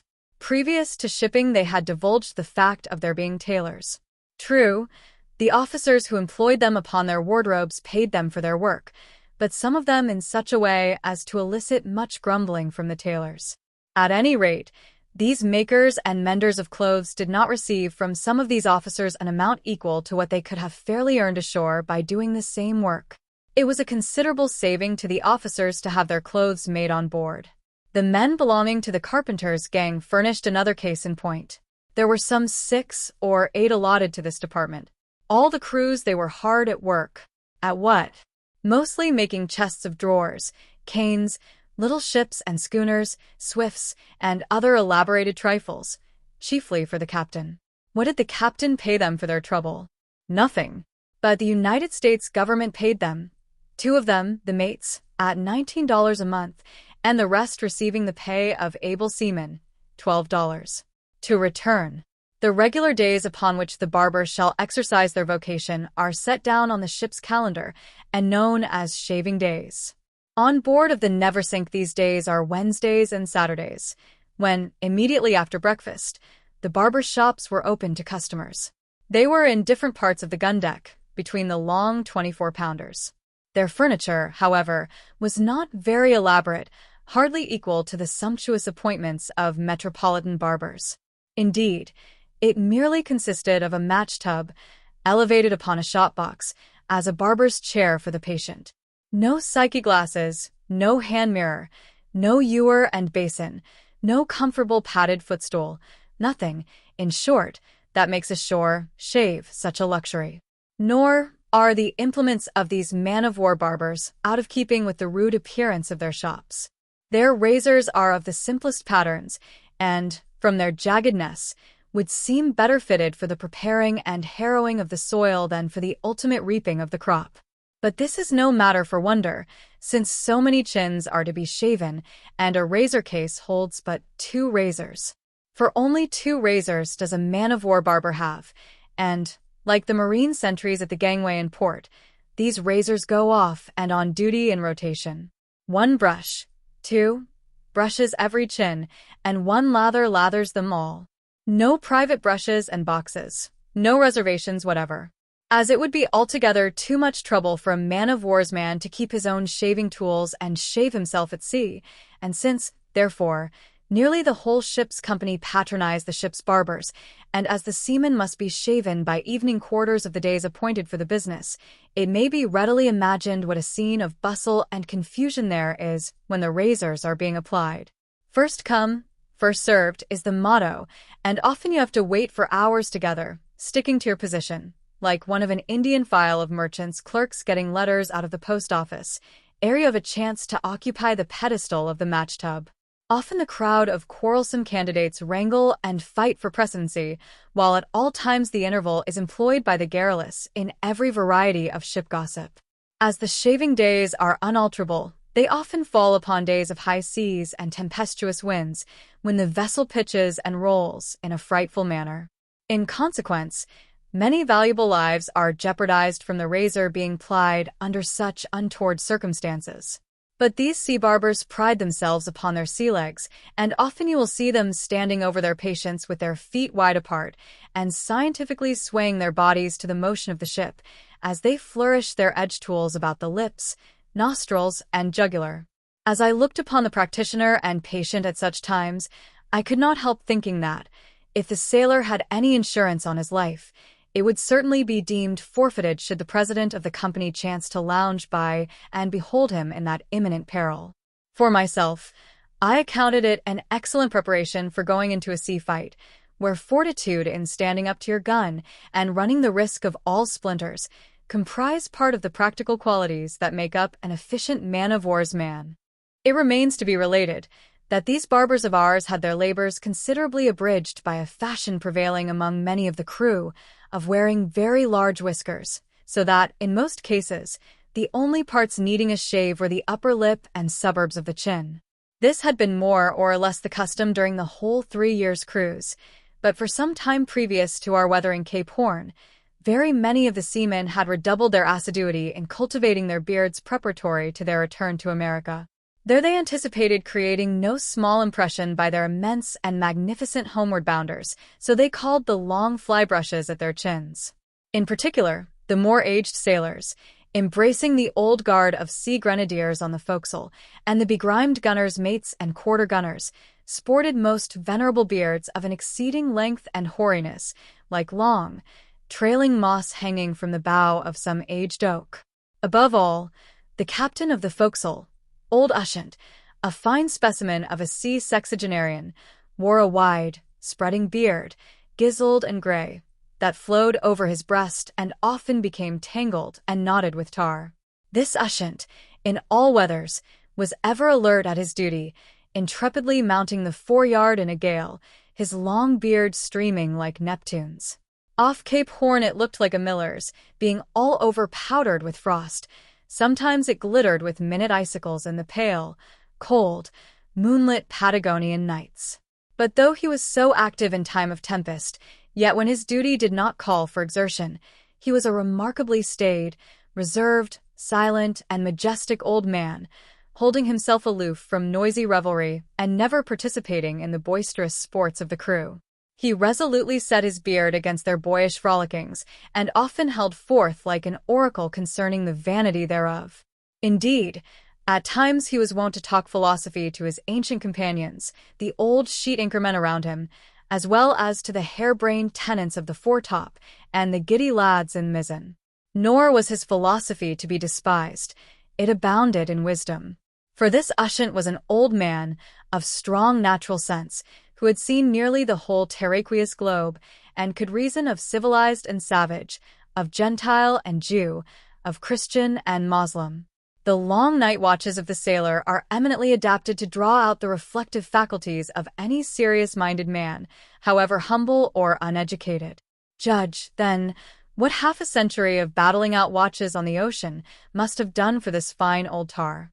He was a sort of a sea Socrates, in his old age, pouring out his last philosophy and life, as sweet Spenser has it, and I never could look at him and survey his right reverend beard, without bestowing upon him that title which, in one of his satires, Persius gives to the immortal coiffer of the hemlock, Magister Barbatus, the bearded master. Not a few of the ship's company had also bestowed great pains upon their hair, which some of them, especially the genteel young sailor bucks of the afterguard, wore over their shoulders like the ringlet cavaliers. Many sailors, with naturally tendril locks, prided themselves upon what they call love curls, worn at the side of the head, just before the ear, a custom peculiar to tars, and which seems to have filled the vacated place of the old-fashioned Lord Rodney Q, which they used to wear some 50 years ago. But there were others of the crew laboring under the misfortune of long, lank, Winnebago locks, carroty bunches of hair, or rebellious bristles of a sandy hue. Ambitious of redundant mops, these still suffered their carrots to grow, spite of all ridicule. They looked like Huns and Scandinavians, and one of them, a young down-easter, the unenvied proprietor of a thick crop of inflexible yellow bamboos, went by the name of Peter the Wild Boy, for, like Peter the Wild Boy in France, it was supposed that he must have been caught like a catamount in the pine woods of Maine. But there were many fine, flowing heads of hair to counterbalance such sorry exhibitions as Peter's. What with long whiskers and venerable beards, then, of every variety of cut, Charles V's and Aurelian's, and endless goatees and imperials, and what with abounding locks, our crew seemed a company of Merovingians or long-haired kings, mixed with savage Lombards or Longobardi, so called from their lengthy beards. Chapter 85. The Great Massacre of the Beards. The preceding chapter fitly paves the way for the present, wherein it sadly befalls Whitejacket to chronicle a calamitous event, which filled the Neversink with long lamentations that echo through all her decks and tops. After dwelling upon our redundant locks and thrice noble beards, fain would I cease, and let the sequel remain undisclosed, but truth and fidelity forbid. As I now deviously hover and lingeringly skirmish about the frontiers of this melancholy recital, a feeling of sadness comes over me that I cannot withstand. Such a heartless massacre of hair. Such a Bartholomew's Day and Sicilian Vespers of assassinated beards. Ah, who would believe it? With intuitive sympathy I feel of my own brown beard while I write, and thank my kind stars that each precious hair is forever beyond the reach of the ruthless barbers of a man of war. It needs that this sad and most serious matter should be faithfully detailed. Throughout the cruise, many of the officers had expressed their abhorrence of the impunity with which the most extensive plantations of hair were cultivated under their very noses, and they frowned upon every beard with even greater dislike. They said it was unseamanlike, not shipshape. In short, it was disgraceful to the Navy. But as Captain Claret said nothing, and as the officers of themselves had no authority to preach a crusade against whiskerandos, the old guard on the forecastle still complacently stroked their beards, and the sweet youths of the afterguard still lovingly threaded their fingers through their curls.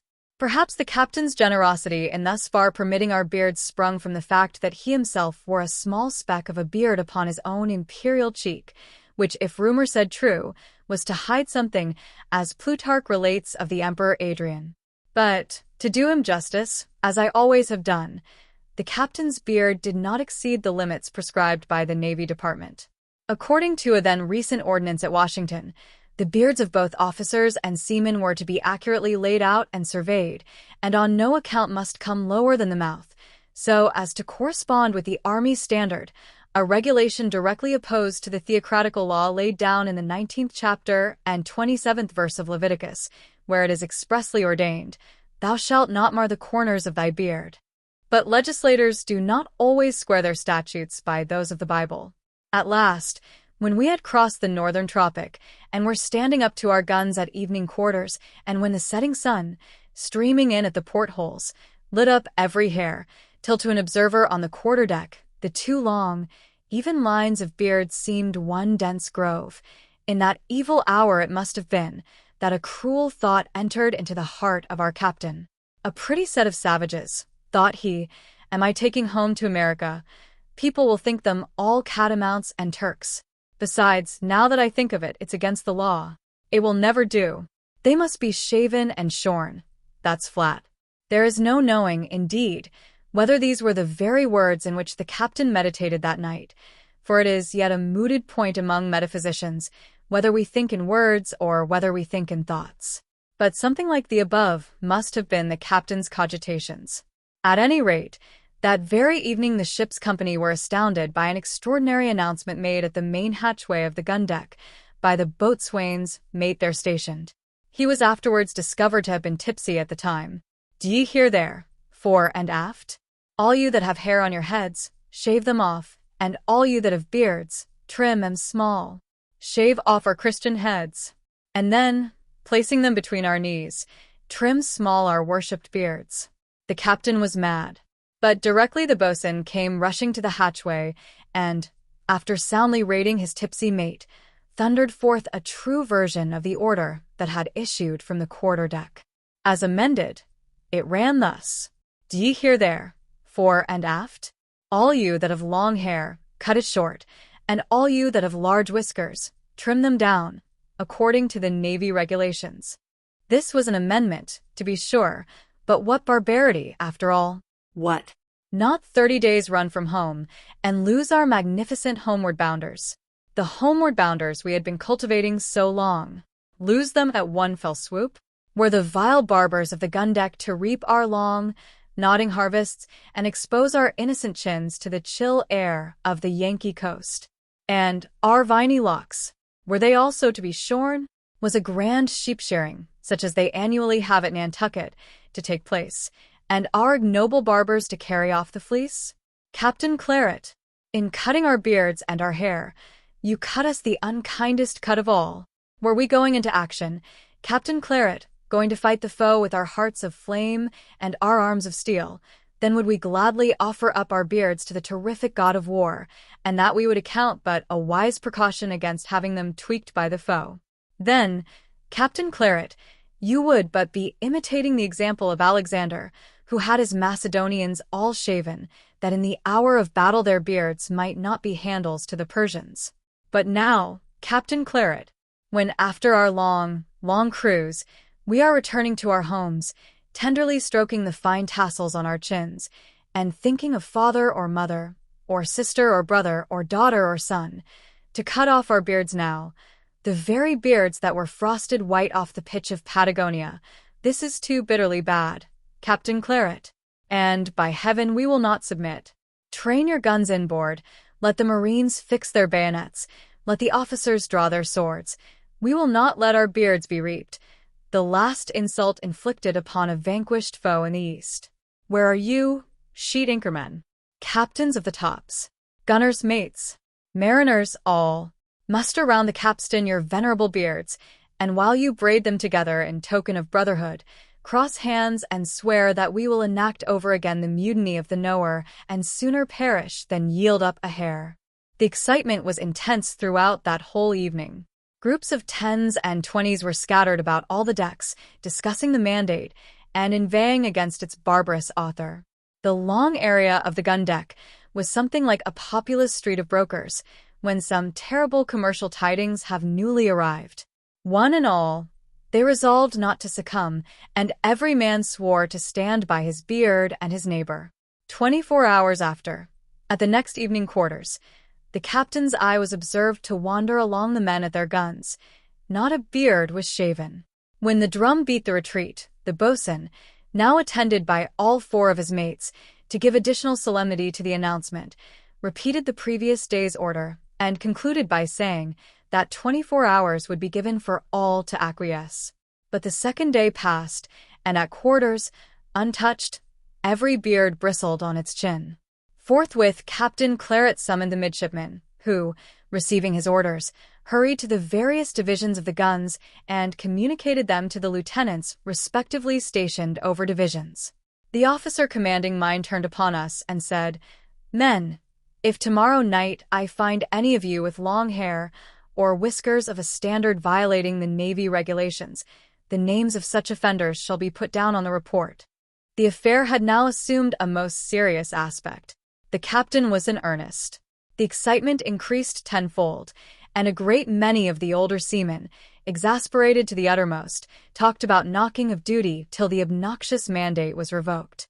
I thought it impossible that they would seriously think of such a folly, but there is no knowing what man-of-war's men will sometimes do, under provocation. Witness Parker and the Knower.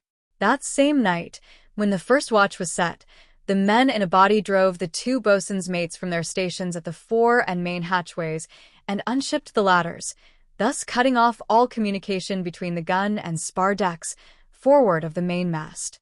Mad Jack had the trumpet, and no sooner was this incipient mutiny reported to him than he jumped right down among the mob and, fearlessly mingling with them, exclaimed, "What do you mean, men?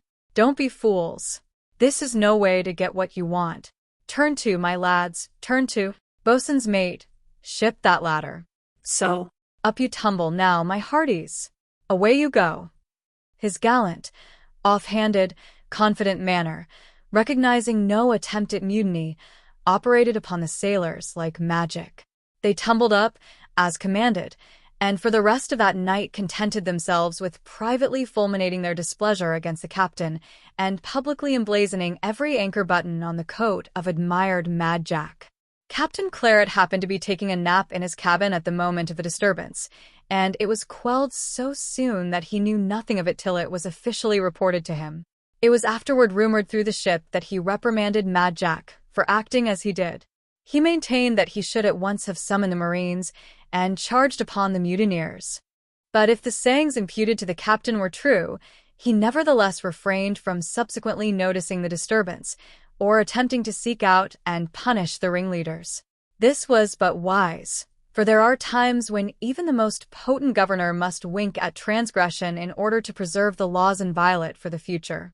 And great care is to be taken, by timely management, to avert an incontestable act of mutiny and so prevent men from being roused, by their own consciousness of transgression, into all the fury of an unbounded insurrection.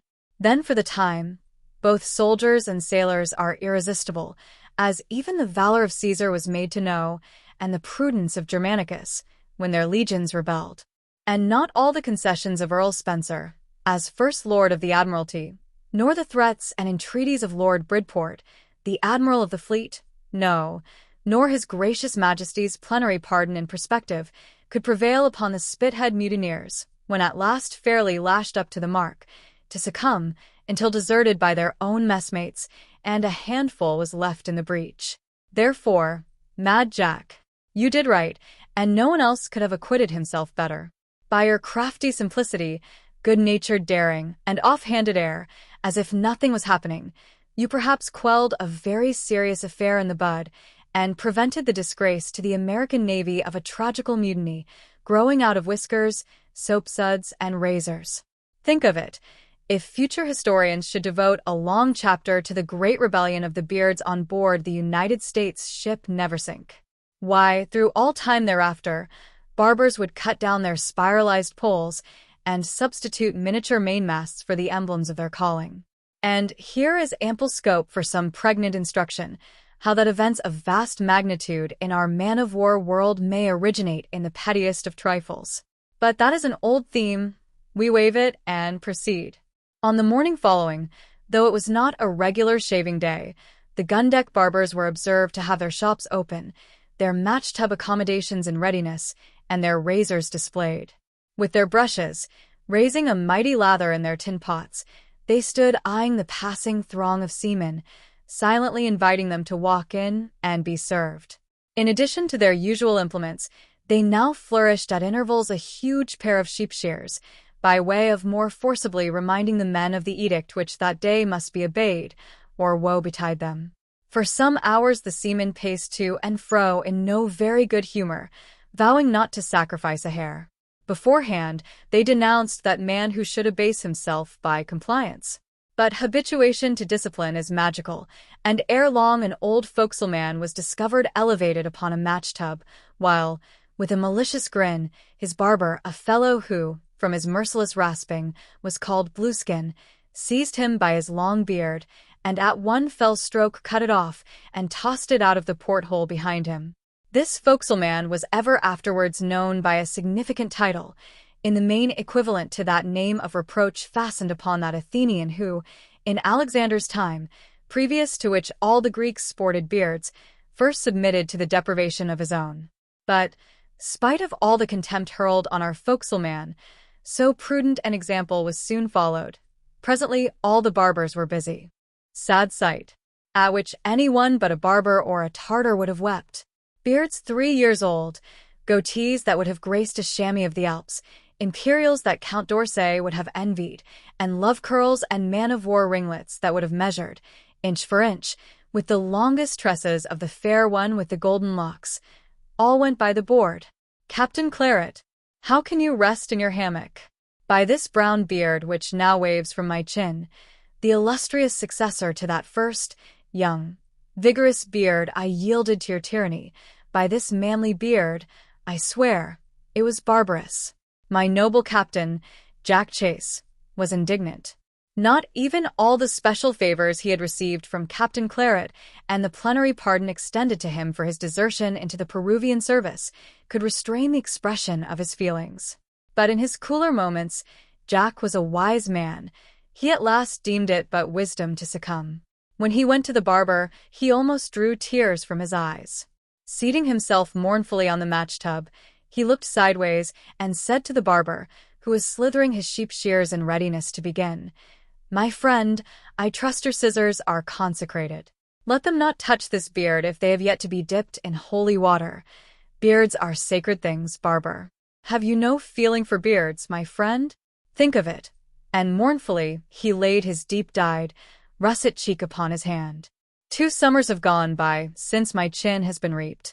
I was in Coquimbo then, on the Spanish Main, and when the husbandman was sowing his autumnal grain on the Vega, I started this blessed beard, and when the vine-dressers were trimming their vines in the vineyards, I first trimmed it to the sound of a flute. Ah! Barber, have you no heart? This beard has been caressed by the snow-white hand of the lovely Tomasita of Tumbez, the Castilian belle of all Lower Peru. Think of that, barber. I have worn it as an officer on the quarter-deck of a Peruvian man-of-war. I have sported it at brilliant fandangos in Lima. I have been alow and aloft with it at sea. Yeah, barber. It has streamed like an admiral's pennant at the masthead of this same gallant frigate, the Neversink. Oh! Barber. It stabs me to the heart. Talk not of hauling down your ensigns and standards when vanquished. What is that, barber? To striking the flag that nature herself has nailed to the mast. Here noble Jack's feelings overcame him. He dropped from the animated attitude into which his enthusiasm had momentarily transported him. His proud head sunk upon his chest, and his long, sad beard almost grazed the deck. Aye. Trail your beards in grief and dishonor, O crew of the Neversink, sighed Jack. Barber, come closer. Now, tell me, my friend, have you obtained absolution for this deed you are about to commit? You have not?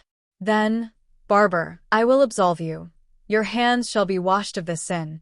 It is not you, but another, and though you are about to shear off my manhood, yet, barber, I freely forgive you. Kneel, barber, that I may bless you, in token that I cherish no malice.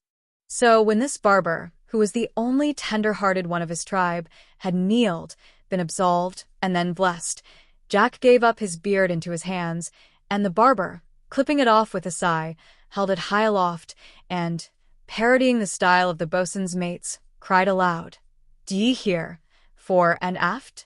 This is the beard of our matchless Jack Chase, the noble captain of this frigate's maintop." Chapter 86. The Rebels Brought to the Mast. Though many heads of hair were shorn, and many fine beards reaped that day, yet several still held out, and vowed to defend their sacred hair to the last gasp of their breath.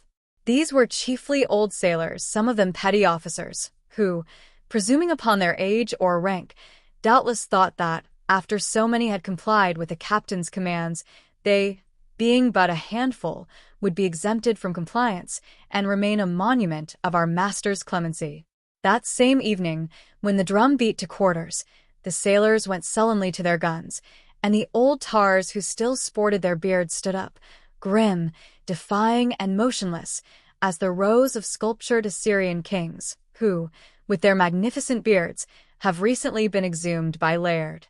When the proper time arrived, their names were taken down by the officers of divisions, and they were afterward summoned in a body to the mast, where the captain stood ready to receive them.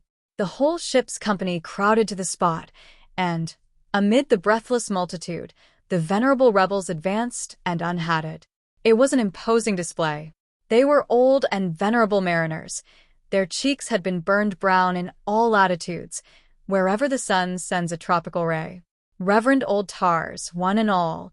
Some of them might have been grandsires, with grandchildren in every port round the world. They ought to have commanded the veneration of the most frivolous or magisterial beholder. Even Captain Claret they ought to have humiliated into deference. But a Scythian is touched with no reverential promptings, and, as the Roman student well knows, the august senators themselves, seated in the Senate House, on the majestic hill of the Capitol, had their holy beards tweaked by the insolent chief of the Goths. Such an array of beards! Spade-shaped, hammer-shaped, dagger-shaped, triangular, square, peaked, round, hemispherical, and forked. But chief among them all was old Ushant, the ancient captain of the forecastle. Of a Gothic venerableness, it fell upon his breast like a continual iron-gray storm.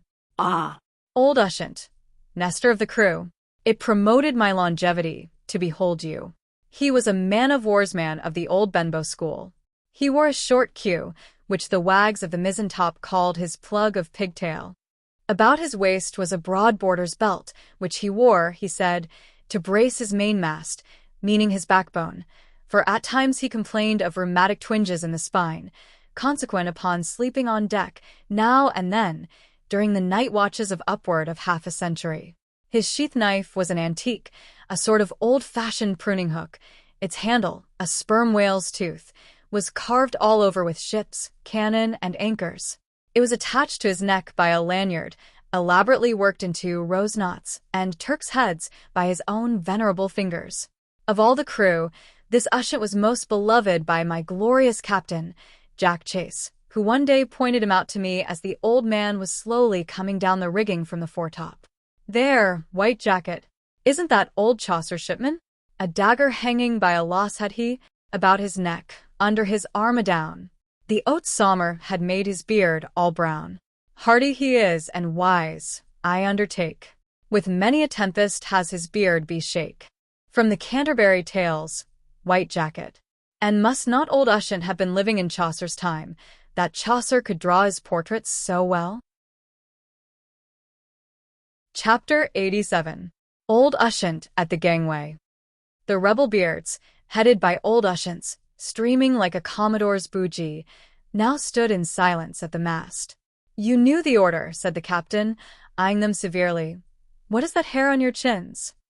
"Sir," said the captain of the forecastle, "did old Ushant ever refuse doing his duty? Did he ever yet miss his muster? But, sir, old Ushant's beard is his own." "What's that, sir?" "Master-at-arms, put that man into the brig." "Sir," said the old man, respectfully, "the 3 years for which I shipped are expired, and though I am perhaps bound to work the ship home, yet, as matters are, I think my beard might be allowed me. It is but a few days, Captain Claret." "Put him into the brig," cried the captain, And now, you old rascals, he added, turning round upon the rest, I give you 15 minutes to have those beards taken off. If they then remain on your chins, I'll flog you, every mother's son of you, though you were all my own godfathers. The band of beards went forward, some in their barbers, and their glorious pennants were no more. In obedience to orders, they then paraded themselves at the mast, and, addressing the captain, said, Sir, our muzzle lashings are cast off. Nor is it unworthy of being chronicled that not a single sailor who complied with the general order but refused to sport the vile regulation whiskers prescribed by the Navy Department. No. Like heroes they cried, Shave me clean. I will not wear a hair, since I cannot wear all. On the morrow, after breakfast, Ushant was taken out of irons, and, with the master-at-arms on one side and an armed sentry on the other, was escorted along the gun-deck and up the ladder to the mainmast. There the captain stood, firm as before. They must have guarded the old man thus to prevent his escape to the shore, something less than 1,000 miles distant at the time. Well, sir, will you have that beard taken off? You have slept over it a whole night now, what do you say?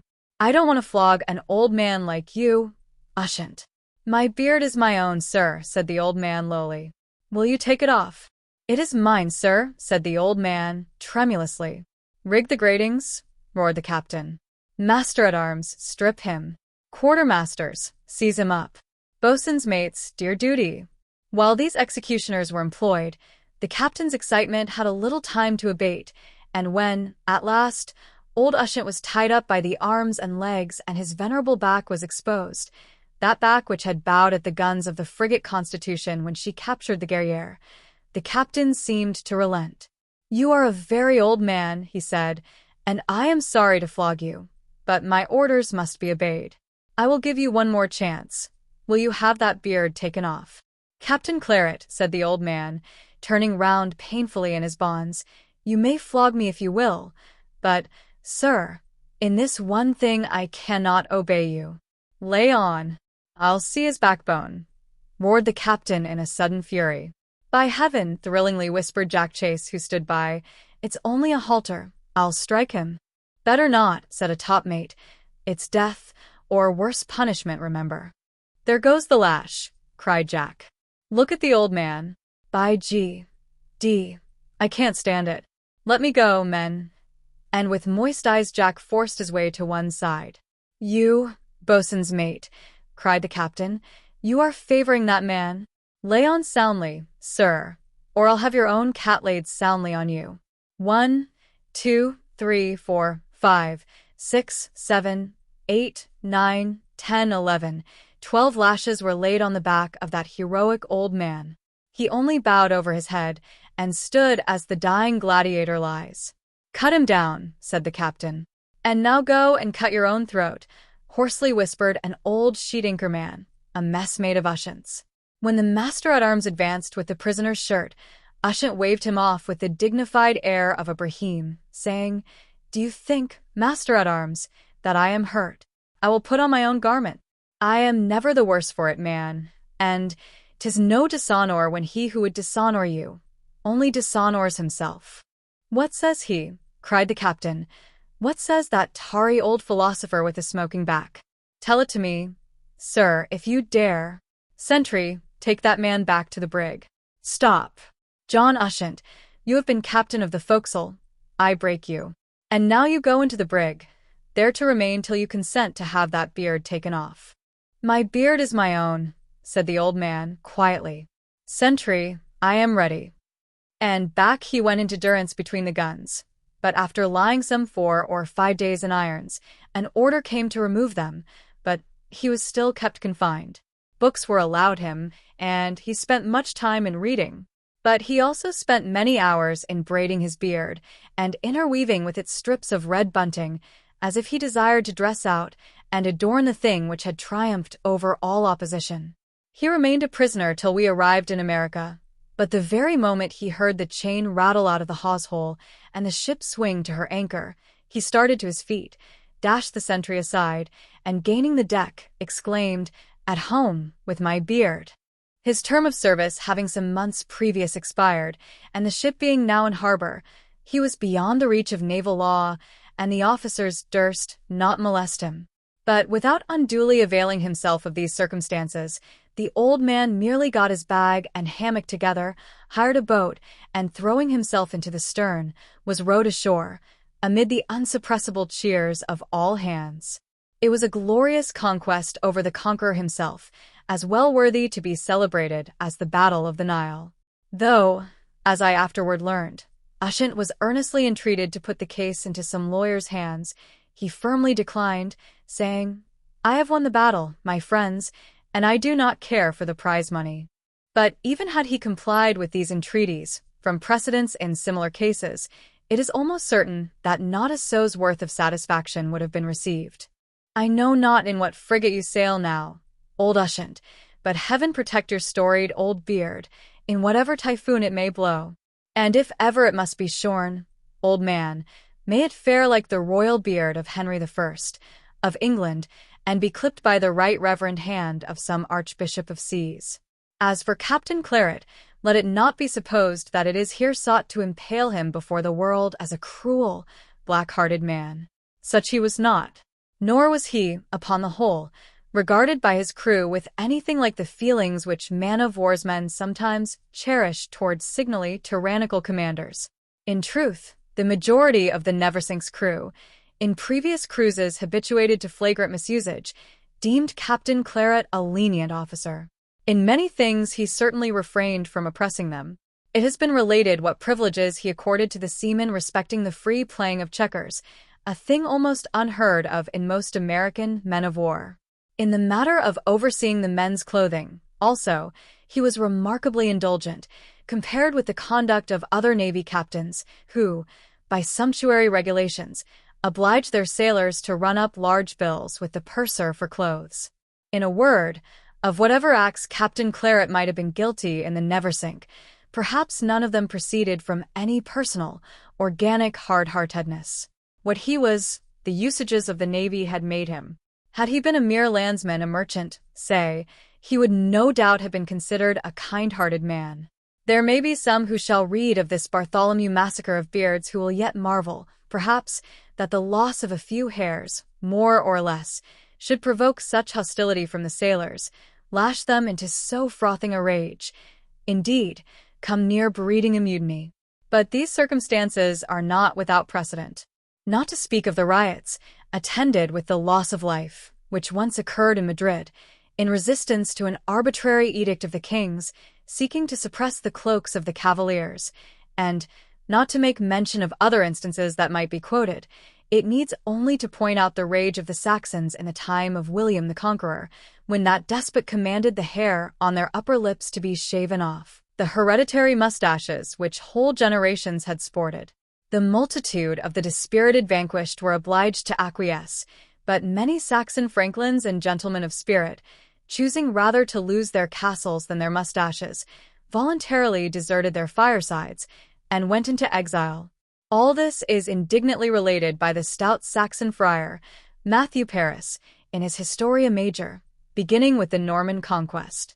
And that our man-of-war's men were right in desiring to perpetuate their beards, as martial appurtenances, must seem very plain, when it is considered that, as the beard is the token of manhood, so, in some shape or other, has it ever been held the true badge of a warrior.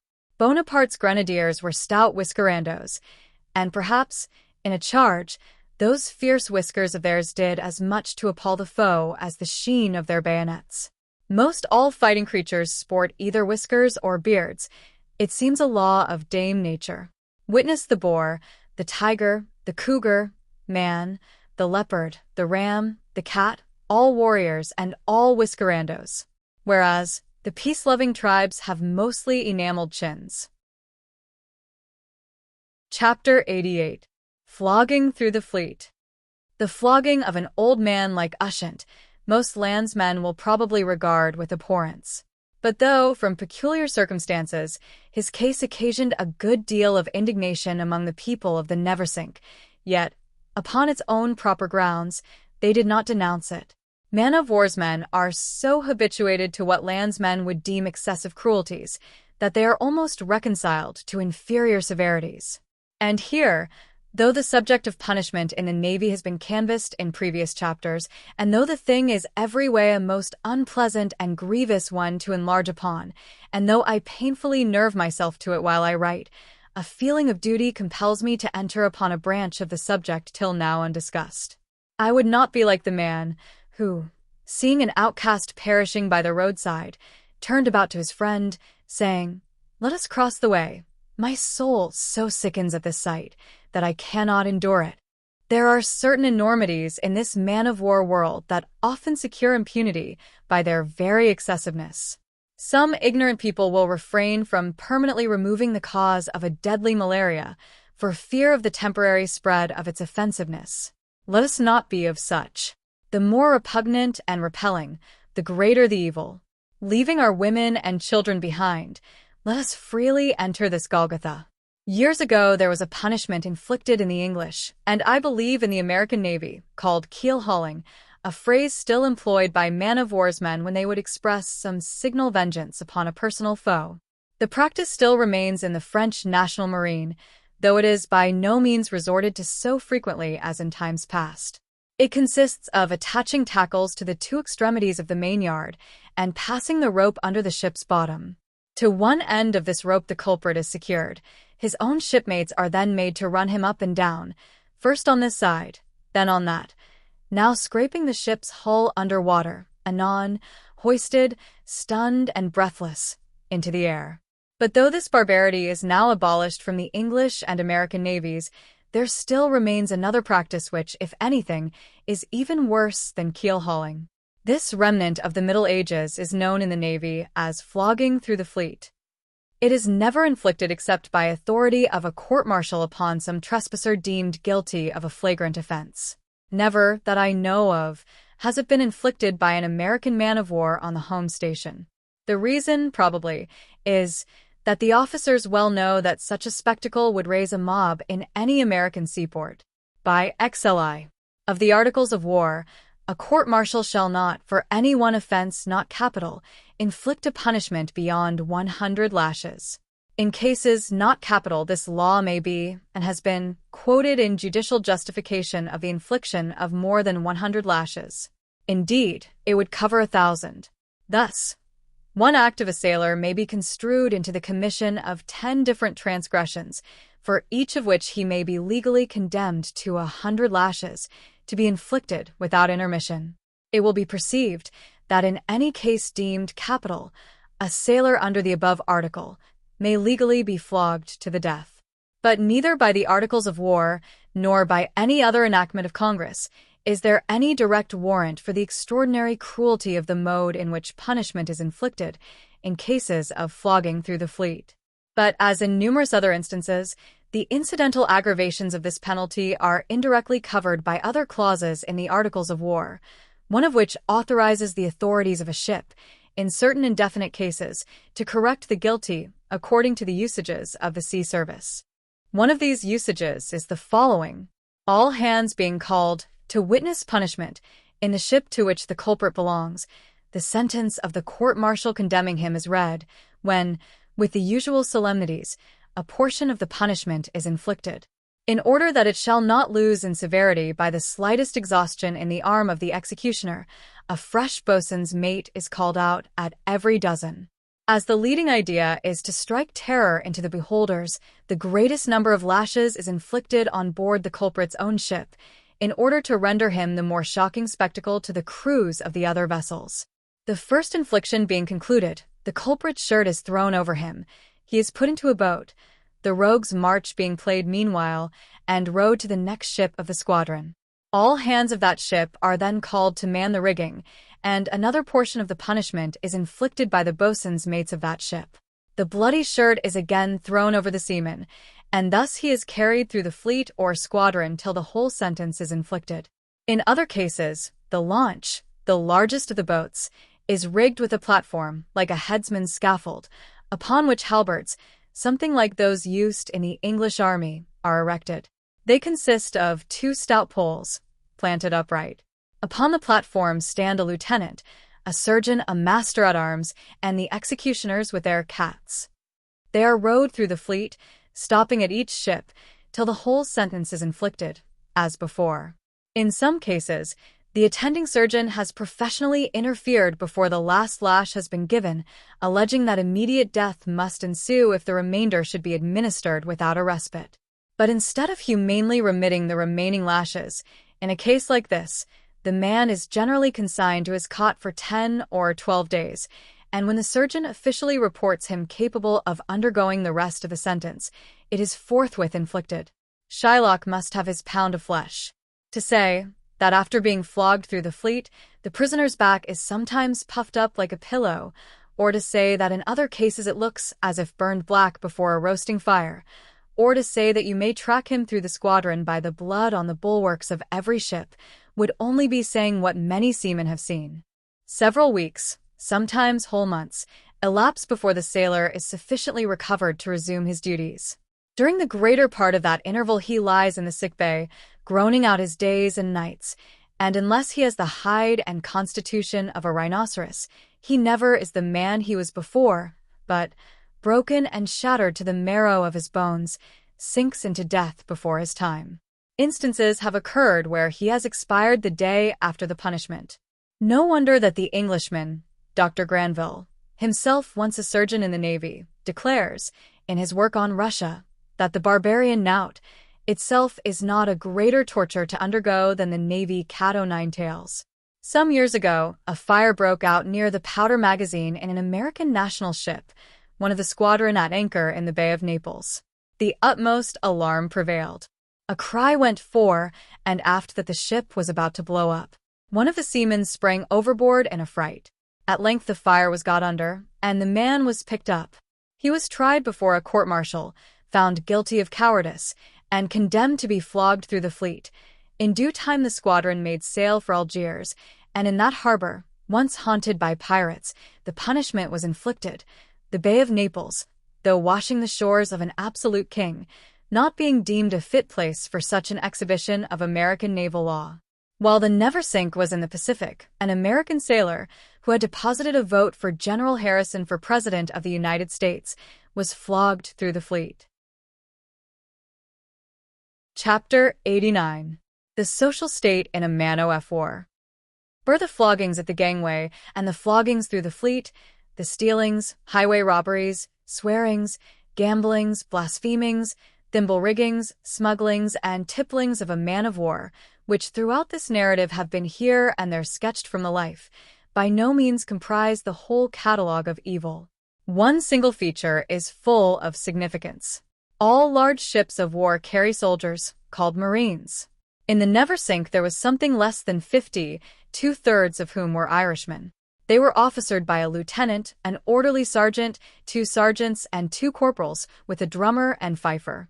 The custom, generally, is to have a marine to each gun, which rule usually furnishes the scale for distributing the soldiers in vessels of different force. Our marines had no other than martial duty to perform, excepting that, at sea, they stood watches like the sailors, and now and then lazily assisted in pulling the ropes. But they never put foot in rigging or hand in tarbucket. On the quarter-bills, these men were stationed at none of the great guns. On the station bills, they had no posts at the ropes. What, then, were they for? To serve their country in time of battle? Let us see. When a ship is running into action, her marines generally lie flat on their faces behind the bulwarks. The sailors are sometimes ordered to do the same, and when the vessel is fairly engaged, they are usually drawn up in the ship's waist, like a company reviewing in the park. At close quarters, their muskets may pick off a seaman or 2 in the rigging, but at long gun distance they must passively stand in their ranks and be decimated at the enemy's leisure. Only in one case in 10, that is, when their vessel is attempted to be boarded by a large party, are these marines of any essential service as fighting men. With their bayonets they are then called upon to repel.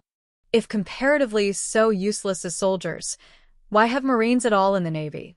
Know, then, that what standing armies are to nations, what turnkeys are to jails, these marines are to the seamen in all large men of war. Their muskets are their keys.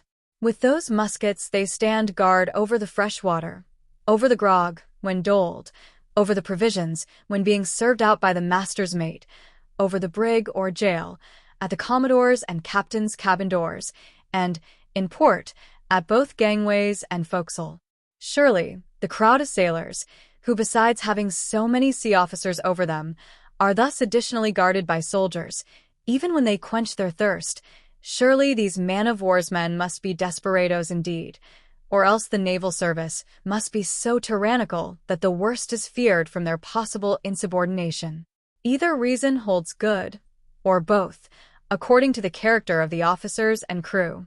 It must be evident that the man-of-war's man casts but an evil eye on a marine. To call a man a horse marine is, among seamen, one of the greatest terms of contempt. But the mutual contempt and even hatred subsisting between these two bodies of men, both clinging to one keel, both lodged in one household, is held by most Navy officers as the height of the perfection of Navy discipline. It is regarded as the button that caps the uttermost point on their mainmast. Thus they reason, secure of this antagonism between the marine and the sailor, we can always rely upon it, that if the sailor mutinies, it needs no great incitement for the marine to thrust his bayonet through his heart. If the marine revolts, the pike of the sailor is impatient to charge. Checks and balances, blood against blood, that is the cry and the argument.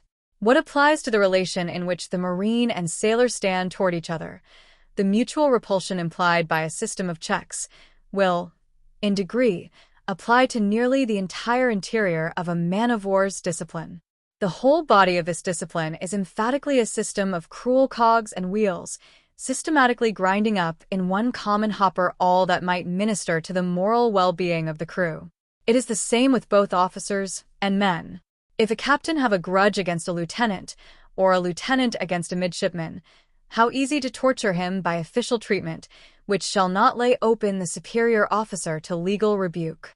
And if a midshipman bears a grudge against a sailor, how easy for him, by cunning practices, born of a boyish spite, to have him degraded at the gangway. Through all the endless ramifications of rank and station, in most men of war there runs a sinister vein of bitterness, not exceeded by the fireside hatreds in a family of stepsons ashore.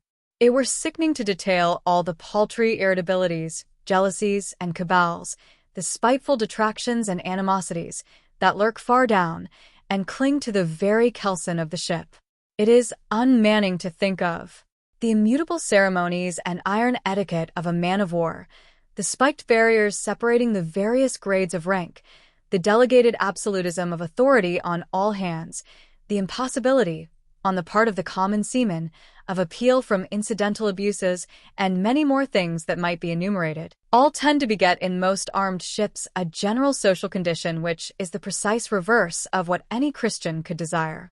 And though there are vessels that in some measure furnish exceptions to this, and though, in other ships, the thing may be glazed over by a guarded, punctilious exterior, almost completely hiding the truth from casual visitors, while the worst facts touching the common sailor are systematically kept in the background, yet it is certain that what has here been said of the domestic interior of a man-of-war will, in a greater or less degree, apply to most vessels in the Navy.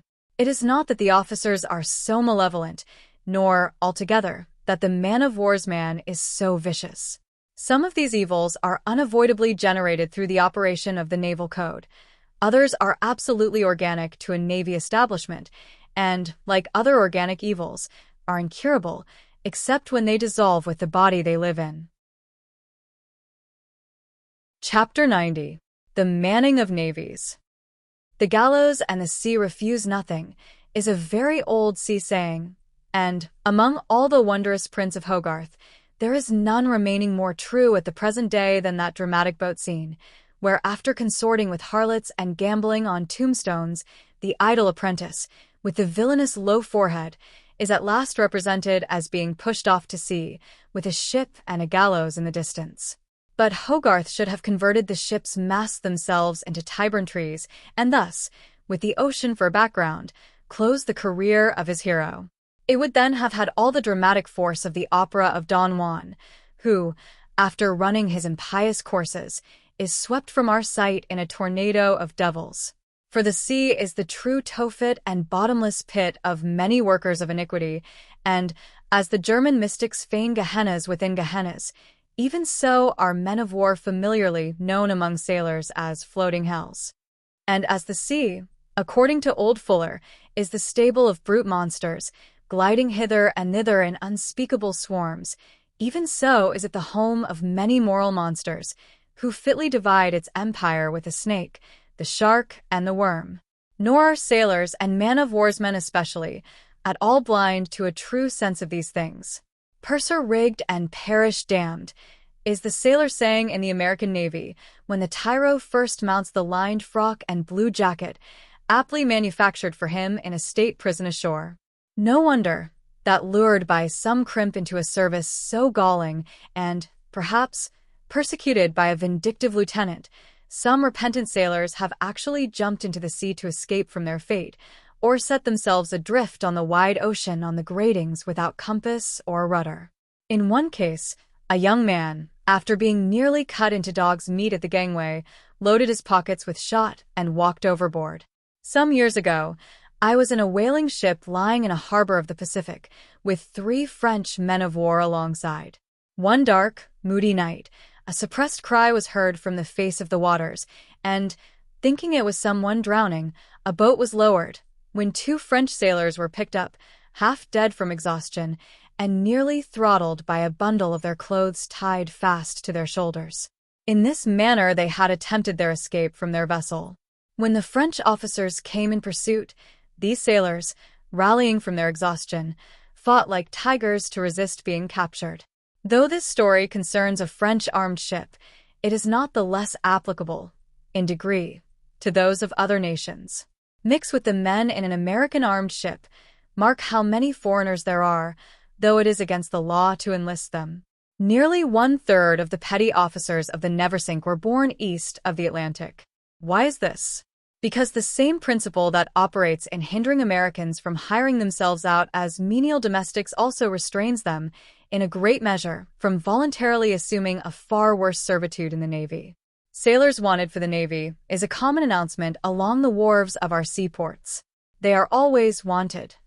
It may have been, in part, owing to this scarcity man-of-war's men, that not many years ago, black slaves were frequently to be found regularly enlisted with the crew of an American frigate, their masters receiving their pay. This was in the teeth of a law of Congress expressly prohibiting slaves in the Navy. This law, indirectly, means black slaves, nothing being said concerning white ones.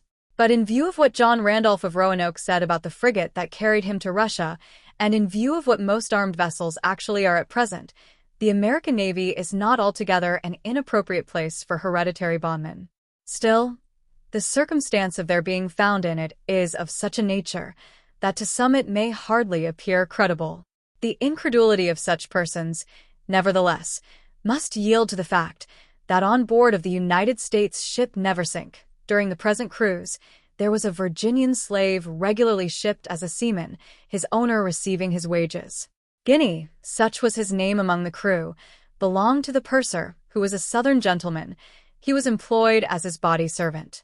Never did I feel my condition as a man-of-war's man so keenly as when seeing this Guinea freely circulating about the decks in citizen's clothes, and through the influence of his master, almost entirely exempted from the disciplinary degradation of the Caucasian crew. Faring sumptuously in the wardroom, sleek and round, his ebon face fairly polished with content, ever gay and hilarious, ever ready to laugh and joke, that African slave was actually envied by many of the seamen. There were times when I almost envied him myself.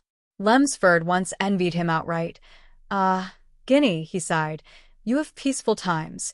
You never opened the book I read in." One morning, when all hands were called to witness punishment, the purser slave, as usual, was observed to be hurrying down the ladders toward the wardroom, his face wearing that peculiar, pinched blueness, which, in the Negro, answers to the paleness caused by nervous agitation in the white. "Where are you going, Guinea?" cried the deck officer, a humorous gentleman, who sometimes diverted himself with the purser's slave, and well knew what answer he would now receive from him. "Where are you going, Guinea?" said this officer. "Turn about. Don't you hear the call, sir?" "'Scuse me, massa," said the slave, with a low salutation. "I can't tand it, I can't indeed, massa," and so saying, he disappeared beyond the hatchway. He was the only person on board, except the hospital steward and the invalids of the sick bay, who was exempted from being present at the administering of the scourge. Accustomed to light and easy duties from his birth, and so fortunate as to meet with none but gentle masters, Guinea, though a bondman, liable to be saddled with a mortgage, like a horse, Guinea, in India-rubber manacles, enjoyed the liberties of the world. Though his body and soul proprietor, the purser never in any way individualized me while I served on board the frigate, and never did me a good office of any kind. It was hardly in his power. Yet, from his pleasant, kind, indulgent manner toward his slave, I always imputed to him a generous heart, and cherished an involuntary friendliness toward him. Upon our arrival home, his treatment of Guinea, under circumstances peculiarly calculated to stir up the resentment of a slave owner, still more augmented my estimation of the purser's good heart. Mention has been made of the number of foreigners in the American Navy, but it is not in the American Navy alone that foreigners bear so large a proportion to the rest of the crew, though in no navy, perhaps, have they ever borne so large a proportion as in our own. According to an English estimate, the foreigners serving in the King's ships at one time amounted to 1/8 of the entire body of seamen. How it is in the French Navy, I cannot with certainty say, but I have repeatedly sailed with English seamen who have served in it. One of the effects of the free introduction of foreigners into any navy cannot be sufficiently deplored. During the period I lived in the Neversink, I was repeatedly struck by the lack of patriotism in many of my shipmates. True, they were mostly foreigners who unblushingly avowed that were it not for the difference of pay, they would as lief man the guns of an English ship as those of an American or Frenchman. Nevertheless, it was evident that as for any high-toned patriotic feeling, there was comparatively very little, hardly any of it, evinced by our sailors as a body. Upon reflection, this was not to be wondered at. From their roving career and the sundering of all domestic ties, many sailors, all the world over, are like the free companions who some centuries ago wandered over Europe, ready to fight the battles of any prince who could purchase their swords.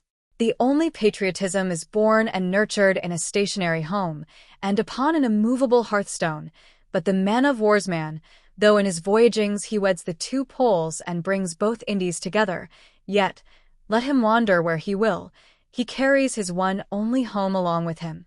That home is his hammock. Born under a gun and educated on the bowsprit, according to a phrase of his own, the man-of-war man rolls round the world like a billow, ready to mix with any sea, or be sucked down to death in the maelstrom of any war. Yet more, the dread of the general discipline of a man-of-war, the special obnoxiousness of the gangway, the protracted confinement on board ship, with so few liberty days, and the pittance of pay, much less than what can always be had in the merchant service, these things contrive to deter from the navies of all countries by far the majority of their best seamen. This will be obvious when the following statistical facts, taken from Macpherson's Annals of Commerce, are considered. At one period, upon the peace establishment, the number of men employed in the English Navy was 25,000. At the same time, the English merchant service was employing 118,952. But while the necessities of a merchantman render it indispensable that the greater part of her crew be able seamen, the circumstances of a man-of-war admit of her mustering a crowd of landsmen, soldiers, and boys in her service. By a statement of Captain Marryat's, in his pamphlet, A.D.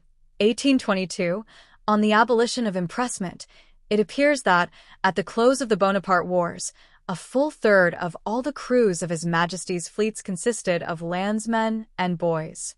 Far from entering with enthusiasm into the King's ships when their country were menaced, the great body of English seamen, appalled at the discipline of the Navy, adopted unheard-of devices to escape its press gangs. Some even hid themselves in caves and lonely places inland, fearing to run the risk of seeking a berth in an outward-bound merchantman, that might have carried them beyond sea. In the true narrative of John Nichol, Mariner, published in 1822 by Blackwood in Edinburgh and Caudill in London, and which everywhere bears the spontaneous impress of truth, the old sailor, in the most artless, touching, and almost uncomplaining manner, tells of his skulking like a thief for whole years in the country round about Edinburgh to avoid the press gangs, prowling through the land like bandits and burkers. At this time, Bonaparte's wars, according to Steele's list, there were 45 regular press gang stations in Great Britain. In a later instance, a large body of British seamen solemnly assembled upon the eve of an anticipated war, and together determined that in case of its breaking out, they would at once flee to America to avoid being pressed into the service of their country, a service which degraded her own guardians at the gangway. At another time, long previous to this, according to an English Navy officer, Lieutenant Tomlinson, 3,000 seamen, impelled by the same motive, fled ashore in a panic from the colliers between Yarmouth Roads and the Nowhere. Elsewhere, he says, in speaking of some of the men on board the king's ships, that they were most miserable objects. This remark is perfectly corroborated by other testimony referring to another period. In alluding to the lamented scarcity of good English seamen during the wars of 1808, etc., the author of a pamphlet on naval subjects says that all the best seamen, the steadiest and best-behaved men, generally succeeded in avoiding the impress. This writer was, or had been, himself a captain in the British fleet. Now it may be easily imagined who are the men, and of what moral character they are, who, even at the present day, are willing to enlist as full-grown adults in a service so galling to all shore manhood as the Navy. Hence it comes that the skulkers and scoundrels of all sorts in a man-of-war are chiefly composed not of regular seamen, but of these dock-lopers of landsmen, men who enter the Navy to draw their grog and murder their time in the notorious idleness of a frigate. But if so idle, why not reduce the number of a man-of-war's crew and reasonably keep employed the rest? It cannot be done. In the first place, the magnitude of most of these ships requires a large number of hands to brace the heavy yards, hoist the enormous topsails, and weigh the ponderous anchor. And though the occasion for the employment of so many men comes but seldom, it is true, yet when that occasion does come, and come it may at any moment, this multitude of men are indispensable. But besides this, and to crown all, the batteries must be manned. There must be enough men to work all the guns at one time. And thus, in order to have a sufficiency of mortals at hand to sink, burn, and destroy, a man-of-war, through her vices, hopelessly depraving the volunteer landsmen and ordinary seamen of good habits who occasionally enlist, must feed at the public cost a multitude of persons who, if they did not find a home in the Navy, would probably fall in the parish, or linger out their days in a prison. Among others, these are the men into whose mouths Dibdin puts his patriotic verses, full of sea chivalry and romance. With an exception in the last line, they might be sung with equal propriety by both English and American man-of-warsmen. As for me, in all weathers, all times, tides, and ends, naught's a trouble from duty that springs. For my heart is my poles, and my rhinos my friends, and as for my life, it's the king's. To rancor unknown, to no passion a slave, nor unmanly, nor mean, nor a railer, etc. I do not unite with a high critical authority in considering Dibdin's ditties as slang songs, for most of them breathe the very poetry of the ocean. But it is remarkable that those songs, which would lead one to think that man-of-warsmen are the most carefree, contented, virtuous, and patriotic of mankind, were composed at a time when the English Navy was principally manned by felons and paupers, as mentioned in a former chapter. Still more, these songs are pervaded by a true Mohammedan sensualism, a reckless acquiescence in fate, and an implicit, unquestioning, dog-like devotion to whoever may be lord and master. Dibdin was a man of genius, but no wonder Dibdin was a government pensioner at £200 per annum. But notwithstanding the iniquities of a man-of-war, men are to be found in them, at times, so used to a hard life, so drilled and disciplined to servitude, that, with an incomprehensible philosophy, they seem cheerfully to resign themselves to their fate. They have plenty to eat, spirits to drink, clothing to keep them warm, a hammock to sleep in, tobacco to chew, a doctor to medicine them, a parson to pray for them, and, to a penniless castaway, must not all this seem as a luxurious bill of fare? There was on board of the Neversink a foretop man by the name of Landless, who, though his back was crossbarred and plaid with the ineffaceable scars of all the floggings accumulated by a reckless tar during a 10-year service in the Navy, yet he perpetually wore a hilarious face, and at joke and repartee was a very Joe Miller. That man, though a sea vagabond, was not created in vain. He enjoyed life with the zest of everlasting adolescence, and, though cribbed in an oaken prison, with the turnkey sentries all round him, yet he paced the gun-deck as if it were broad as a prairie, and diversified in landscape as the hills and valleys of the Tyrol. Nothing ever disconcerted him. Nothing could transmute his laugh into anything like a sigh. Those glandular secretions, which in other captives sometimes go to the formation of tears, in him were expectorated from the mouth, tinged with the golden juice of a weed, wherewith he solaced and comforted his ignominious days. "Rum and tobacco," said Landless. "What more does a sailor want?" His favorite song was Dibdin's True English Sailor, beginning, "Jack dances and sings, and is always content. In his vows to his lass he'll ne'er fail her.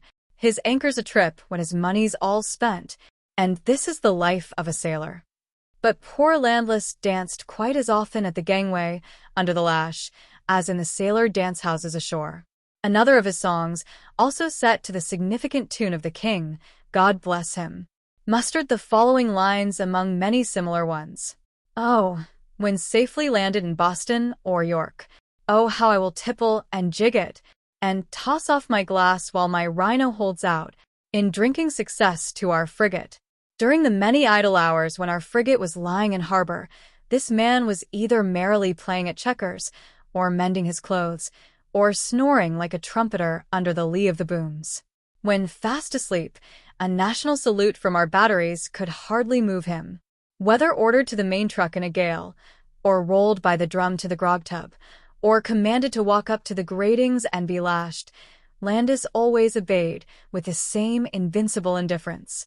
His advice to a young lad, who shipped with us at Valparaiso, embodies the pith and marrow of that philosophy which enables some man-of-war's men to wax jolly in the service.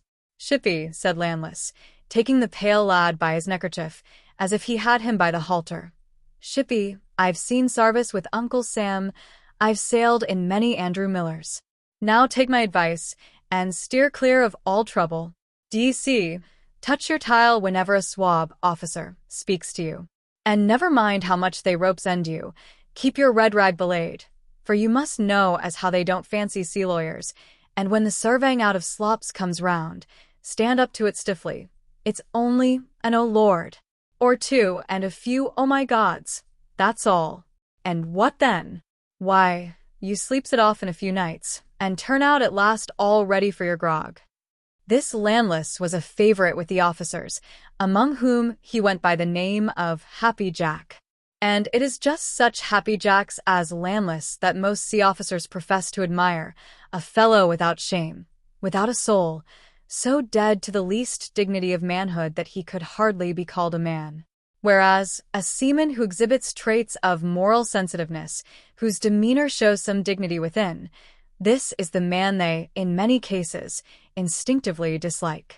The reason is, they feel such a man to be a continual reproach to them, as being mentally superior to their power. He has no business in a man-of-war. They do not want such men. To them there is an insolence in his manly freedom, contempt in his very carriage. He is unendurable, as an erect, lofty-minded African would be to some slave-driving planter. Let it not be supposed, however, that the remarks in this and the preceding chapter apply to all men of war. There are some vessels blessed with patriarchal, intellectual captains, gentlemanly and brotherly officers, and docile and Christianized crews. The peculiar usages of such vessels insensibly softens the tyrannical rigor of the Articles of War. In them, scourging is unknown. To sail in such ships is hardly to realize that you live under the martial law, or that the evils above mentioned can anywhere exist.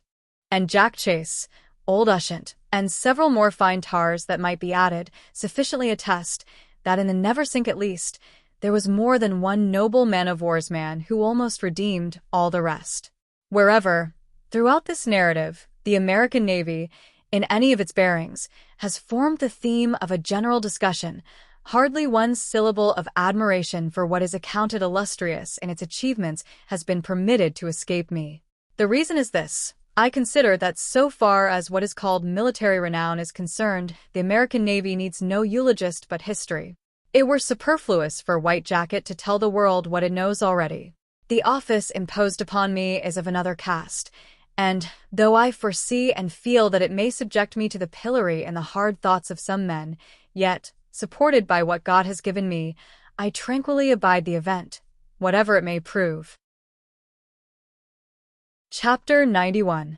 Smoking Club in a Man-o'-War, with scenes on the gun deck drawing near home. There is a fable about a painter moved by Jove to the painting of the head of Medusa. Though the picture was true to the life, yet the poor artist sickened at the sight of what his forced pencil had drawn. Thus, borne through my task toward the end, my own soul now sinks at what I myself have portrayed. But let us forget past chapters, if we may, while we paint less repugnant things. Metropolitan gentlemen have their club, provincial gossipers their newsroom, village quidnuncs their barber shop, the Chinese their opium houses, American Indians their council fire, and even cannibals their Najona, or Talkstone, where they assemble at times to discuss the affairs of the day.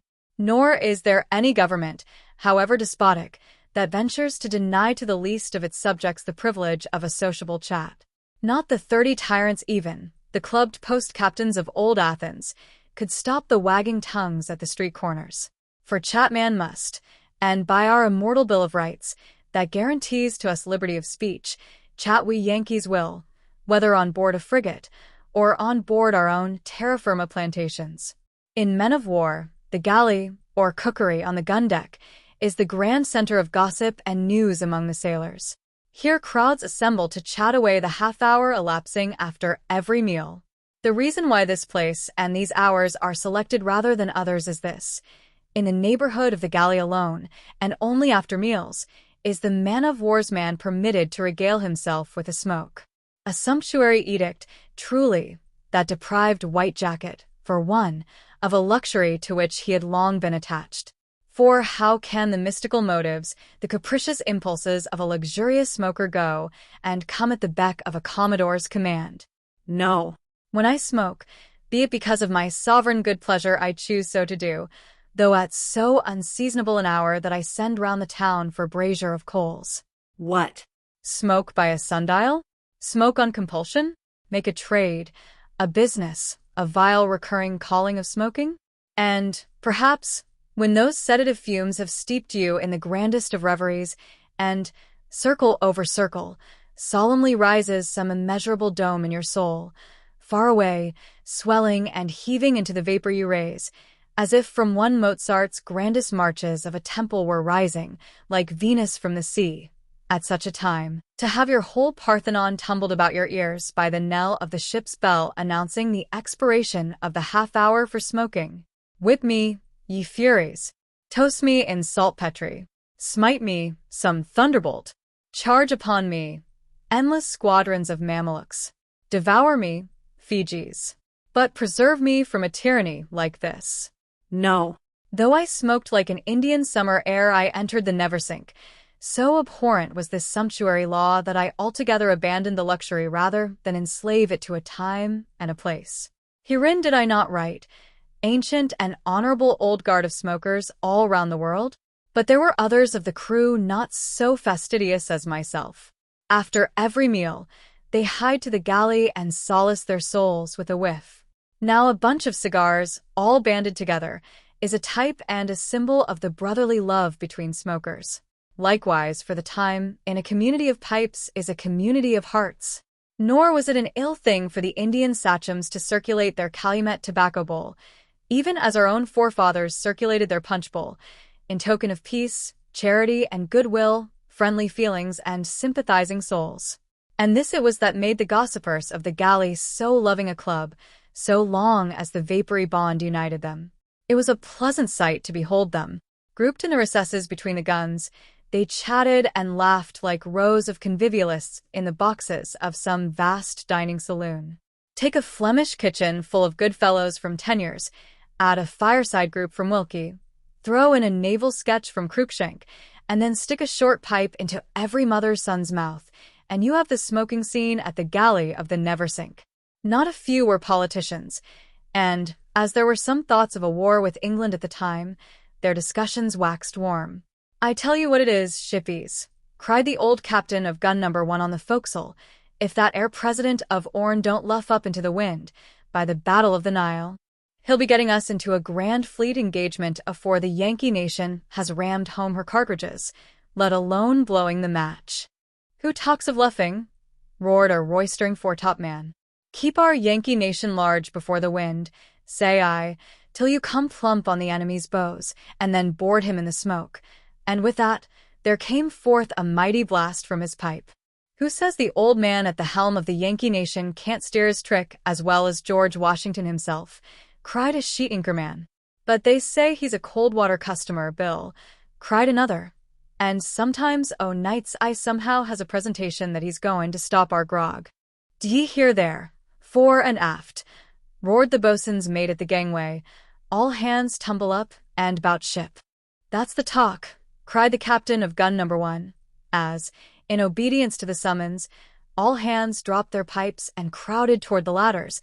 "And that's what the president must do. Go and stays, my lads, and put the Yankee nation on the other tack." But these political discussions by no means supplied the staple of conversation for the gossiping smokers of the galley. The interior affairs of the frigate itself formed their principal theme. Rumors about the private life of the Commodore in his cabin, about the captain in his, about the various officers in the wardroom, about the reefers in the steerage and their madcap frolickings, and about 1,000 other matters touching the crew themselves, all these, forming the eternally shifting, domestic byplay of a man of war, proved inexhaustible topics for our quidnuncs. The animation of these scenes was very much heightened as we drew nearer and nearer our port. It rose to a climax when the frigate was reported to be only 24 hours' sail from the land. What they should do when they landed, how they should invest their wages, what they should eat, what they should drink, and what last they should marry, these were the topics which absorbed them. "Sink the sea," cried a forecastle man. "Once more ashore, and you'll never again catch old Boom Bolt afloat. I mean to settle down in a sail loft." "Cable tier pinchers blister all tarpaulin hats," cried a young afterguardsman. "I mean to go back to the counter. Shipmates, take me by the arms and swab up the lee scuppers with me.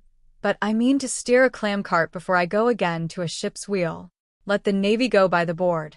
To sea again I won't. Start my soul bolts, Maddies, if any more blue Peters and sailing signals fly at my fore," cried the captain of the head. "My wages will buy a wheelbarrow, if nothing more."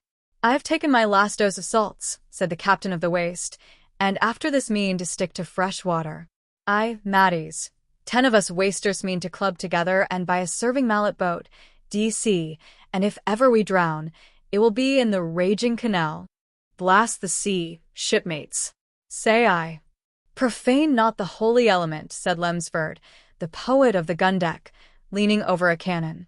"Know ye not, man-of-warsmen, that by the Parthian Magi the ocean was held sacred?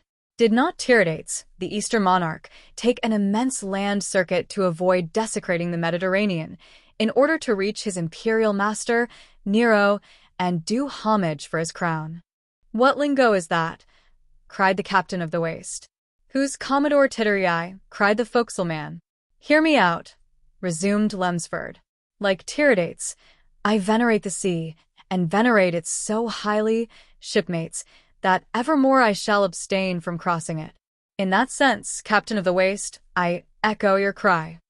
It was, indeed, a remarkable fact that 9 men out of every 10 of the Neversink's crew had formed some plan or other to keep themselves ashore for life, or, at least, on fresh water, after the expiration of the present cruise.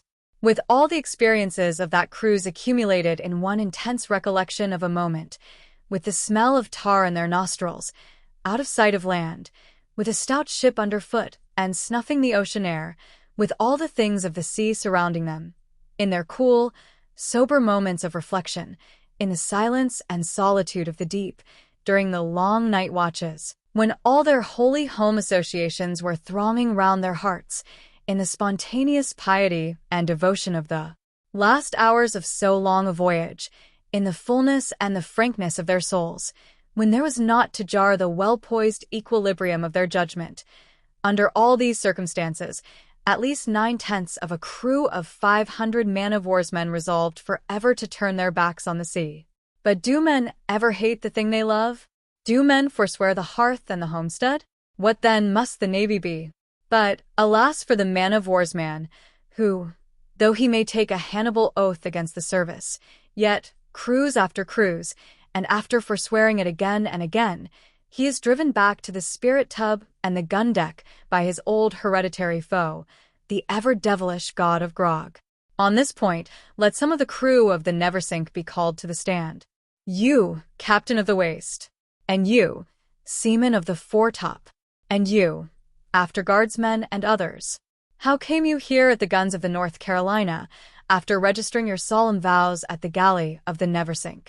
They all hang their heads. I know the cause. Poor fellows, perjure yourselves not again. Swear not at all hereafter. These very tars, the foremost in denouncing the Navy, who had bound themselves by the most tremendous oaths, these very men, not 3 days after getting ashore, were rolling round the streets in penniless drunkenness, and next day many of them were to be found on board of the Gardo or receiving ship. Thus, in part, is the Navy manned. But what was still more surprising, and tended to impart a new and strange insight into the character of sailors and overthrow some long-established ideas concerning them as a class, was this: numbers of men who, during the cruise, had passed for exceedingly prudent, nay, parsimonious persons, who would even refuse you a patch, or a needleful of thread, and, from their stinginess, procured the name of ravelings. No sooner were these men fairly adrift in harbor, and under the influence of frequent quaffings, than their 3 years' earned wages flew right and left. They summoned whole boarding-houses of sailors to the bar, and treated them over and over again. Fine fellows, generous-hearted tars. Seeing this sight, I thought to myself, well, these generous-hearted tars on shore were the greatest curmudgeons afloat. It's the bottle that's generous, not they. Yet the popular conceit concerning a sailor is derived from his behavior ashore, whereas, ashore he is no longer a sailor, but a landsman for the time. A man-of-war's man is only a man-of-war's man at sea, and the sea is the place to learn what he is. But we have seen that a man-of-war is but this old-fashioned world of ours afloat, full of all manner of characters, full of strange contradictions, and though boasting some fine fellows here and there, yet, upon the whole, charged to the combings of her hatchways with the spirit of Belial and all unrighteousness. Chapter 92. The Last of the Jacket. Already has White Jacket chronicled the mishaps and inconveniences, troubles and tribulations of all sorts brought upon him by that unfortunate but indispensable garment of his. But now it befalls him to record how this jacket, for the second and last time, came near proving his shroud. Of a pleasant midnight, our good frigate, now somewhere off the Capes of Virginia, was running on bravely, when the breeze, gradually dying, left us slowly gliding toward our still invisible port. Headed by Jack Chase, the quarter watch were reclining in the top, talking about the shore delights into which they intended to plunge, while our captain often broke in with allusions to similar conversations when he was on board the English line-of-battle ship, the Asia, drawing nigh to Portsmouth, in England, after the Battle of Navarino. Suddenly an order was given to set the main topgallant stunsail, and the halyards not being rove, Jack Chase assigned to me that duty. Now this reeving of the halyards of a main topgallant stunsail is a business that eminently demands sharp-sightedness, skill, and celerity. Consider that the end of a line, some 200 feet long, is to be carried aloft, in your teeth, if you please, and dragged far out on the giddiest of yards, and after being wormed and twisted about through all sorts of intricacies, turning abrupt corners at the abruptest of angles, is to be dropped, clear of all obstructions, in a straight plumb line right down to the deck.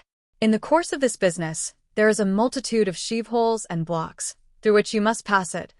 Often the rope is a very tight fit, so as to make it like threading a fine cambric needle with rather coarse thread.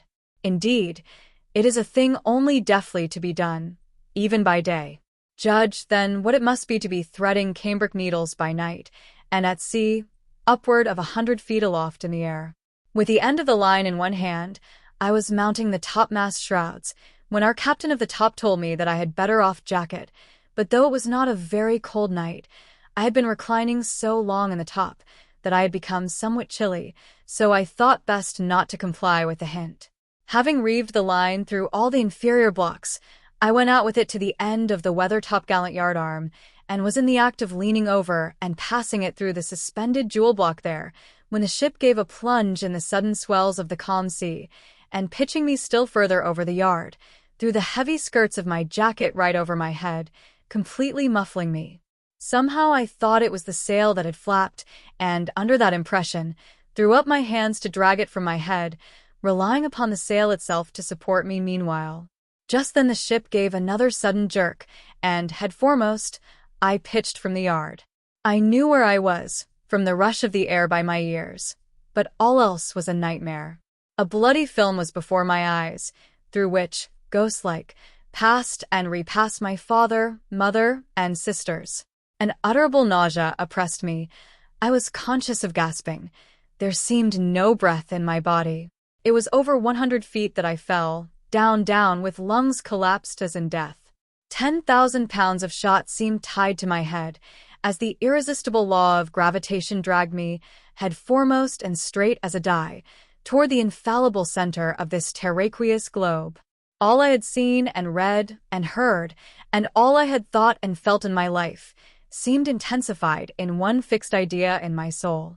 But dense as this idea was, it was made up of atoms.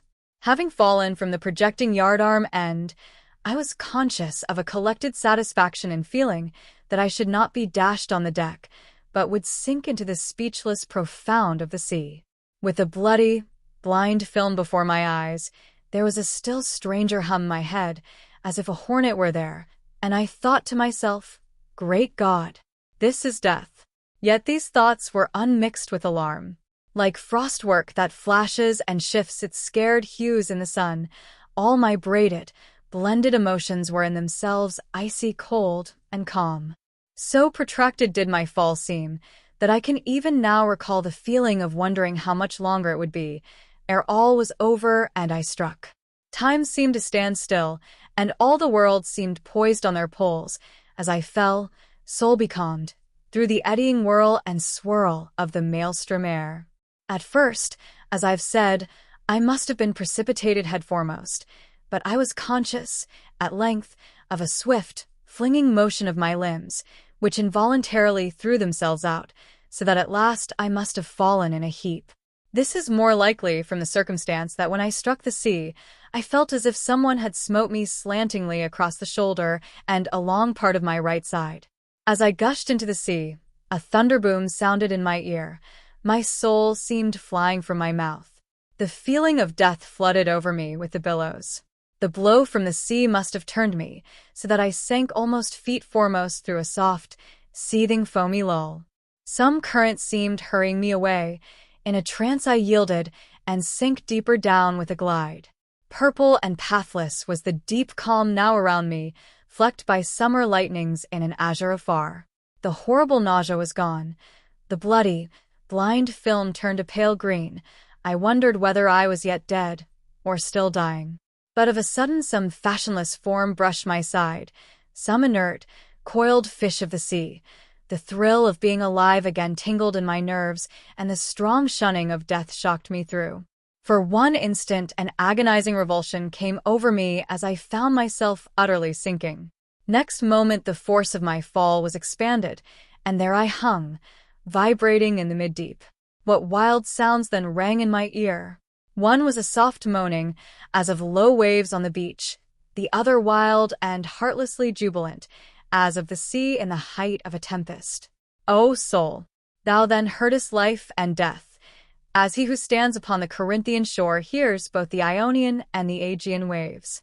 The life and death poise soon passed, and then I found myself slowly ascending, and caught a dim glimmering of light. Quicker and quicker I mounted, till at last I bounded up like a buoy, and my whole head was bathed in the blessed air. I had fallen in a line with the mainmast. I now found myself nearly abreast of the mizzenmast, the frigate slowly gliding by like a black world in the water. Her vast hull loomed out of the night, showing hundreds of seamen in the hammock nettings, some tossing over ropes, others madly flinging overboard the hammocks, but I was too far out from them immediately to reach what they threw. I essayed to swim toward the ship, but instantly I was conscious of a feeling like being pinioned in a feather bed, and moving my hands, felt my jacket puffed out above my tight girdle with water. I strove to tear it off, but it was looped together here and there, and the strings were not then to be sundered by hand. I whipped out my knife, that was tucked in my belt, and ripped my jacket straight up and down, as if I were ripping open myself. With a violent struggle, I then burst out of it, and was free. Heavily soaked, it slowly sank before my eyes. Sink, sink. O shroud, thought I, sink forever. Accursed jacket that thou art. See that white shark, cried a horrified voice from the taffrail. He'll have that man down his hatchway. Quick. The grains, the grains. The next instant that barbed bunch of harpoons pierced through and through the unfortunate jacket, and swiftly sped down with it out of sight. Being now astern of the frigate, I struck out boldly toward the elevated pole of one of the life buoys which had been cut away. Soon after, one of the cutters picked me up. As they dragged me out of the water into the air, the sudden transition of elements made my every limb feel like lead, and I helplessly sunk into the bottom of the boat. 10 minutes after, I was safe on board, and, springing aloft, was ordered to reeve anew the stun-sail halyards, which, slipping through the blocks when I had let go the end, had unrove and fallen to the deck. The sail was soon set, and, as if purposely to salute it, a gentle breeze soon came, and the Neversink once more glided over the water, a soft ripple at her bows, and leaving a tranquil wake behind. Chapter 93. Cable and anchor all clear. And now that the white jacket has sunk to the bottom of the sea, and the blessed Capes of Virginia are believed to be broad on our bow, though still out of sight, our 500 souls are fondly dreaming of home, and the iron throats of the guns round the galley re-echo with their songs and hurrahs. What more remains? Shall I tell what conflicting and almost crazy surmisings prevailed concerning the precise harbor for which we were bound? For, according to rumor, our Commodore had received sealed orders touching that matter, which were not to be broken open till we gained a precise latitude of the coast. Shall I tell how, at last, all this uncertainty departed, and many a foolish prophecy was proved false, when our noble frigate, her longest pennant at her main, wound her stately way into the innermost harbor of Norfolk, like a plumed Spanish grandee threading the corridors of the Escurial toward the throne-room within? Shall I tell how we kneeled upon the holy soil, how I begged a blessing of old Ushant, and one precious hair of his beard for a keepsake? How Lemsford, the gun-deck bard, offered up a devout ode as a prayer of thanksgiving? How Saturnine Nord, the Magnifico in disguise, refusing all companionship, stalked off into the woods, like the ghost of an old California of Baghdad? How I swayed and swung the hearty hand of Jack Chase, and nipped it to mine with a carrack bend, yea, and kissed that noble hand of my liege lord and captain of my top, my sea-tutor and sire. Shall I tell how the Grand Commodore and captain drove off from the pierhead? How the lieutenants, in undress, sat down to their last dinner in the wardroom, and the champagne, packed in ice, spurt and sparkled like the hot springs out of a snowdrift in Iceland? How the chaplain went off in his cassock, without bidding the people adieu? How Shrunken Cuticle, the surgeon, stalked over the side, the wired skeleton carried in his wake by his cop boy? How the lieutenant of marines sheathed his sword on the poop, and, calling for wax and a taper, sealed the end of the scabbard with his family crest and motto, Denique Colum. How the purser in due time mustered his money bags, and paid us all off on the quarter-deck, good and bad, sick and well, all receiving their wages, though, truth to tell, some reckless, improvident seamen who had lived too fast during the cruise had little or nothing now standing on the credit side of their purser's accounts. Shall I tell of the retreat of the 500 inland, not, alas, in battle array, as at quarters, but scattered broadcast over the land? Shall I tell how the Neversink was at last stripped of spars, shrouds, and sails, had her guns hoisted out, her powder magazine, shot lockers, and armories discharged, till not one vestige of a fighting thing was left in her, from furthest stem to uttermost stern? No. Let all this go by, for our anchor still hangs from our bows, though its eager flukes dip their points in the impatient waves. Let us leave the ship on the sea, still with the land out of sight, still with brooding darkness on the face of the deep. I love an indefinite, infinite background, a vast, heaving, rolling, mysterious rear. It is night. The meager moon is in her last quarter. That betokens the end of a cruise that is passing. But the stars look forth in their everlasting brightness, and that is the everlasting, glorious future, forever beyond us. We main-top men are all aloft in the top, and round our mast we circle, a brother band, hand in hand, all spliced together.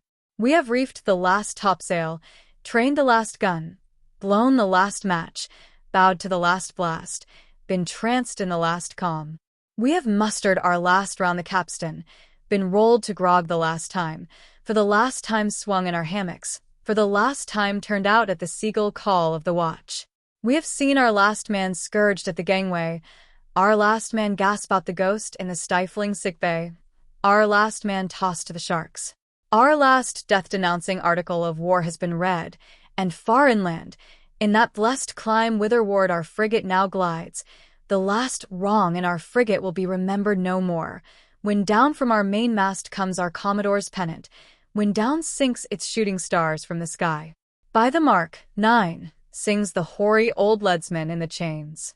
And thus, the mid-world equator past, our frigate strikes soundings at last. Hand in hand we topmates stand, rocked in our piscatop, and over the starry waves, and brought out into the blandly blue and boundless night, spiced with strange sweets from the long-sought land, the whole long cruise predestinated ours, though often in tempest time we almost refuse to believe in that far-distant shore, straight out into that fragrant night. Ever noble Jack Chase, matchless and unmatchable Jack Chase stretches forth his bannered hand, and, pointing shoreward, cries, "For the last time, hear Camoens, boys! How calm the waves, how mild the balmy gale! The halcyons call, ye Lusians spread the sail. Appeased, old ocean now shall rage no more. Haste, point our bowsprit for yon shadowy shore. Soon shall the transports of your natal soil o'erwhelm in bounding joy the thoughts of every toil." As a man of war that sails through the sea, so this earth that sails through the air. We mortals are all on board a fast-sailing, never-sinking world frigate, of which God was the shipwright, and she is but one craft in a Milky Way fleet, of which God is the Lord High Admiral. The port we sail from is forever astern. And though far out of sight of land, for ages and ages we continue to sail with sealed orders, and our last destination remains a secret to ourselves and our officers, yet our final haven was predestinated ere we slipped from the stocks at creation. Thus sailing with sealed orders, we ourselves are the repositories of the secret packet, whose mysterious contents we long to learn. There are no mysteries out of ourselves. But let us not give ear to the superstitious, gun-deck gossip about whither we may be gliding, for, as yet, not a soul on board of us knows, not even the Commodore himself, assuredly not the chaplain. Even our professor's scientific surmisings are vain. On that point, the smallest cabin boy is as wise as the captain. And believe not the hypochondriac dwellers below hatches, who will tell you, with a sneer, that our world frigate is bound to no final harbor whatever, that our voyage will prove an endless circumnavigation of space. Not so. For how can this world frigate prove our eventual abiding place, when upon our first embarkation, as infants in arms, her violent rolling, in afterlife unperceived, makes every soul of us seasick? Does not this show, too, that the very air we here inhale is uncongenial, and only becomes endurable at last through gradual habituation, and that some blessed, placid haven, however remote at present, must be in store for us all? Glance fore and aft our flush decks. What a swarming crew! All told, they muster hard upon 800 millions of souls. Over these we have authoritative lieutenants, a sword-belted officer of Marines, a chaplain, a professor, a purser, a doctor, a cook, a master-at-arms. Oppressed by illiberal laws and partly oppressed by themselves, many of our people are wicked, unhappy, inefficient. We have skulkers and idlers all round and browbeaten wasters, who, for a pittance, do our craft's shabby work. Nevertheless, among our people we have gallant fore, main, and mizzen-topmen aloft, who, well treated or ill, still trim our craft to the blast. We have a brig for trespassers, a bar by our mainmast, at which they are arraigned, a cat o' nine tails and a gangway, to degrade them in their own eyes and in ours. These are not always employed to convert sin to virtue, but to divide them and protect virtue and legalize sin from unlegalized vice. We have a sick-bay for the smitten and helpless, whither we hurry them out of sight, and however they may groan beneath hatches, we hear little of their tribulations on deck. We still sport our gay streamer aloft. Outwardly regarded, our craft is a lie, for all that is outwardly seen of it is the clean-swept deck and oft-painted planks comprised above the waterline, whereas the vast mass of our fabric, with all its storerooms of secrets, forever slides along far under the surface. When a shipmate dies, straightway we sew him up, and overboard he goes. Our world frigate rushes by, and nevermore do we behold him again, though, sooner or later, the everlasting undertow sweeps him toward our own destination. We have both a quarterdeck to our craft and a gun deck, subterranean shot lockers and gunpowder magazines, and the articles of war form our domineering code. Oh, shipmates and worldmates, all round, we the people suffer many abuses. Our gun deck is full of complaints. In vain from lieutenants do we appeal to the captain, in vain, while on board our world frigate, to the indefinite Navy commissioners, so far out of sight aloft. Yet the worst of our evils we blindly inflict upon ourselves. Our officers cannot remove them, even if they would. From the last ills no being can save another, therein each man must be his own savior. For the rest, whatever befall us, let us never train our murderous guns inboard, let us not mutiny with bloody pikes in our hands.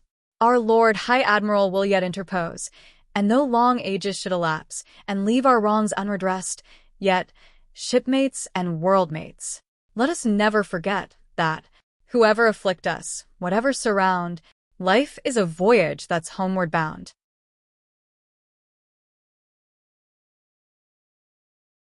Dear listener, we close the pages on another tale, a journey through words, imagination, and emotion.